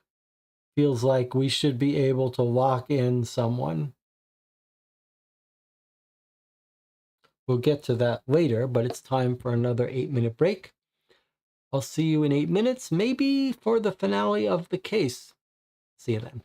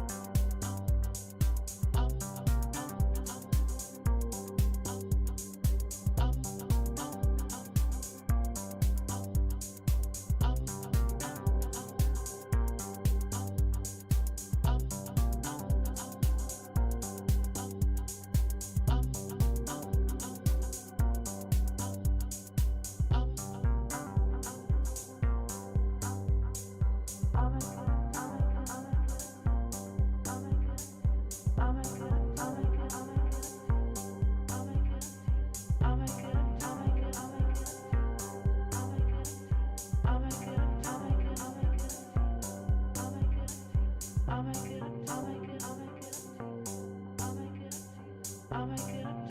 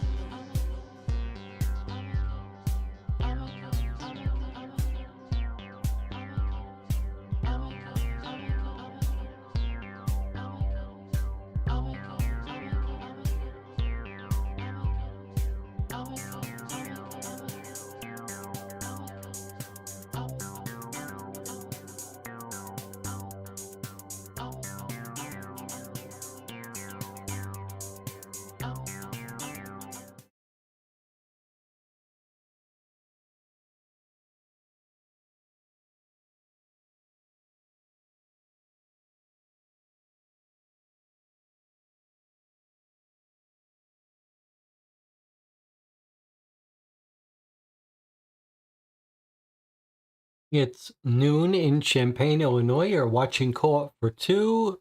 We've been playing for 5 hours. We're just about to the end of Cold Case Investigation Unit Case 5, Who Killed Karen?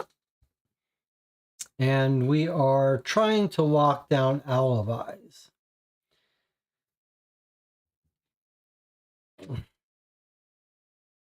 Sheila and Desmond have very tight timelines, but not impossible. We've got 2 business workers for the Manors, Wade and Wyatt, that have a very strong motive to kill our victim. I'm hoping that we can at least rule them out with cell phone pings. So let's see what we can do here. We've got both of their numbers, Wade and Wyatt. It's Wyatt that, if anyone's going to kill her, it's probably going to be. But let's see if we can track these people down. I guess we can get their... Well, let's do what we've been doing. Let's start with any alibi that they might get from their phone. There's one of them, and then 263. 17989 263.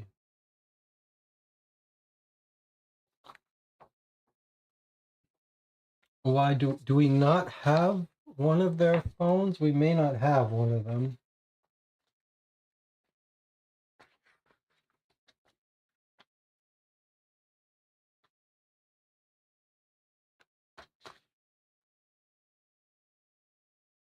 I think maybe we don't have Wade's phone record. Okay, that's okay. I don't think we really suspect him. Oh, we do have Wade's, but not Wyatt. That's interesting. Why would that be? Am I just misplacing it? Do we have Wyatt's? We know his phone number. What about this one? Is this a continuation of this?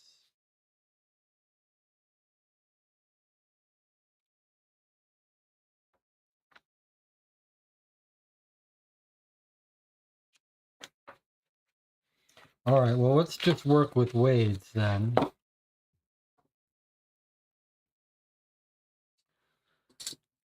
So Wade, on the night of the 30th, at 7 o'clock is the last message we have from him. He says, we're all set for tonight. Hey, what about here? No, it's not going to be on her. Not going to be in her records.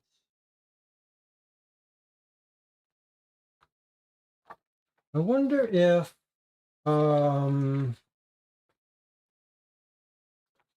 newspaper. This was on April 1st. What about a previous fire? I don't think we read this one. Here, yeah, here, look. They're talking about a fire on the night of the murder. Witnesses report calling the fire brigade at around 8:30 p.m. on Saturday night.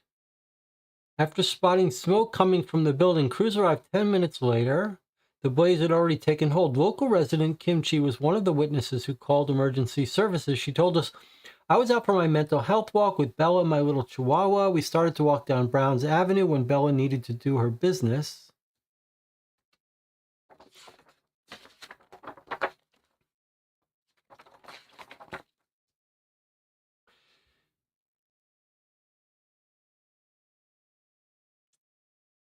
I'm not going to go into detail here, but let me tell you, Bella has eaten something nasty.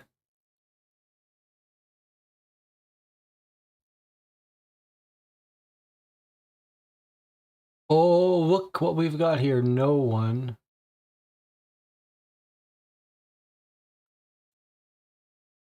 Well, now we've got something interesting because here's our no one. So if that's our typo, we got an issue. All right, let's put this aside for now. But if that's our typo, now we should be a little bit concerned about Frida. Let's see. Bella has eaten something nasty in the last few days and has had tummy trouble. So I was trying to scoop pure liquid into a doggy bag. No one warns you about this stuff when you buy a dog. Anyway, while I was crouched down trying to work magic, I suddenly smelled smoke. It was a welcome relief from what had just been inhabiting my nostrils, let me tell you. So I called the fire guys straight away. I'm hoping they managed to blast the pavement with their hoses a little bit. You know, it's just impossible to scratch every last bit up at times. I'd say this was just past 8:30. There was a lot of smoke. It would have clearly been going a good while. Bit of excitement for me and Bell on a Saturday night anyway. So here is management firm Manners and Son who purchased it. We know this was this one. We know they were planning on burning it down. They would have planned on burning it down. And this is at 8:30. And the text messages are them coordinating, doing it together. Right? We're all set for tonight now.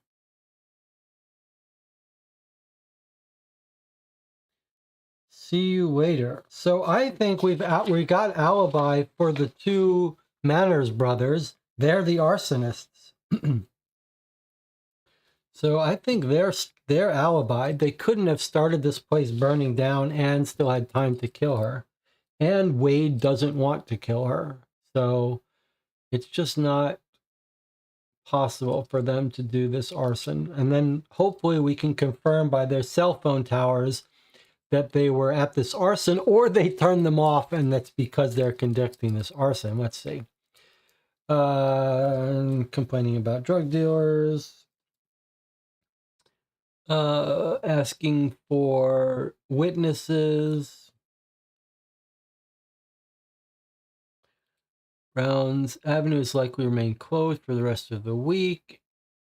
Engineers are cleaning up the fire. And there's our editor, Frida Black. I think we should assume that the no one is not the typo. It's the editing choice of this paper.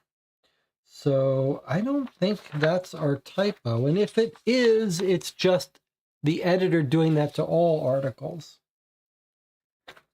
All right, let's see, now that we know what we think they were doing on Saturday night, let's see if we can't confirm it with cell tower records. So we're looking for 5566 or 263. So here they are.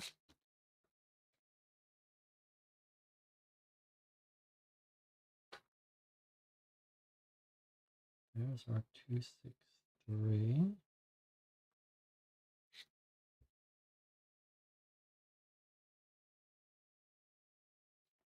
Here's our 263. It looks like one of the people is smart enough to turn off their phone. The other one, not so much.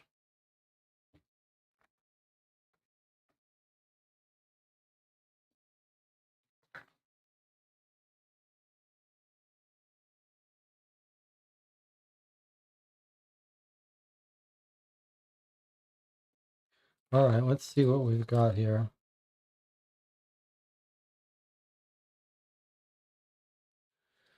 Five, 666 is Wade.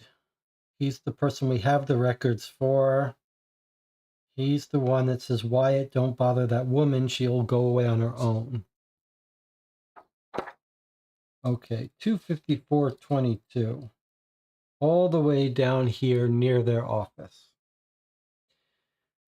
Wyatt is at 64312. He's right next to our victim. But that's because he's also seeing the prostitute. He's there at 7:30. Why is he there at 7:30? No. yeah. At 7:30, he's there. And then his phone turns off.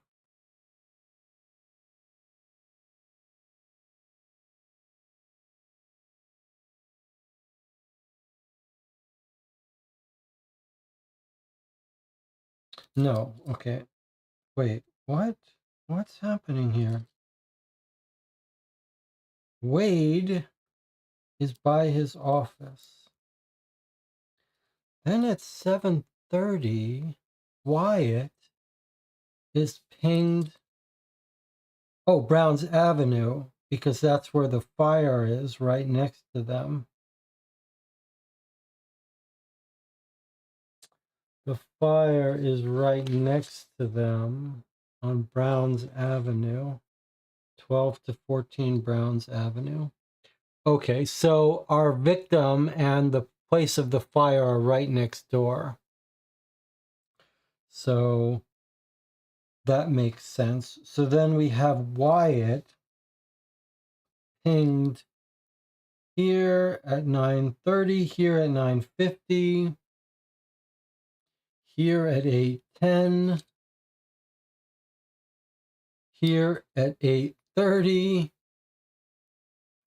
here at 8:50, here the brother at 8:50, or the father. Kind of weird, but they stay around here the whole night.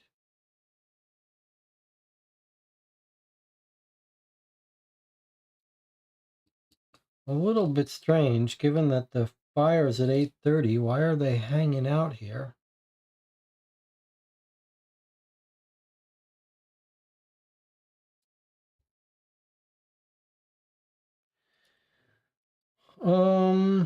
Okay, that's a little bit troublesome, but do we know where they live? We know that's their office. Aren't we told where they live? Where's our address?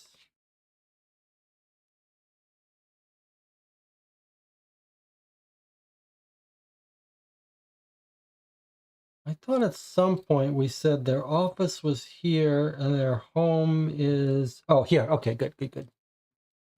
Okay, so look, they live here.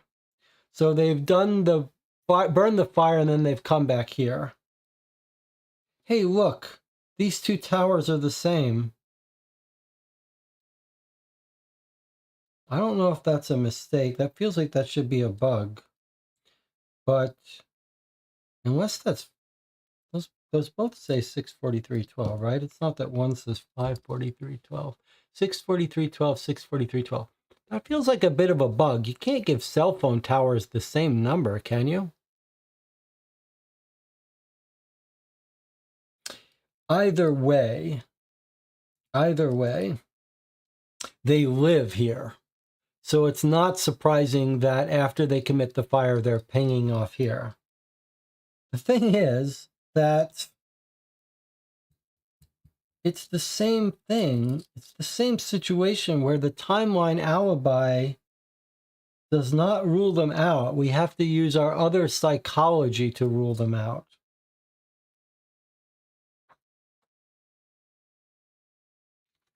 It's weird, though. It's still tight timeline for them because the fire is seen at 8:30, and we know our woman is killed between 8 o'clock and 8:14.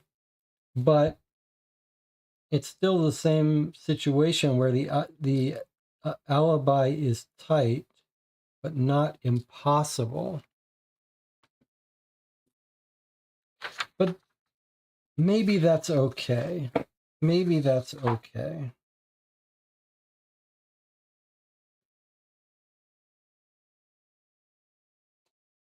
I think, well, look, I love these games where there's some psychology. Dorp says here in the channel, we've convicted people of murder for murder with less. What you could say, psychologically speaking, is there's a fake suicide note, so probably premeditated. feels like no, these people aren't planning anything. He says, don't be stupid. She'll lose interest. She'll go away. He says, okay, too late, but I won't do it again. I mean, these people are not, they're having this discussion the night of the murder. They are clearly not planning to kill her. Let's just rule, these two are ruled out. I'm just going to put by psychology. And the text message. The text messages are clear. That's not what they're working on. And Sheila, same thing. Her schedule and her psychology feels like this is not her thing. And Desmond is a little trickier to rule out because of psychology. Now, what about Frida Black? Let's check her. We've got her cell phone. I want to make sure she's not our surprise murderer. We know her phone number. It's a little odd that we know her phone number. We don't really have a good motive for her. But let us take a look at this for a second. All right, Frida Black. 5671. Does she show up in these logs? No.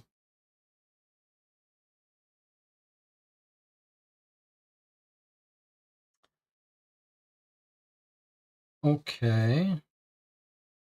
Well, who else do we have?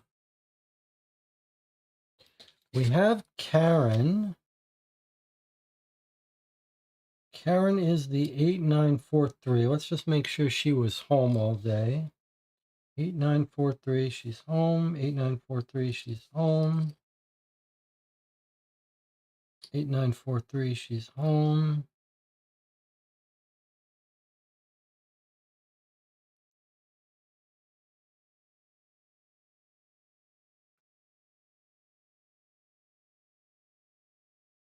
She's home. And then her phone is turned off by 8:50. Why is her phone turned off at 8:50? It's on at 8943.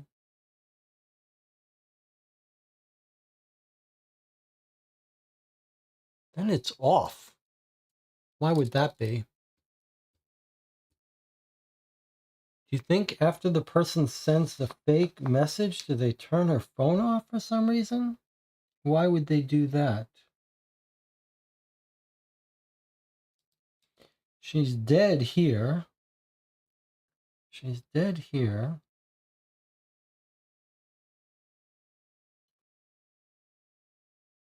She pings that she's goodbye.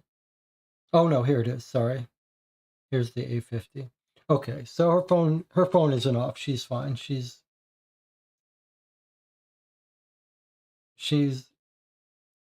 Her phone never leaves. Okay, what other phone numbers do we have? Who's 011? Malcolm. All right, we don't think we need. Oh, the trade builder. I guess we do need to alibi him. But we alibied him through his actual text messages.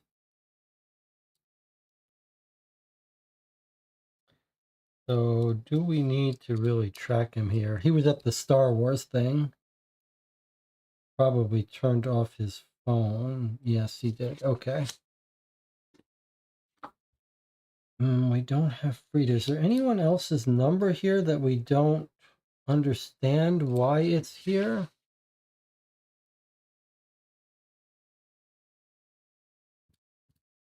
We've got the sister. 167.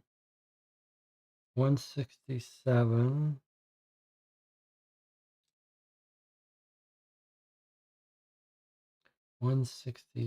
Okay, so we can confirm the sister is nowhere near the scene of the crime. Here's food delivery. Let's see if we can't confirm that they're in the area when they say. Maybe we can find out the time when the delivery guy left the scene, and that will tell us something. 872. So he's near her house by 8:10.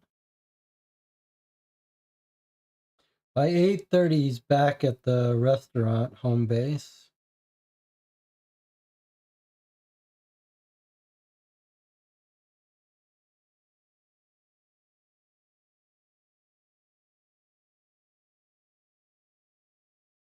That's our victim, Sheila. Well, I think that's all we got here. So the timeline alibis are not great, but we've got a bunch of people that would be very tight timeline to be alibied. But it doesn't feel like the timelines tell us too much. Our biggest real mystery is, our biggest suspicion is Kate, right? Because she's actually turned off her phone during the time of the murder. She's the only person who's turned off their phone, other than the guy at Star Wars and maybe one of the Wade Manners people. But we know why they would do that. We have no idea. Kate doesn't have a good reason to do it. And Tina says, why does the fake suicide note make it premeditated? I guess it doesn't, but if you have a confrontation with someone, you don't intend to kill them, and things get out of control and you panic and you push them and they fall and die and make a loud sound, it would be very hard to have the whereabouts to figure out, okay, I'm going to write a fake suicide, I'm going to send a fake message from their phone. It feels like that's something that in the panic of an unplanned murder, you wouldn't have the calm state of mind to be able to do.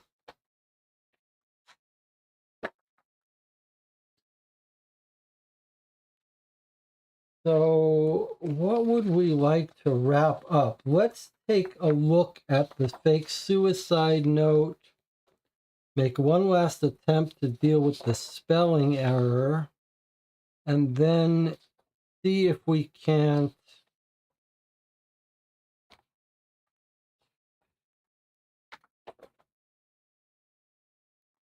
we don't have any signs.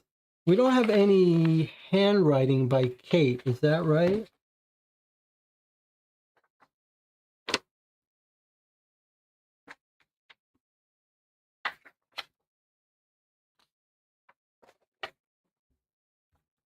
There's the suicide note.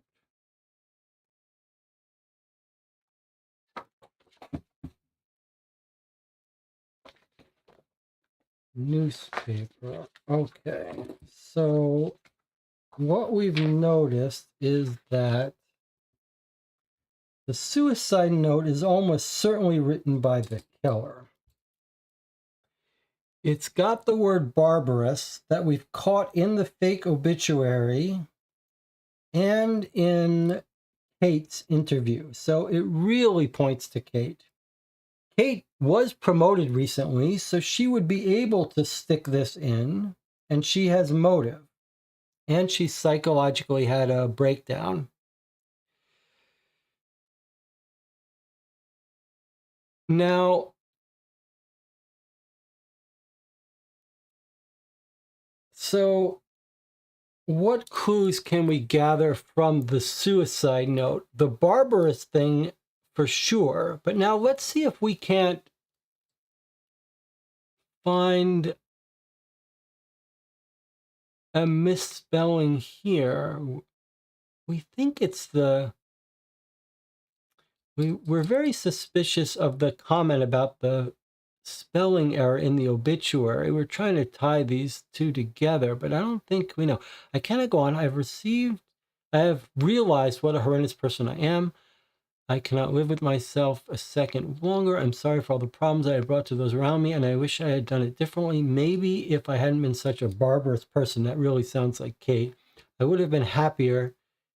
It's all a mistake.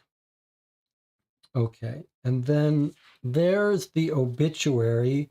That feels like it probably was written by Kate.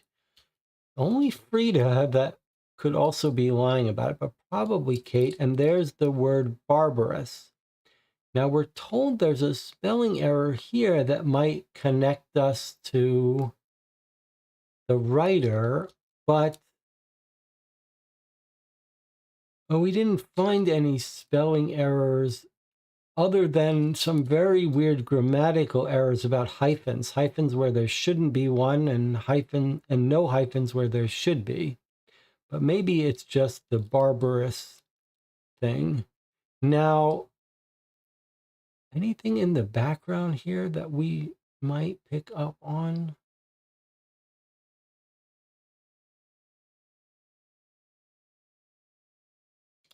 Not really. Let's look at our paper. Let's make sure we don't have a sample of Kate's handwriting, because that would be the lock if we could trace her to this. We don't have any of Kate's handwriting anywhere, right? We've got a bunch of articles written by Kate. We have, most importantly, this one where she uses the word barbarous. Do we have a website that Kate, I mean, here's Kate's art, but it doesn't look like that's handwriting.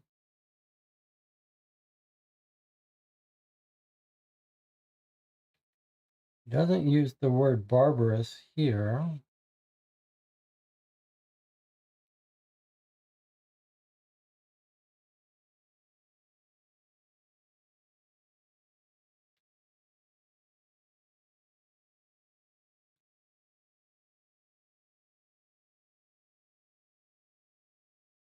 Hey, here's an article about the death. I'm not sure we read this. Sudden death of a friend. Maybe we did read this. Incredibly saddened to report the death of a colleague.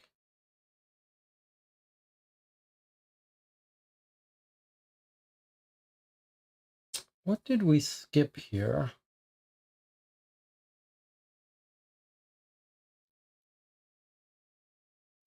We haven't done any internet access here. Didn't it seem like there was a website or two to visit? I'm going to write down, I'm going to look at our to-do list. I believe there was a website, Karen Investigates. I wonder if we might catch some handwriting of Kate on a website.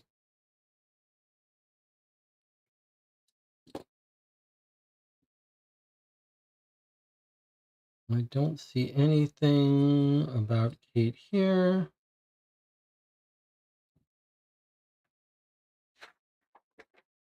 What about no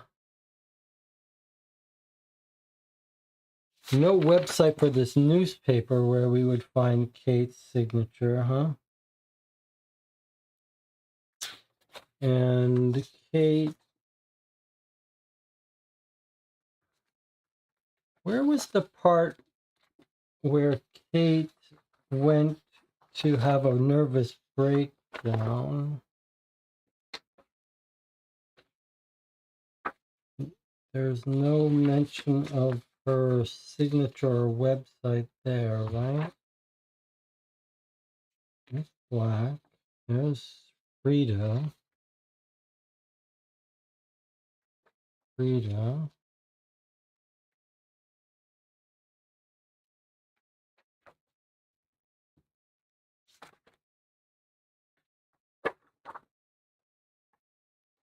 Police report.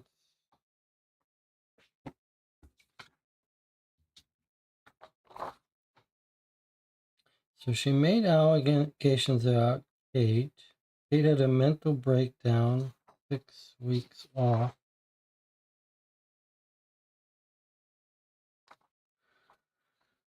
We do have handwriting of Frida, but it's just her signature. I'm not sure we would be able to match that. Doesn't feel like we would be able to. You might, though. You might, if there's some lingering fear that it's Frida.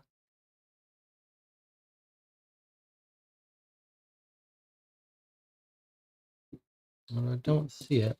All right, let's look at our to-do list, see if there's anything we've missed here.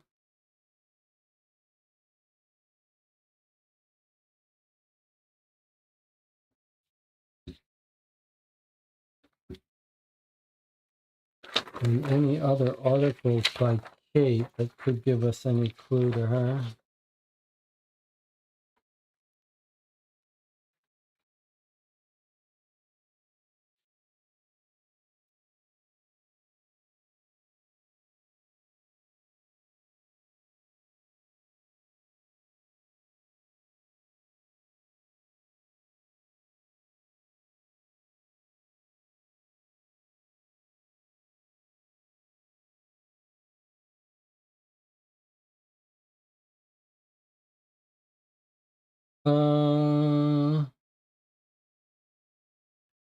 Browns Avenue is likely to remain closed.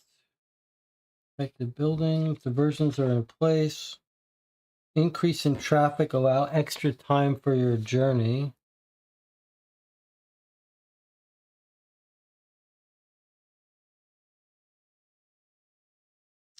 I still don't know.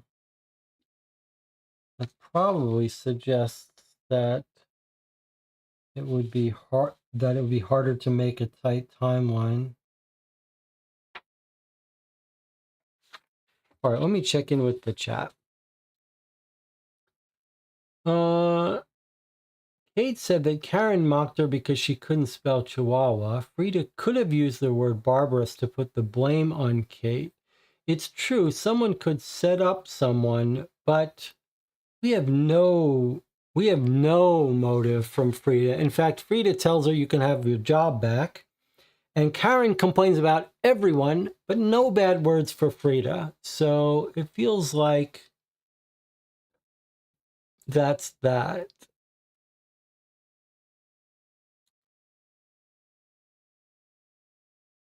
We assume Kate is a bad speller and made mistakes regularly, but it's not necessarily true. No one is an uncommon variant form. It's best to stick to the two-word version, no one. Okay, so doesn't help us too much. Where's our to-do list? The dating website. Karen investigates. Okay, so here's our to-do list. Let's make sure we're not missing anything important. So we worried about the spelling of ostracize. We don't need the phone numbers. Reread the police interview. We did that. The cell phone records are not important for that. We thought maybe it was the spelling of this word, but that's not important. Email address for Star Wars, that's not important.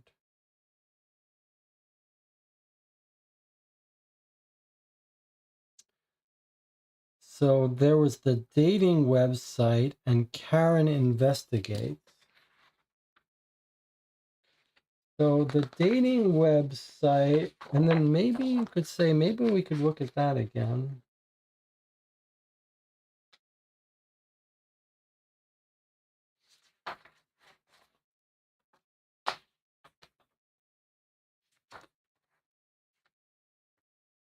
So if we had any concern that it could be Desmond, the guy with the police, with the criminal report, should we be searching for this website? I mean, we could try it. It seems like I wouldn't want to get on the stand and say I didn't bother to check it.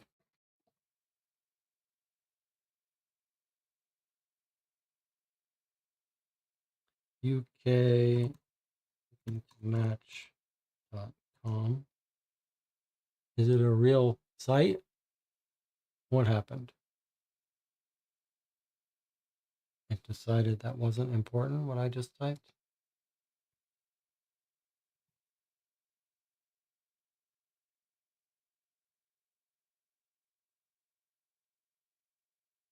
Okay, so that site doesn't exist. Looking to match.com. Well, that's fine. I don't mind that. What about the website Karen Investigates? And Karen Sharp.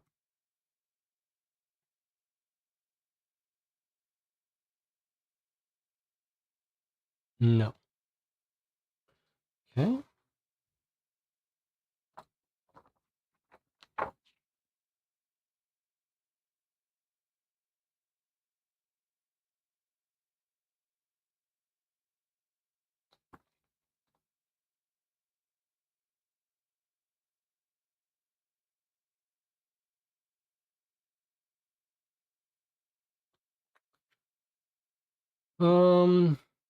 Well, let me just look at this. This is mentions about Kate. Let's read this thing again since we think it's Kate. Story stolen by Kate. Pothole campaign. There is an article in the paper about that pothole campaign. Charity donations being stolen. Fake story. Send letter with evidence to Frida. I'm going to have her job.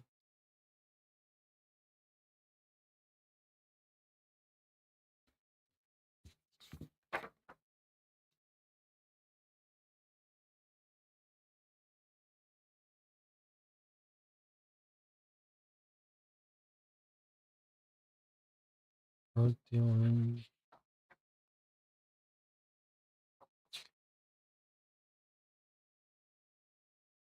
Here she is, right, using the word no one.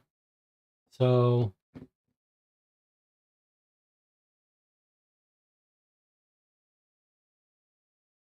I think the no one was a complete false alarm. I'd love to get a sample of Kate's handwriting, though. You don't think Kate wrote anything anywhere? There's something we're missing about Kate writing something? Let me just read this pothole, because this could be a story by Kate. 2-meter wide pothole. I, for one, would like to know what's being done about our dangerous roads. Someone needs to tackle the issue.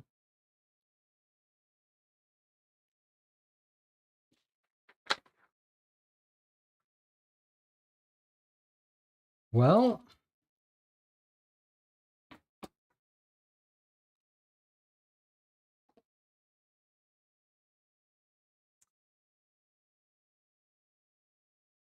the Karen Investigates was her Facebook page, says Anna. I mean, let's see. Karen Sharp.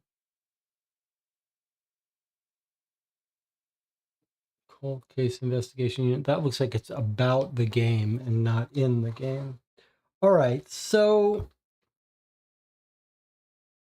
what have we got here? We're very confident in who our suspect is.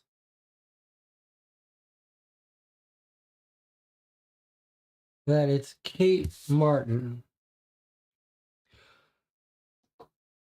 What's our theory of this crime? Our theory is that she was so harassed by Karen, she had a mental breakdown and sort of snapped. Furthermore, Karen is following up, trying to get her fired for stealing stories. And Kate is very happy about her new position. She's moving up in the newspaper. She's talking this violent imagery about cutting out the bad black piece of the potato. My mental issues were toxic workplace. So this feels like her psychological explanation. She's talking about misspelling Chihuahua. So maybe when we read about Karen complaining, misspelling something in obituary. Maybe she was not talking about the actual obituary, which we didn't see any Chihuahua mentioned, right? But is it...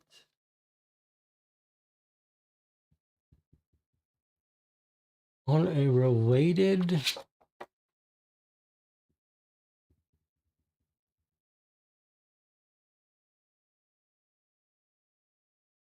Yeah, I don't know why this would be related to her misspelling.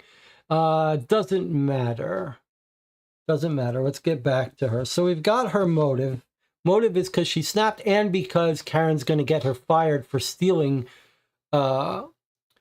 stories. That would not just get you fired, but it would get you fired from all future newspaper jobs. So that's a serious motive if you've been doing it.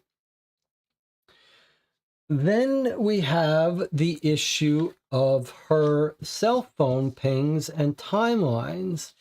She is absolutely lying in her text messages to her boss, saying, I've been at work all day and I'm still at work. She says, hey, look, here's another thing. I think we didn't notice this. Let's read this again. She's following up. She's arguing with our victim, right?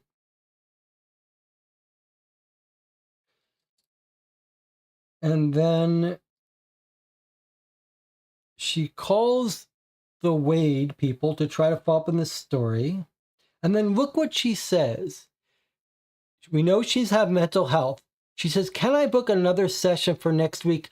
Finding it all a bit tough and can do with talking it through. So she's suffering a little mental breakdown here. This is on that Saturday at 10 a.m. And then she sends an angry message to Karen and she says, you're trying to rip off my story. If you ruin this for me, I swear to God, you're going to pay with more than just your stupid job. Then she panics and she's writing, Frida, she's doing it again to me. She's posting on her stupid page. She's going to blow this story for me. Feels like we should be able to find this page now, maybe. Karen investigates Facebook. Can someone do a better search for Facebook Karen investigates? Because it feels like now that page might be talking about Kate to me. Now look, at 6:25, Frida writes back to her and says, calm down, ignore her, you're doing great, everything's fine. And now here's Kate at 8:30 panicking. She's just killed her. So she quickly tries to alibi herself. She writes to her boss, complete non sequitur. I'm at the office working on something. Been here all night. Complete fake alibi. Okay, now that I read her messages, I'm even doubly convinced it's Kate. And when we looked at her cell phone records, what we find is she's at home at 7:30. She says she's at the office at 7:30, 4:52:19, yeah. But then her phone turns off. If she was at the office working all night, she wouldn't turn off her phone, but she's turned off her phone, and then boop, it comes back on at 8:30. When she's on her way home, 3:77, she's up here, right? And that's when she sends the message to her boss saying, hey, I'm at work, I've been here all day. When she's not at work, she's at home. This is where she lives. We don't know her exact address, but look, at 8:30, she's at 37723, and then by 8:50, she's still at 37723. So that's where her home is, up here. Oh, here, Kate Martin's address. So here she is. She's killed her, she's come home, and then she's sent her fake alibi. Okay, so it's for sure Kate. But the only question is, I wouldn't be terribly surprised if with that second reference to Karen writing about her, that we wouldn't be able to find that Karen Investigates website, but we don't need it.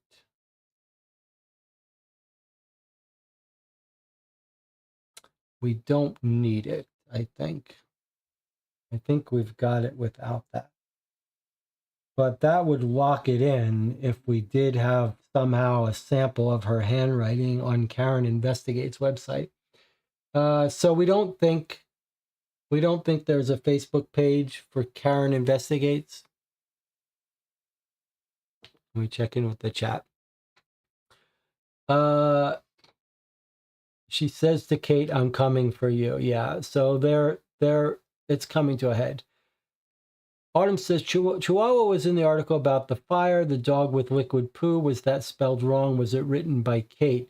The problem is it doesn't help us if that article spelled wrong. It would have to be, Anna says there is a Facebook page. My intuition was right. Okay, Anna, do you have some search terms that would give me that page? It did sound like there would probably be a Facebook page, but how am I going to find it? It's going to be Karen Investigates Facebook. What else can I search for? How about Kate? What was it? Monroe?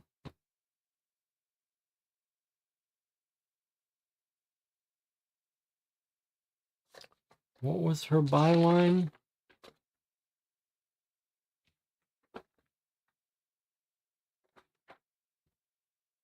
Kate Martin. Let's see if that can't give us.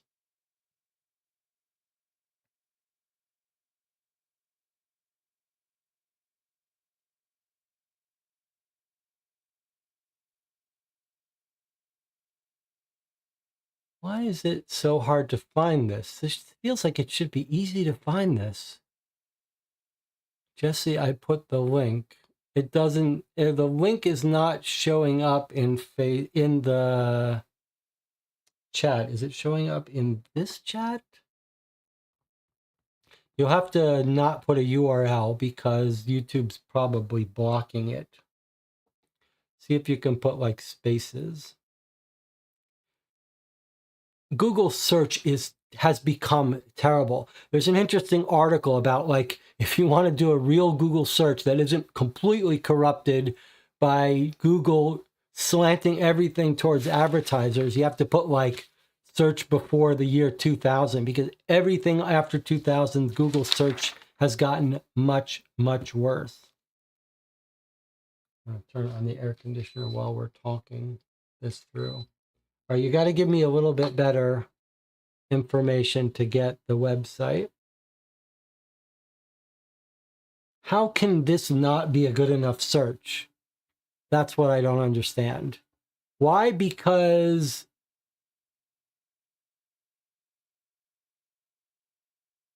Google doesn't care. It's just trying to give us its better opinion. I mean, I could type cold case investigation unit, but I don't want to get about the game. How about this? Is this it?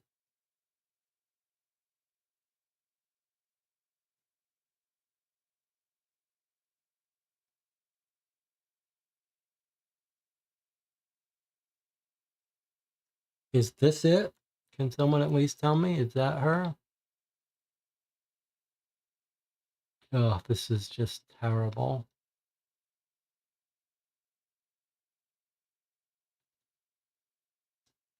Karen Investigates. Is this it? Drive Youth. Searching before 2020 helps with the fakes. All right, what? I don't understand why no one has given me a better link yet.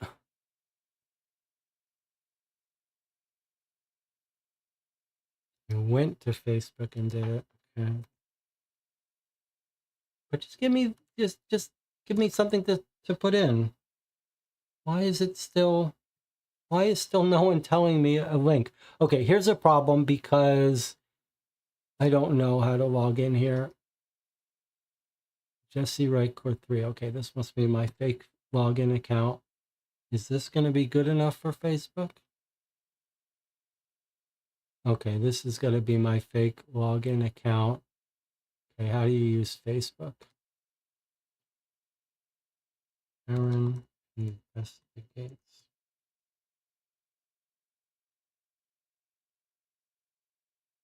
Oh, this looks like finally it. Don't know why no one could help me with that, but all right. I will not be silenced. Guys, you know me. You know I'm one of the best investigators out there, and I'm on to something big, March 30th. So big, people are trying to intimidate me, trying to silence me, and I'm not about to let that happen. It's official. I'm putting the finishing touches to multiple stories, and we'll be revealing all on Monday, just 2 days from now. Well, well, well, what would you do if a lying former colleague, Kate, kept stealing your ideas? Something will be coming her way very soon indeed. Mark my words, Kate. I'm coming for you, XX. That's her true thing, March 29th. My God, no sleep last night. Constant coming and going in the car park with the guests. Bad manners, burning down inconvenient buildings. Okay, that's the insinuation about the Manners family, which Kate also doesn't like because she thinks she's kind of trying to scoop her. Okay, more stories about this. Next door person. Here's her talking about the mezzanine builder. Many of you know I've left my employment with the Montfort Chronicle. That sounds like they changed that name at some point. Okay, updated their profile picture. That's it. So this doesn't really help us, does it? But it's more threatens to Kate. Now, what about, could we find a note from Kate complaining? How about photos? Doesn't really help us, huh? All right, but this doesn't help us, does it? I mean, it doesn't go against anything, but I was hoping that we changed her profile picture. No, that doesn't help us. I was hoping that we would get a sample of Kate's handwriting, but Anna says, well, it does help in one way, in that she says she's about to reveal something about Kate. Okay, that's pretty serious. That does help our motive. We were already happy with our motivation, but she says something will be coming your way very soon indeed. Mark my words, I'm coming for you. Well, we had already decided on that, but it doesn't hurt. All right. I would have liked to get rid of those people by timelines, but basically everyone's timeline makes it very unlikely for them.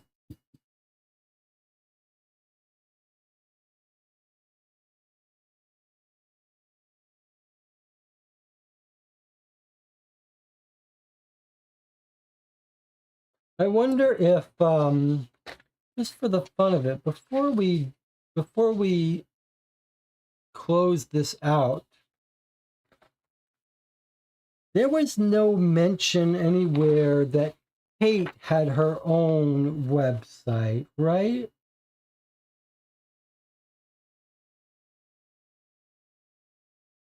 Because that's where we would... She's talking about cutting out the poison of the bad thing. There's the Chihuahua.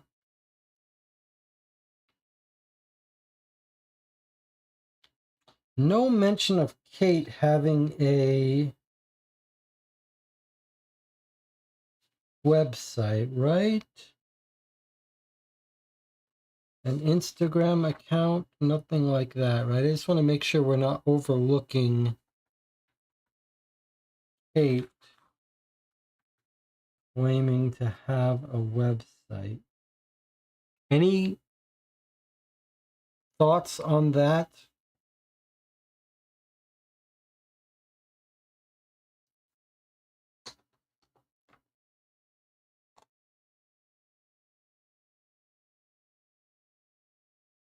I don't think so. It'd be nice to make sure before we miss an opportunity.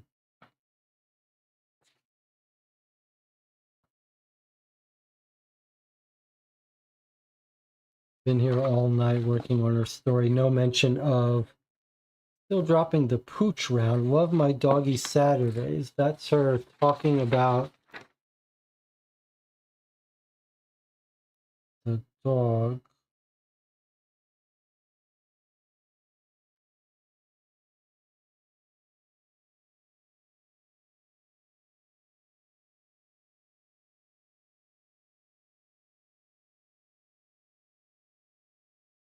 She loves dogs. I don't see how that helped us with anything.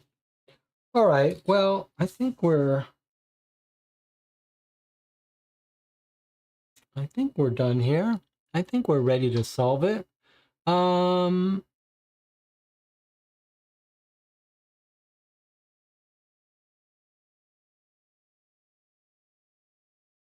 There's the Barbarous.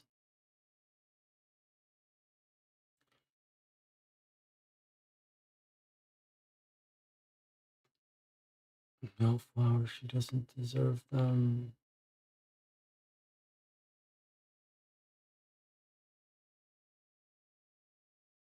There's a bunch of errors here, but they're not like spelling errors like others' lives. That should be an apostrophe.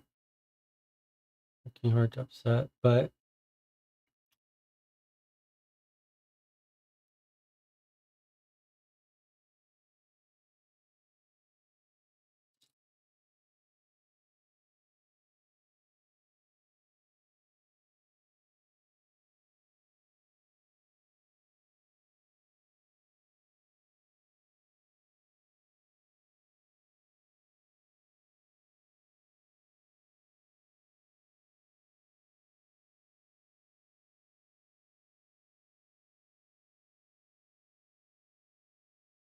okay. So we're at 57 minutes here. I think what we should do is we'll take our last 8-minute break. Then we will go right to the website, answer the questions, try to solve it, and then talk about the experience. So you've got 8 minutes to write up any final thoughts you have, things you want to say about the case. We've definitely taken our time here. I'll see you in 8 minutes for the conclusion of Who Killed Karen.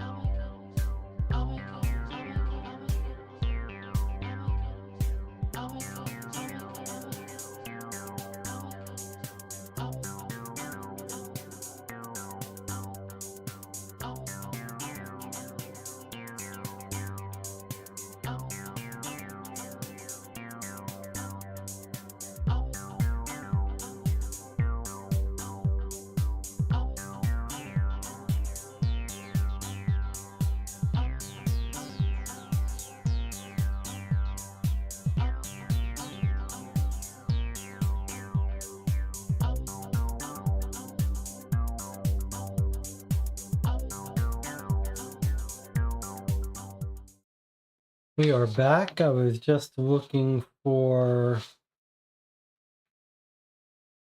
last minute information about Kate. Somehow it feels to me like we might be missing some information. Not that we need it, not that I'm saying we should delay anything. I'm ready to solve it. I just keep being curious about looking for typo.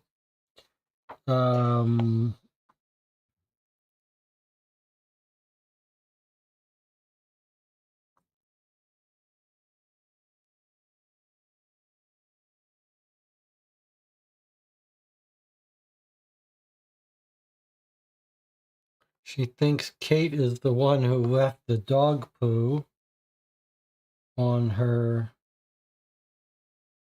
door. I was looking for the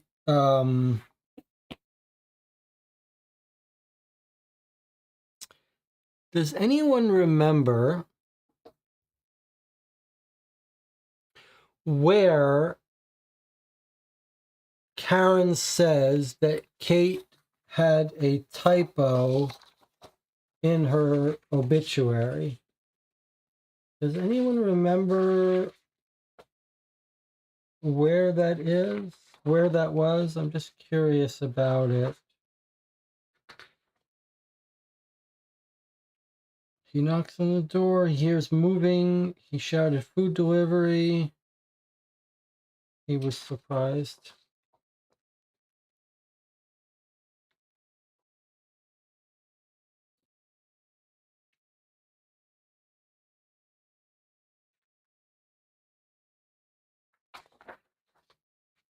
Her sister told us.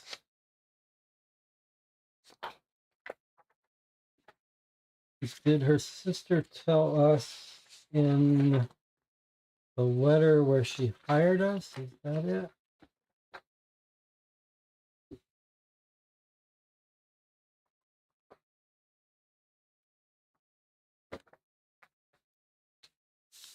Let's look at this for a second.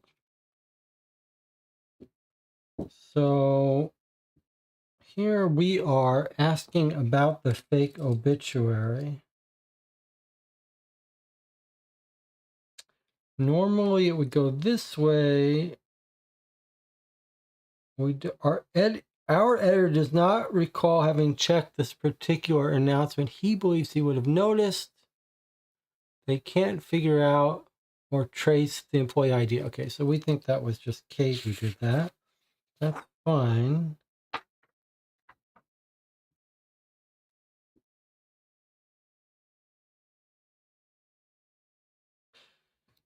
Look at this for a second. Publicly berating dyslexic colleague for spelling errors. Allegations made colleague Kate Martin is stealing her ideas. Investigated, found to be false. Caused alleged employee Kate Martin is actively stealing her story ideas and being enabled by the editor. Despite previous warning and investigation. Okay. So you think we were told by the sister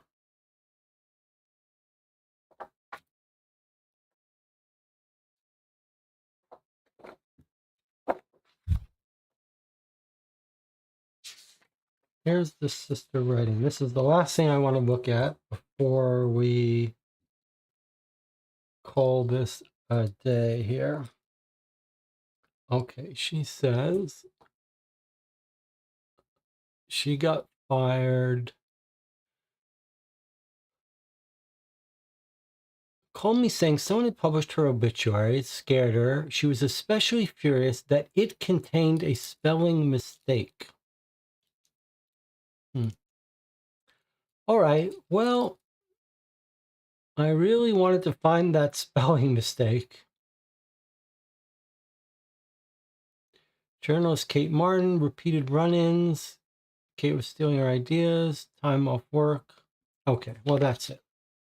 I don't know what the spelling mistake is in the obituary. We tried to find it. We tried hard. We reread it several times. It wouldn't be the first time. There is a certain thing that your brain does when you read text. You sort of self-correct it. And there's certain kinds of errors that's very hard to get your mind to read, like double words. Like if you have a word that's duplicated here and here at the end of a line, the beginning of your line, it's very hard to spot those. When your mind gets to this, it just skips over it when it sees it. But okay, we found a bunch of grammar errors, so it's hard to know. We're ready to solve it. Unless there's any objection, does anyone have any disagreement with anything that we've concluded? Meanwhile, I'm just going to bring up the web page.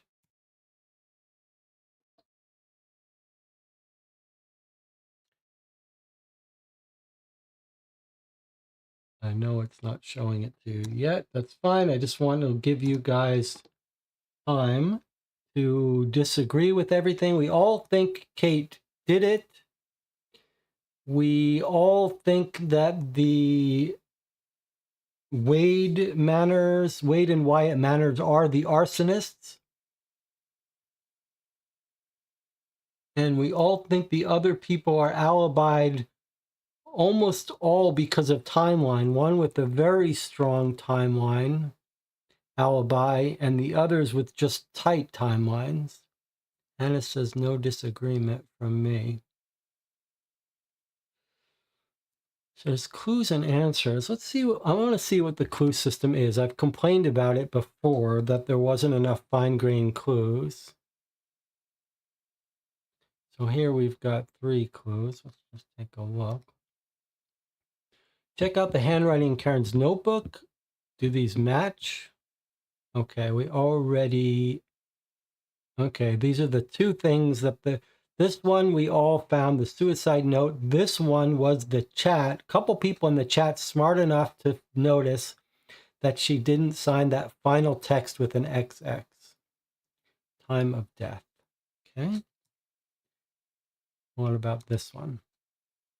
Make sure you work out which phone records belong to which suspects. Make sure you check if they had a good reason for being present before you decide whether they were committing the murder.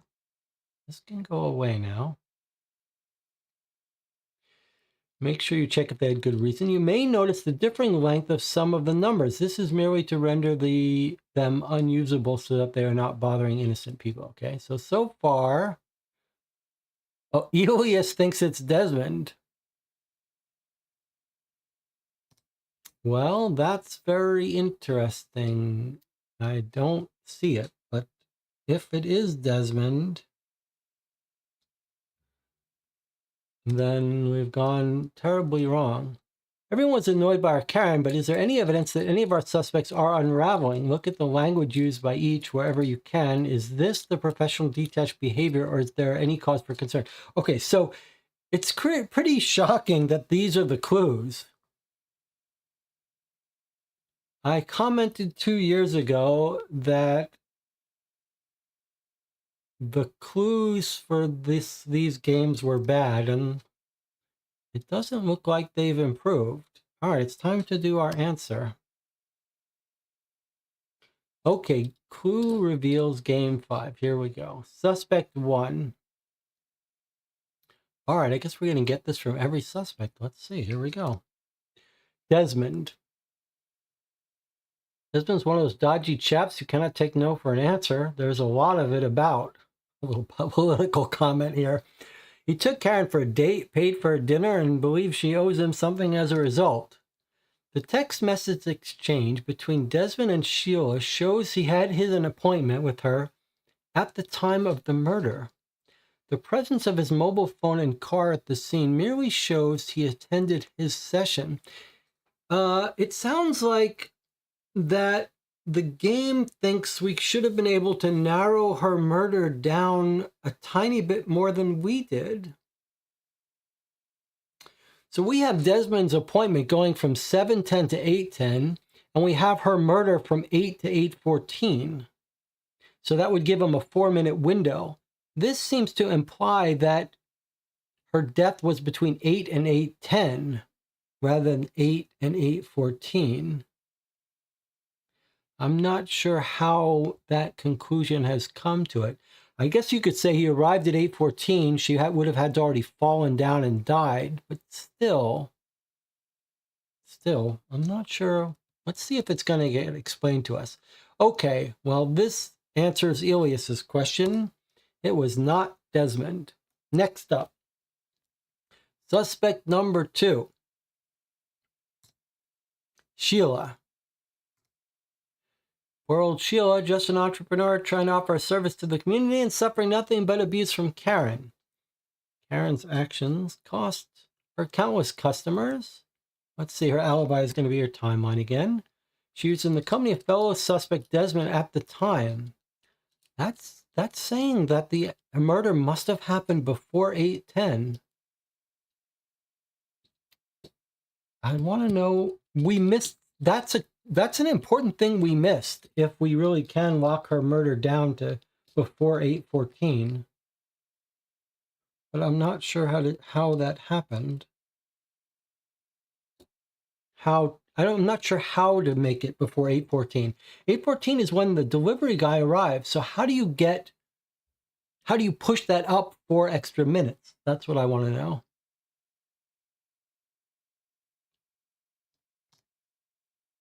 Okay. So not guilty. All right, now we're getting interesting here. Suspect 3. Wade Manners. Wade is sick and tired of Karen trying to interfere in his property empire business. Wade and his son Wyatt were busy starting a fire in their recently purchased building at the time Karen took her plunge. I mean, we agreed with that, but the timeline was still not super strict. It feels like the game is being a little fuzzy with timeline alibis. Like, we concluded it wasn't them for lots of psychological reasons. This seems to be suggesting that somehow that would eliminate them from timeline. I don't think that's right. And it says, I guess the delivery guy didn't hear anything, the falling of his soul, so it happened minutes before he arrived. Yeah, but I mean, that just makes it less likely. It really doesn't really eliminate it from happening. Let's see, though. Suspect 4, Malcolm. This is the guy who's got a strong alibi. Shoddy builder. Okay, his alibi is he was at Star Wars. He's definitely not guilty. All right, here we go. Suspect 5, Kate Martin. Motive? Former colleague Kate Martin was literally driven to the point of insanity by Karen's behavior and allegations.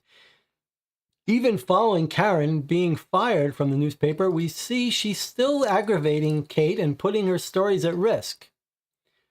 Her alibi? Kate has no alibi despite claiming to have been at newspaper offices all night. She used her access to the paper to place the false obituary using the word barbarous to describe Karen. Once she learned the new word, she couldn't help reusing it in the fake suicide note and again in her story about crime in the Daily Retriever.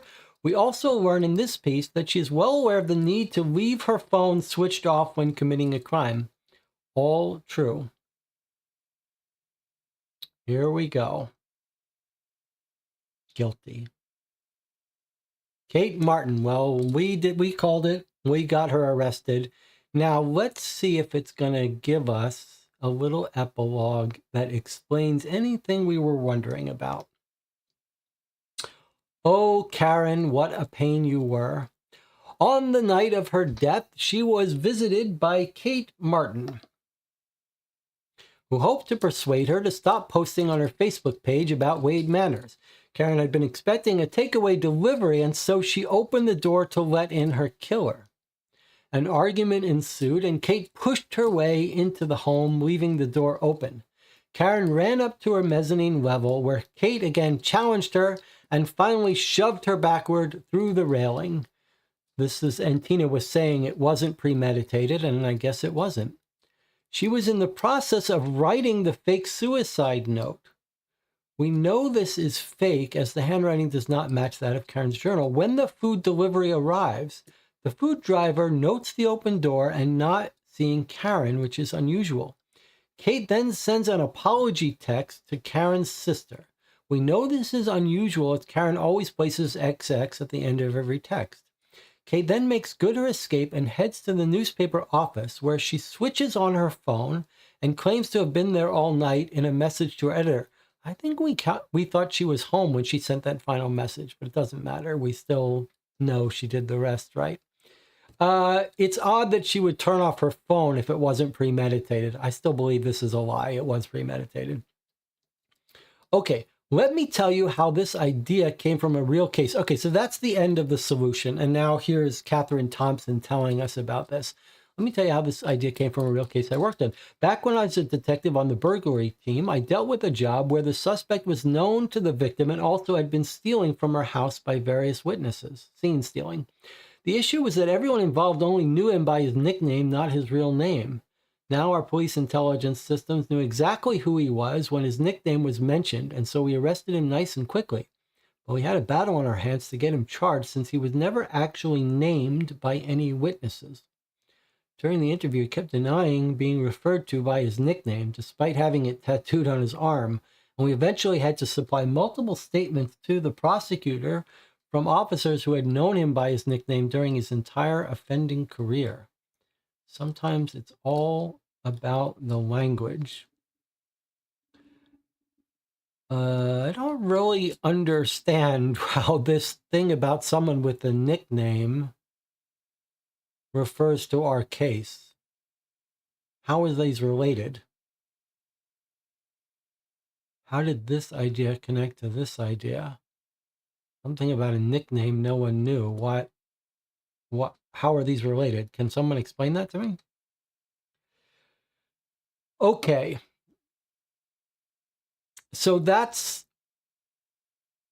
what there is. That's the finale here. Let us take a 3-minute break. And then, no, 1-minute break. 1-minute break, and then we're going to talk about the experience. You have 1 minute to catch your breath, formulate your thoughts, get out your notes. I'll see you in 1 minute to discuss our thoughts on Case 5 from Cold Case Investigation Unit, Who Killed Karen. 1 minute.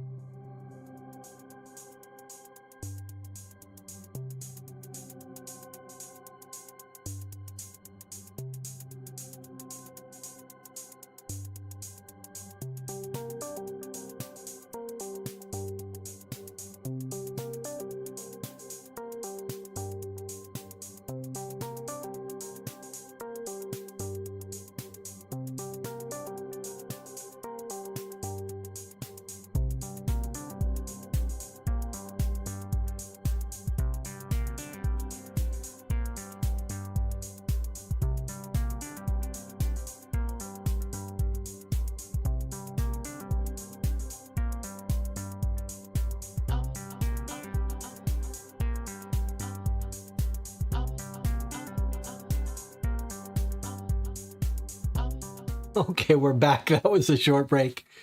Let's check in with the chat. And Tina says, great work, everyone. Nice case, but had some holes. Marco says, hurrah.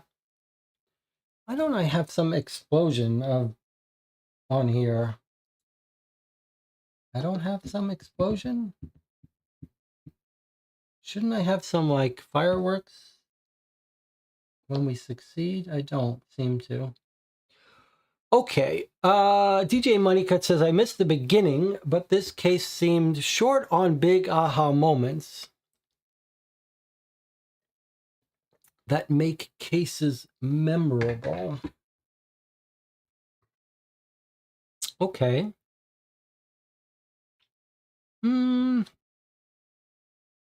Yeah, I would say it didn't have a big aha moment the way some of the Cryptic Killers cases go. Well, let me give you my final thoughts while you guys are finalizing your thoughts. And it says, well, it wasn't a very exciting case, mainly busy work with all the phone numbers. I guess I'd spend maybe 2 hours on this. We found Kate after looking through the documents. And Tina says, would things be different if we hadn't noticed the barbarous thing? That's a good question. Well, let me stop you here because I guess I might have a different take than the audience in some sense. And maybe that may reflect on the fact that I'm here with the documents in front of me. What I would say is that this case matches very much the previous cases in this series in terms of its strengths and weaknesses. I think the biggest weakness of this series, and this case included, is that the final answers and the hints are anticlimactic. Like, I really would like a little bit richer of an epilogue and a much more thorough explanation of how you rule people out.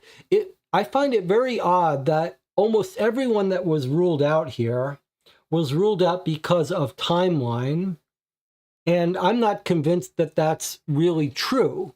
It seemed to assume that the murder happened within a time frame that's 5 minutes earlier than we calculated. And really, even if you accept that, it feels like the Wyatt and Wade were in the area. We know they were starting the fire, but they still could have done this. So I feel like it's improper to rule out these people through timelines alone, which is what the solution did. And maybe I'm spoiled by some of the cases. Like when we play the adventure cases, there's a 5-page explanation, which tells you everything you could have figured out and why and how you could eliminate each person. And this one is very thin on that. And we saw the clues are terrible for this game. Absolutely some of the worst we've ever seen. If you got stuck somewhere and you went to the clues, you would either not be helped by them or be given information you shouldn't want. So I really think they should do better there.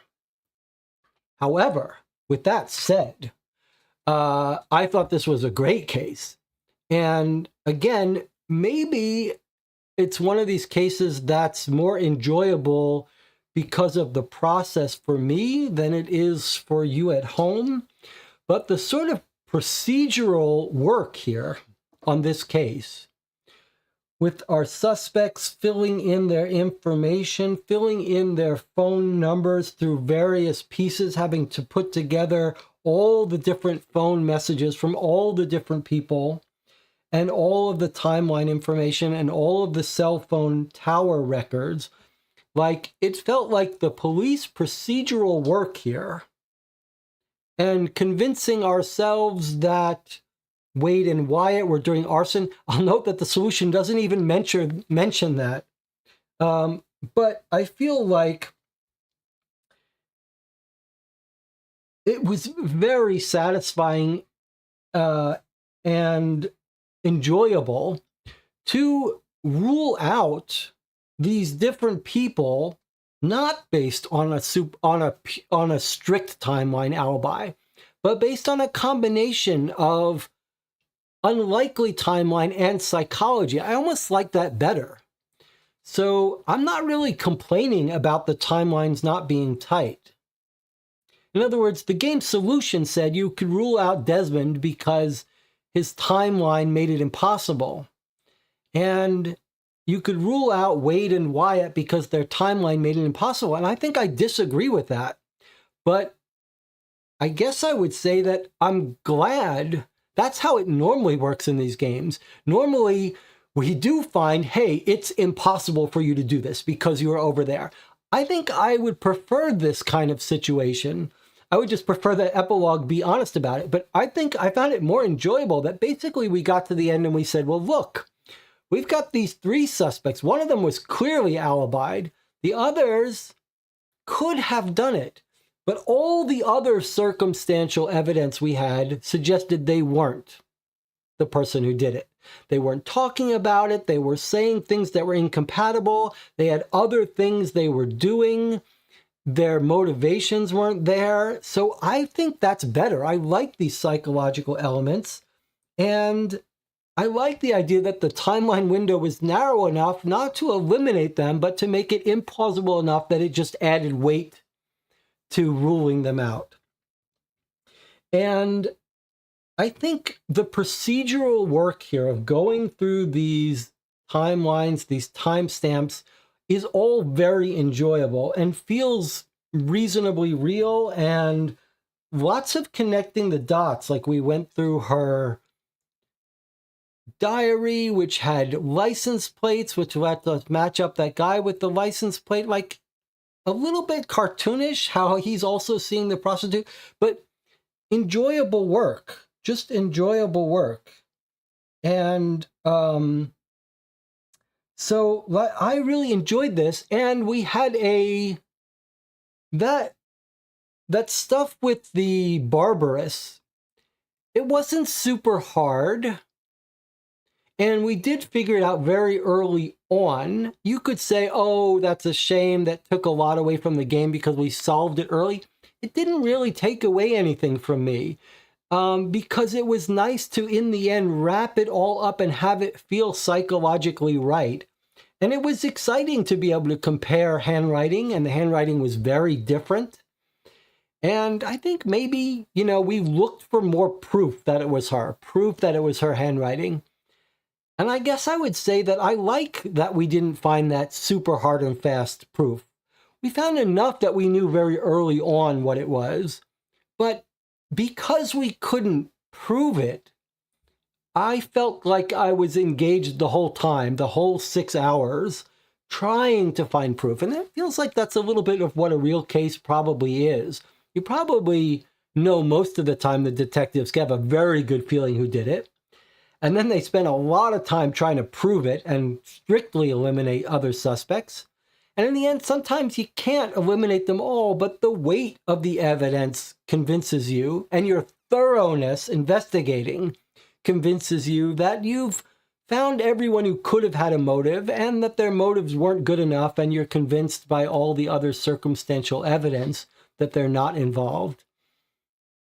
And I did think it was very fun to figure out that that fake obituary was plausibly planted by Kate, and that the messages back and forth were plausible motivation to want to kill Karen. I found it a very enjoyable case. I'd love to play more if they're more written. Really quite enjoyable. Not as hard as we would like it. Maybe not as big aha moments as we would like it. Maybe the ending information is not as detailed as we would like it. But in terms of enjoyable process of taking notes on the case, way up, right up there with enjoyable process. And it says, I can see why Jesse liked it more. Still, it was fun playing with you guys on a Saturday afternoon. Great teamwork. Marco says, yes, the teamwork was enjoyable. I mean, you guys picked up, there were some subtle things. That XX was a very nice, subtle catch that you guys made. Autumn says, I do think the Barbarous gave it away very early. I did enjoy the world building and documents, but not my favorite case. Yeah, I think maybe if you were making an improvement, suggestion for improvement, it might be nice to make the writing, like we found Barbarous three times, is that right? We found it in her conversation with the detective. It was in the obituary, and then it was in the suicide note, right? I think you could make the case that you could make it you could make a real aha moment if instead of using a word like barbarous, maybe you did make a small spelling error and not mention it. Like something went weird in this case. Like maybe it was originally a spelling error and then they changed it because it was too hard to barbarous. But maybe some pattern, like a failure to use apostrophes, something more subtle that patterned up between the three things that Kate could have written would have been a little more satisfying for us. I think that's right. And Tina says, I wouldn't have caught the barbarous by myself. I don't believe you, Antina. Antina is too good at puzzles. I don't believe it. But I do think it's I think you could have made this case a little bit better by making that a little harder for us, for our group. Maybe for a different group, this was right, but overall, very satisfying for me. The other thing that I think we need to say about this game and this set is, boy, the humorous writing in this case is as good as any we've seen. Like, that newspaper made me laugh out loud several times. There is some very, very just cleverly written little pieces of humor injected throughout. And sometimes reading these newspapers can feel a real chore, but here, not at all. And it's lots of little snarky, insulting pieces of humor. Marco says, we figured out the barbarous word, but we nailed Kate with procedural police work, timeline, and lies. Yes, that's right. We had a very strong hunch early on that it was going to be someone at the paper, even though at some point it sounded like with the arson that they had the best motive. But yes, we early on suspected the barbarous, but we really did have to run down all the leads until we got to Kate and everyone else excluded. All right, well, I had a blast playing with this group. YouTube says 10 concurrent viewers, 13 likes, 10 concurrent viewers at the end. We started out with some, we had 20 at one point. 10 still a pretty high number after 6.5 hours on this channel. Normally it would be 5 a.m. now, almost 6 a.m. if we had started playing at 11 p.m. And here we'd be down to only a handful of viewers. So that was fun. Kind of shocked, confused that the same people are here today, same basic group of people, are the people who are here for my 11 p.m. streams. Like, how is that possible? What's your time? What's your awake times that make it possible to join me for an 11 p.m. to 6 a.m. stream, but also a 6 a.m. to 2 p.m. stream? That's basically your entire, well, I guess if I catch you in mornings normally and now in evenings, it could work. Not many new people, a little bit surprised.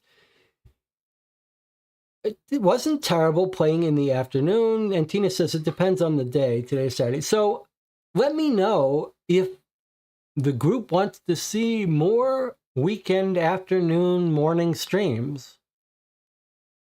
It wasn't the end of the world. It wasn't terrible. I mean, I've got my windows all boarded up here. I'm in a room where you can't tell whether it's light or dark out.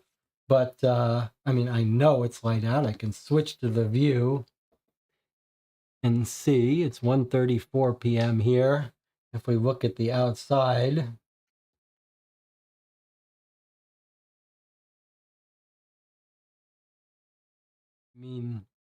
I mean, it is kind of weird that it's light out, but I've got myself cocooned in here.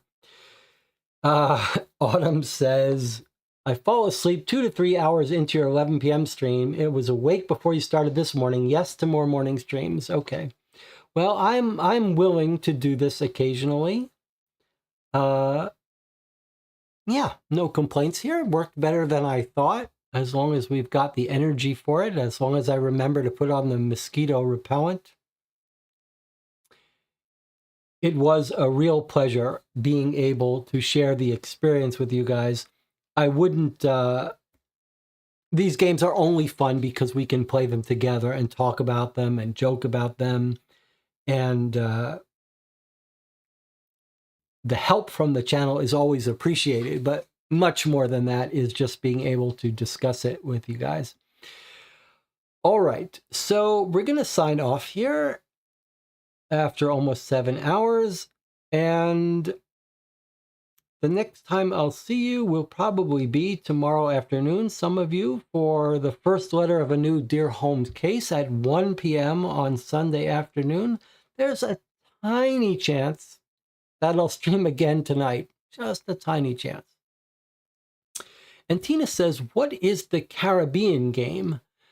Missing in the Caribbean, the game over my right shoulder right there, is another cold case game like this one that's made by a new company.